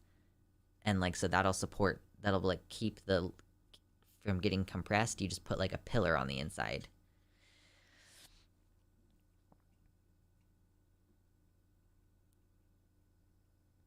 Pretty much, yeah. Or at least that even if it wasn't great, it's clear Ethan isn't a homophobe and we shouldn't say he is based on that. Yeah. Unfortunately, Brennan has not caught up to me in terms of leaving the SJW woke side of the internet. Brennan's audience is still full of woke scolds. So I'm not surprised that Brennan was A, nervous to post it, and B, is getting a lot of hate in the comments. I'm going to post a video saying H3H3's comments were somewhat homophobic, but ultimately I think he is funny and that he didn't mean badly. And people are not going to have backlash against me because I've already demonstrated that I'm not towing the line on the woke scold shit anymore.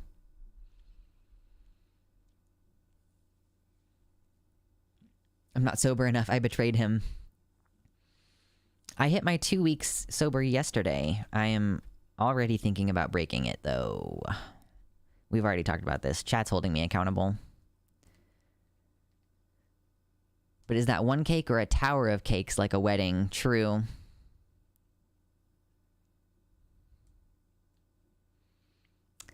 I'm not sure how you define cake. The definition of cake is one of the wonkiest ones.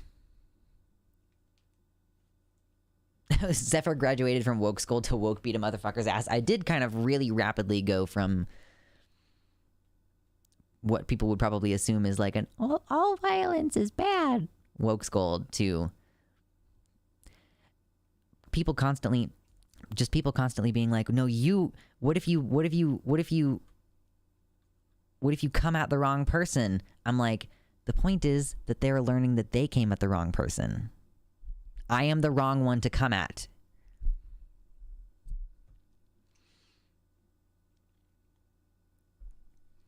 Paint buildup gets caked onto the stands for painting stuff. Paint cake. True, paint cake. Yummy. Cake balls are smashed. Is that still cake? Will the smashed bottom cake not kind of be like the cake ball consistency? True.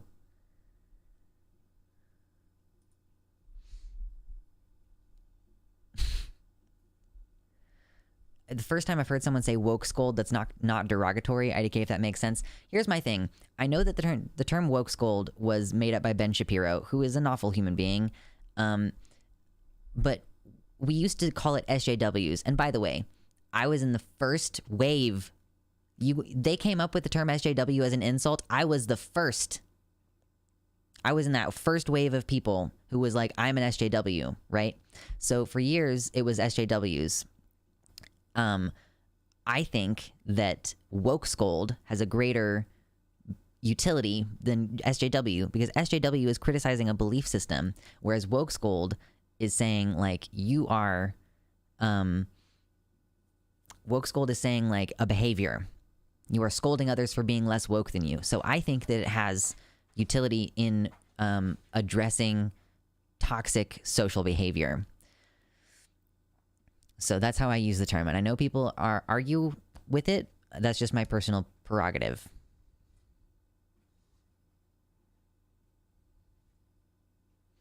Have you ever felt the temptation or succumbed to playing the part of the good trans to someone who might be okay with you but wants to denigrate some other kind of trans person? Not really. I've pretty consistently been like, if you're shitting on other trans people, you're shitting on me. Like, someone's talking shit about trans women, like, I perceive that as like, you're talking shit on me and mine. You know? It doesn't feel separate to me. Yeah, hey Oteo, that's what I've heard anyway. Nobody should listen to Ben Shapiro about anything. Oh my gosh, I feel like anybody here who's on Twitter has already seen this, but really quick before we get past this, everybody saw like that college kid rip Ben Shapiro a new one, right?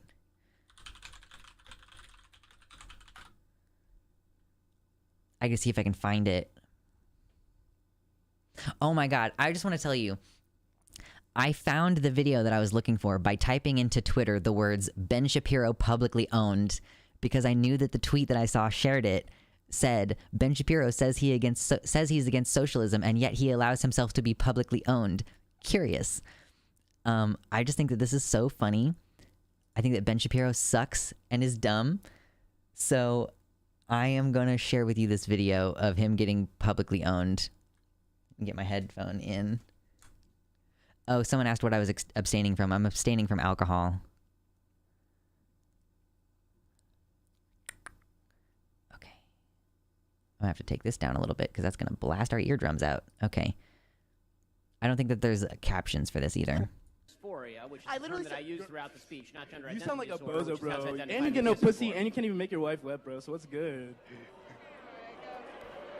I'll let it play once more because it's only 10 seconds. Which is a term that I use throughout the speech, not gender You identity sound like a disorder, bozo, bro. which is And you get no pussy, disorder. and you can't even make your wife wet, bro. So what's good?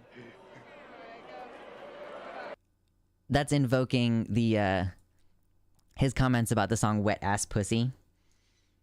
Just like him being like, my wife is a gynecologist and she says that that's an unnatural amount of wetness. I've never seen someone need a bucket and everybody was just like, oh, you can't make your wife wet, huh? I just love that someone directly to his face was like, you can't even make your wife wet, bro. Ooh, your reputation is just never going to recover from that. There's just nothing you can do.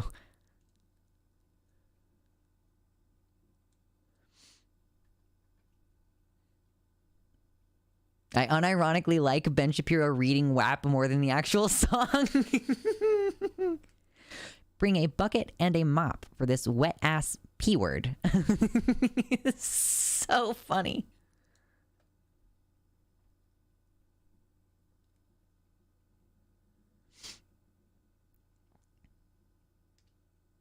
Would I ever consider doing a marriage stream?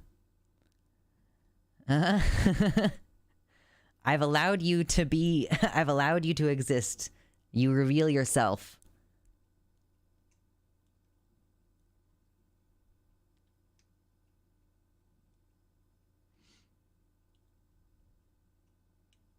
Why does he say ass but not pussy? I know, it's very funny.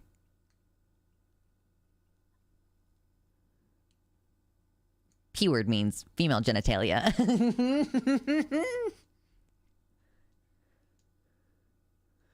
I thought that my tweet response to that was very funny. I was like, it's okay. I understand. If a squirrel tried to fuck me, my P word would be pretty dry too. Because Ben Shapiro is a squirrel. I don't know why. I still think that's pretty funny.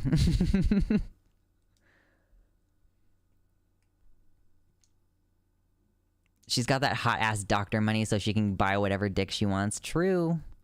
I mean, really, we all know that Ben Shapiro just wants to fuck his sister, all right? I don't think there's any question whatsoever that Ben Shapiro wants to fuck his sister.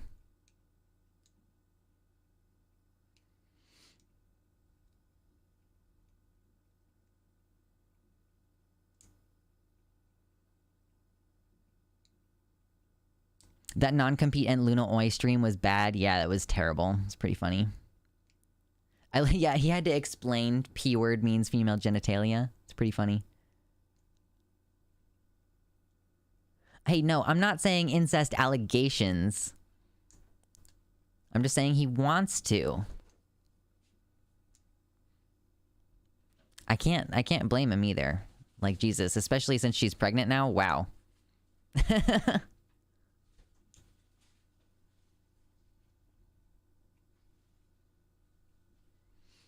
I still can't believe Luna Oya and non-compete think Nazis had a point. True.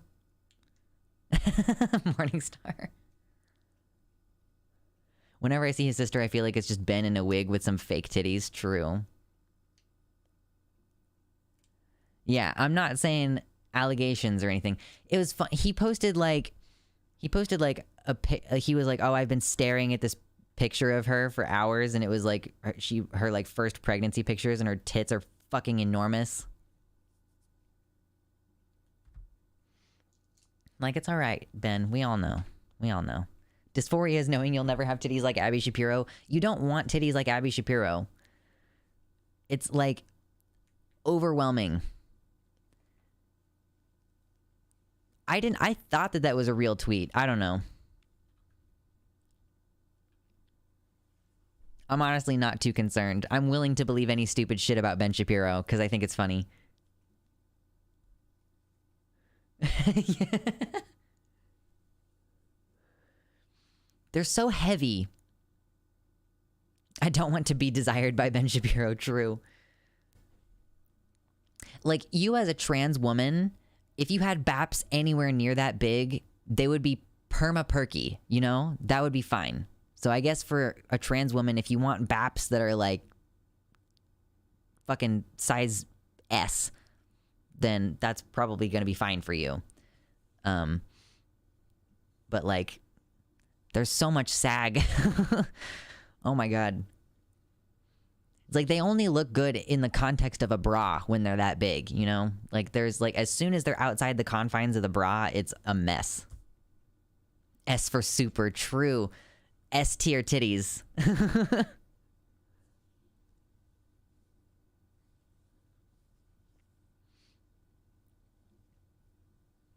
Supposedly, when trans women get upgrades, because of the shape of your bodies, like, it's best to go for like the biggest possible size at that time, and then later your skin will stretch more, and you'll, again, the high, like a biggest recommended silicone size for you.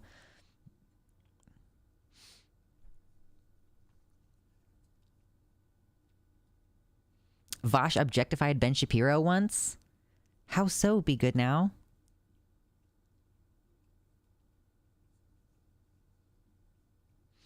Yeah, natural F cups, naughty happy life. Real talk though, Abigail Shapiro is a snack. Yeah, you just Googled, well, yeah.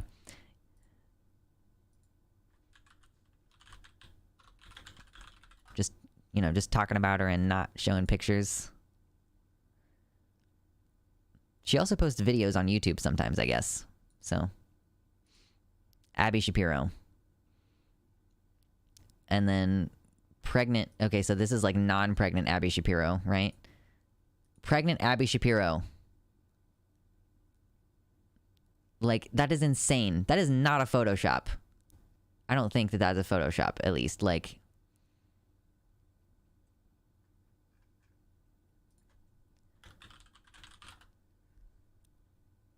yeah, look at this. This is insane. Untenable. That is untenable.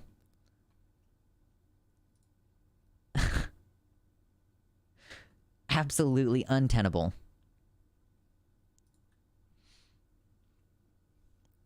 Listen, I pare down on my tabs on a regular basis. Don't tab shame me. I just already told you you're not allowed to judge me.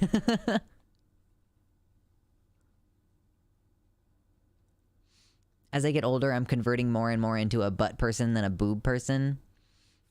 I think that there's good qualities to both. But I raise you the connection point between the butt and the thigh. That's where it's at. Did she get a reduction? No. No.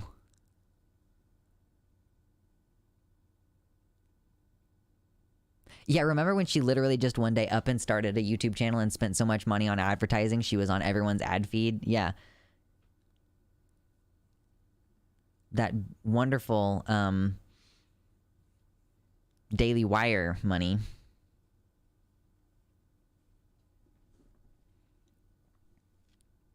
I really wish that there were like fat redistribution surgeries that could make your boobs bigger. That would be cool. Because like you can get a Brazilian butt lift and it like moves your fat from your waist area to your ass. Which is actually an extremely violent procedure, by the way. Do not look up videos of BBL unless you are ready to be viscerally fucked up. Not good. Dysphoria Brain tells me I look like Abby Shapiro. They do have like really interesting features that can, like some masculine and feminine features to their face. Right, like lipo and BBL exist, but moving fat to the titties doesn't. Right.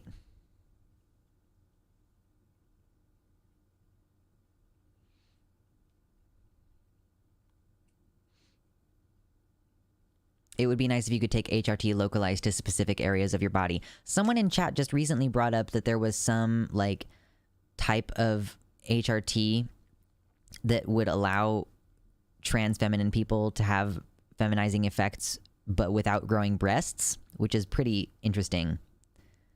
Pretty cutting edge shit.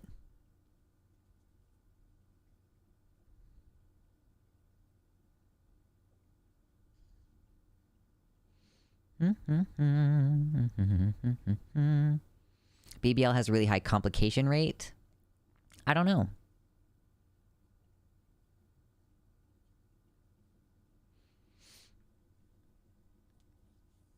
People think I had a butt lift, but it's 100% natural. Good for you, be good now. Thick thighs for life, true. Oh my gosh, let me see if I can find this hilarious video. Real quick. Speaking of thick thighs,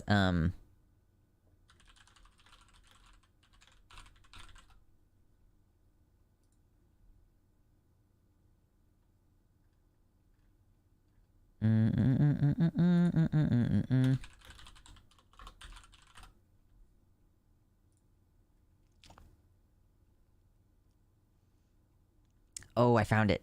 I found it. I found it.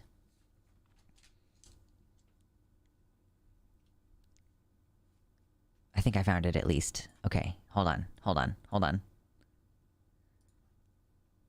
There might be a really loud sound, by the way, that I'm here. Let me try to temper this down.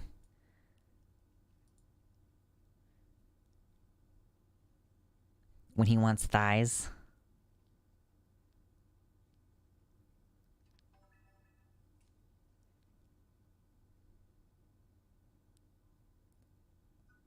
I think I just had the sound off, but there's like a thunder crack. We could do it with the sound this time. Fantasizing, got him feeling for this. Thick thighs, got Is there him any busting sound out on the this? jeans. But I love this. It's so funny. Yeah. I guess this video just didn't have sound when they uploaded it to Reddit, but I just love that. He's got the maid outfit and everything. Like when you love thick thighs. Good stuff. People keep following me on Twitch. So sad for them. I secretly had a butt lift, don't tell.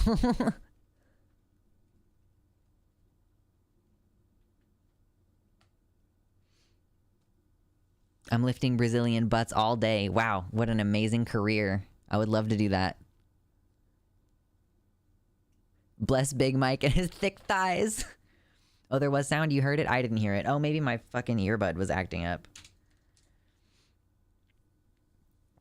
Yeah, it's pretty good stuff.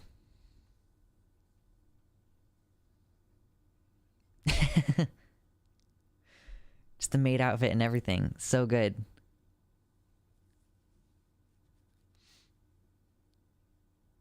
Every time I think about HRT, I think about how badly I want it. Also, anxiety preventing me from doing it.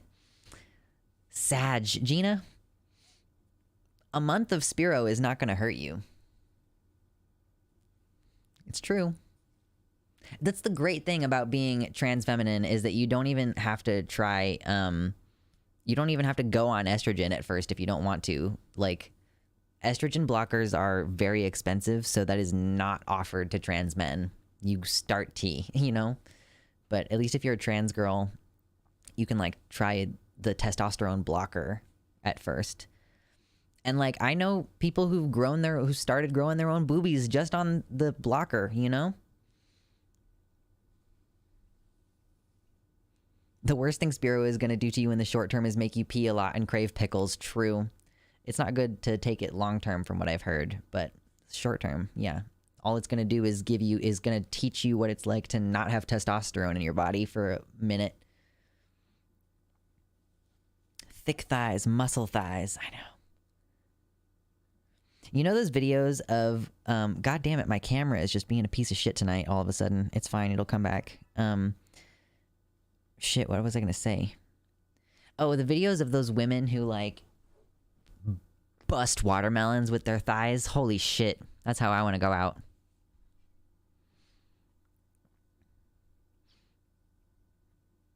There's some effects I want and some I don't.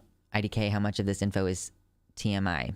I've noticed sometimes on the website there can develop a little bit of a lag, so sometimes I'll just, like, have to manually get the...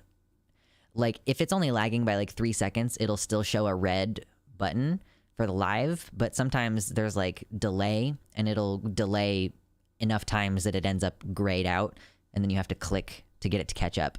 I've just noticed that from, like, Vash's website, where I'm not doing anything on the computer, but, like, it will just lag behind a little bit until I have to click to get it live again. But it's not too bad. I did Spiro for the first 6 months, then switched over to progesterone at around 1.5 years. Now I'm just purely on the E with pretty solid boobles and all. What I have heard is that monotherapy is best. Like, that the testosterone blocker is not actually necessary. If you just have a good dose of estrogen, your body will naturally scale back the testosterone, just like with trans men taking T. But it is nice to check, like, to be able to just try out Spiro to start out with. I kind of feel like people who are questioning, like anyone who like AMAB and like questioning should like try Spiro for a month, because I feel like it's kind of hard to think straight with testosterone in your brain if it's not the correct hormone. Like, kind of like I have a harder time thinking when I have estrogen in my brain. Spiro with just a label that says grow a titty, true.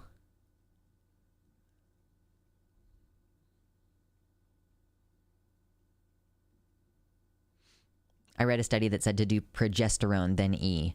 Yeah, I think that progesterone also has pretty significant impacts. Harder time thinking, what do you mean? Forrest,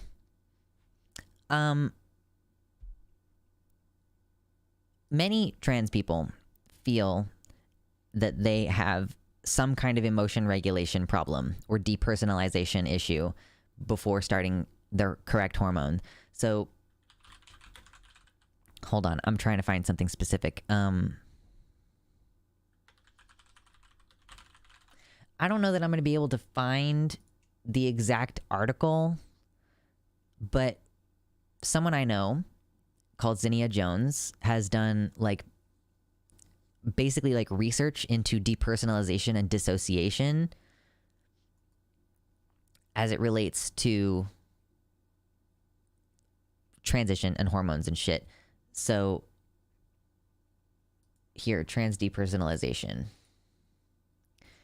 Genderanalysis.net is the website. Basically the concept here, I'll explain both directions. So trans women generally experience a detachment from their emotions, or like they can experience their emotions, but it's like at a distance and it feels wrong. And then, so a lot of women will describe going on hormones and then like suddenly being able to cry again. And it's not because estrogen makes you cry, but it's that their emotional processing was non-functional before. And then kind of the opposite tends to happen with trans men and trans masks, where it's more like the emotion regulation, like the emotions are too high and like they're harder to dissociate from. Like for me, it's demanding. Like if I'm on estrogen and I need to cry, like I don't really have an option. So like when I'm on testosterone, I feel like I have control, like way more control over like changes in my emotional state. Now, with the skills that I have from therapy, I can cope easier with being on an estrogenic cycle, but it is tough. You know, it's not the same. It doesn't feel stable because it's not. It took half a year on hormones before we stopped dissociating enough to be aware we were dissociating. Oh, I meant to post this in the live stream chat as well. If anybody's interested. No problem, NB Ghosty. I like talking about trans stuff. Progesterone is considered a strong additive for breast size development. Yes. I found I really hated the Spiro side effects, so replacing it with something else was a godsend. True.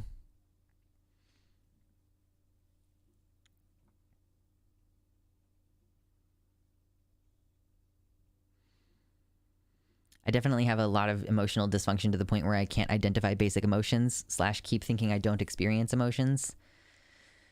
Yeah, so it's just commonly reported that people feel like that they maybe couldn't even place that they had like some kind of like dysfunction in their brain that just resolved. So people, you know, it's usually described as like depersonalization.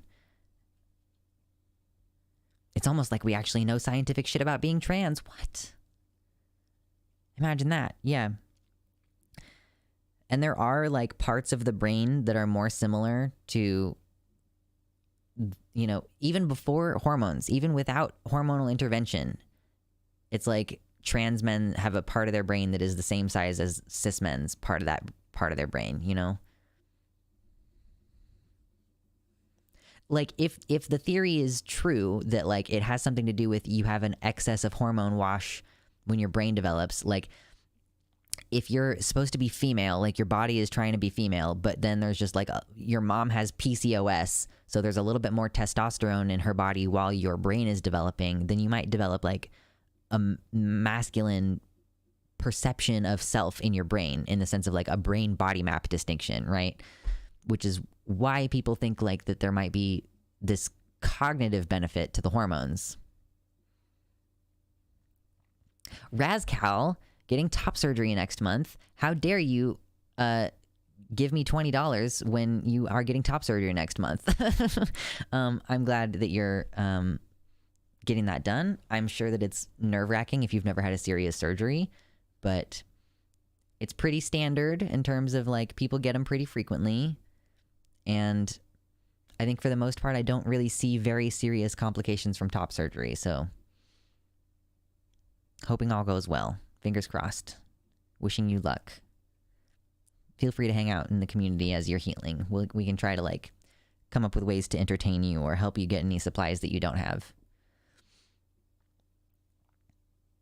When you are dissociated or constantly at too high of an emotional intensity all the time, it's really easy to question whether you're really feeling things because it's so surreal. I definitely, Gay in Play, you reminded me just now of something that Lindsay Ellis pointed out about the Transformer movies. They're such a spectacle. The film language is telling you that you need to be on the edge of your seat at all times. So you end up just kind of like glazing over while you're watching it, and it becomes like a spectacle, like fireworks. So I'm curious if there's like a parallel that could be drawn there with like being emotionally overwhelmed all the time, and then eventually you just like dissociate from it, basically. 1 minute you're having a breakdown, the next you don't feel anything. It's not an uncommon thing with any severe mood dysregulation. Let me tell you about the hollowness I felt after trauma therapy yesterday. It was wild.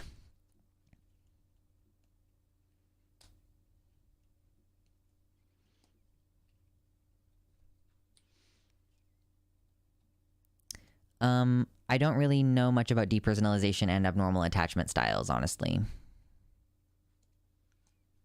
Ooh, insurance covering the top surgery. Excellent.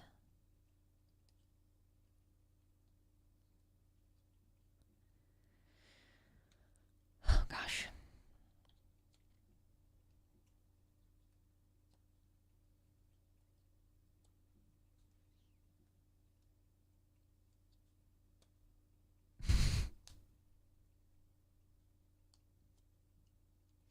All I remember about Transformers is taking my young cousin to one and seeing racially profiled Transformers and a Transformer with giant balls. True.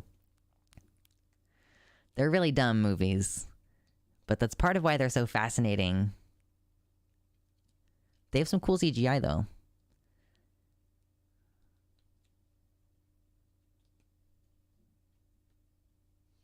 I have kitties.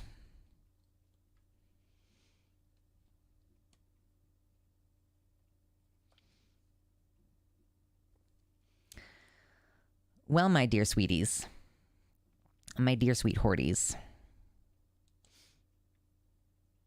I feel like we've been a rambling man for quite a while here. And it's like almost 11 o'clock tonight. I said it was going to be a short stream. Didn't I say that up at the top? I was like, maybe it's going to be a short stream. Clock's in almost 5 hours. Congrats. Start with ducks, end with ducks. Decoy duck. They're not real. Fake ducks. They're decoys. Thank you all so much for hanging out with me. I appreciate you.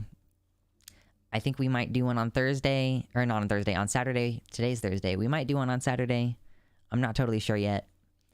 As usual, we will do one on Sunday. And we'll hang out and talk about whatever. We should play games in the server sometime. I should set up a night. Maybe tomorrow night we'll do games in the server. That would be fun. But yes, thank you everybody. Much love. And we'll see you this weekend. Bye. Beep, beep, beep, beep, beep, beep, beep, beep, beep, beep. It's nearly 5 a.m. Jenny Smith, go the fuck to sleep.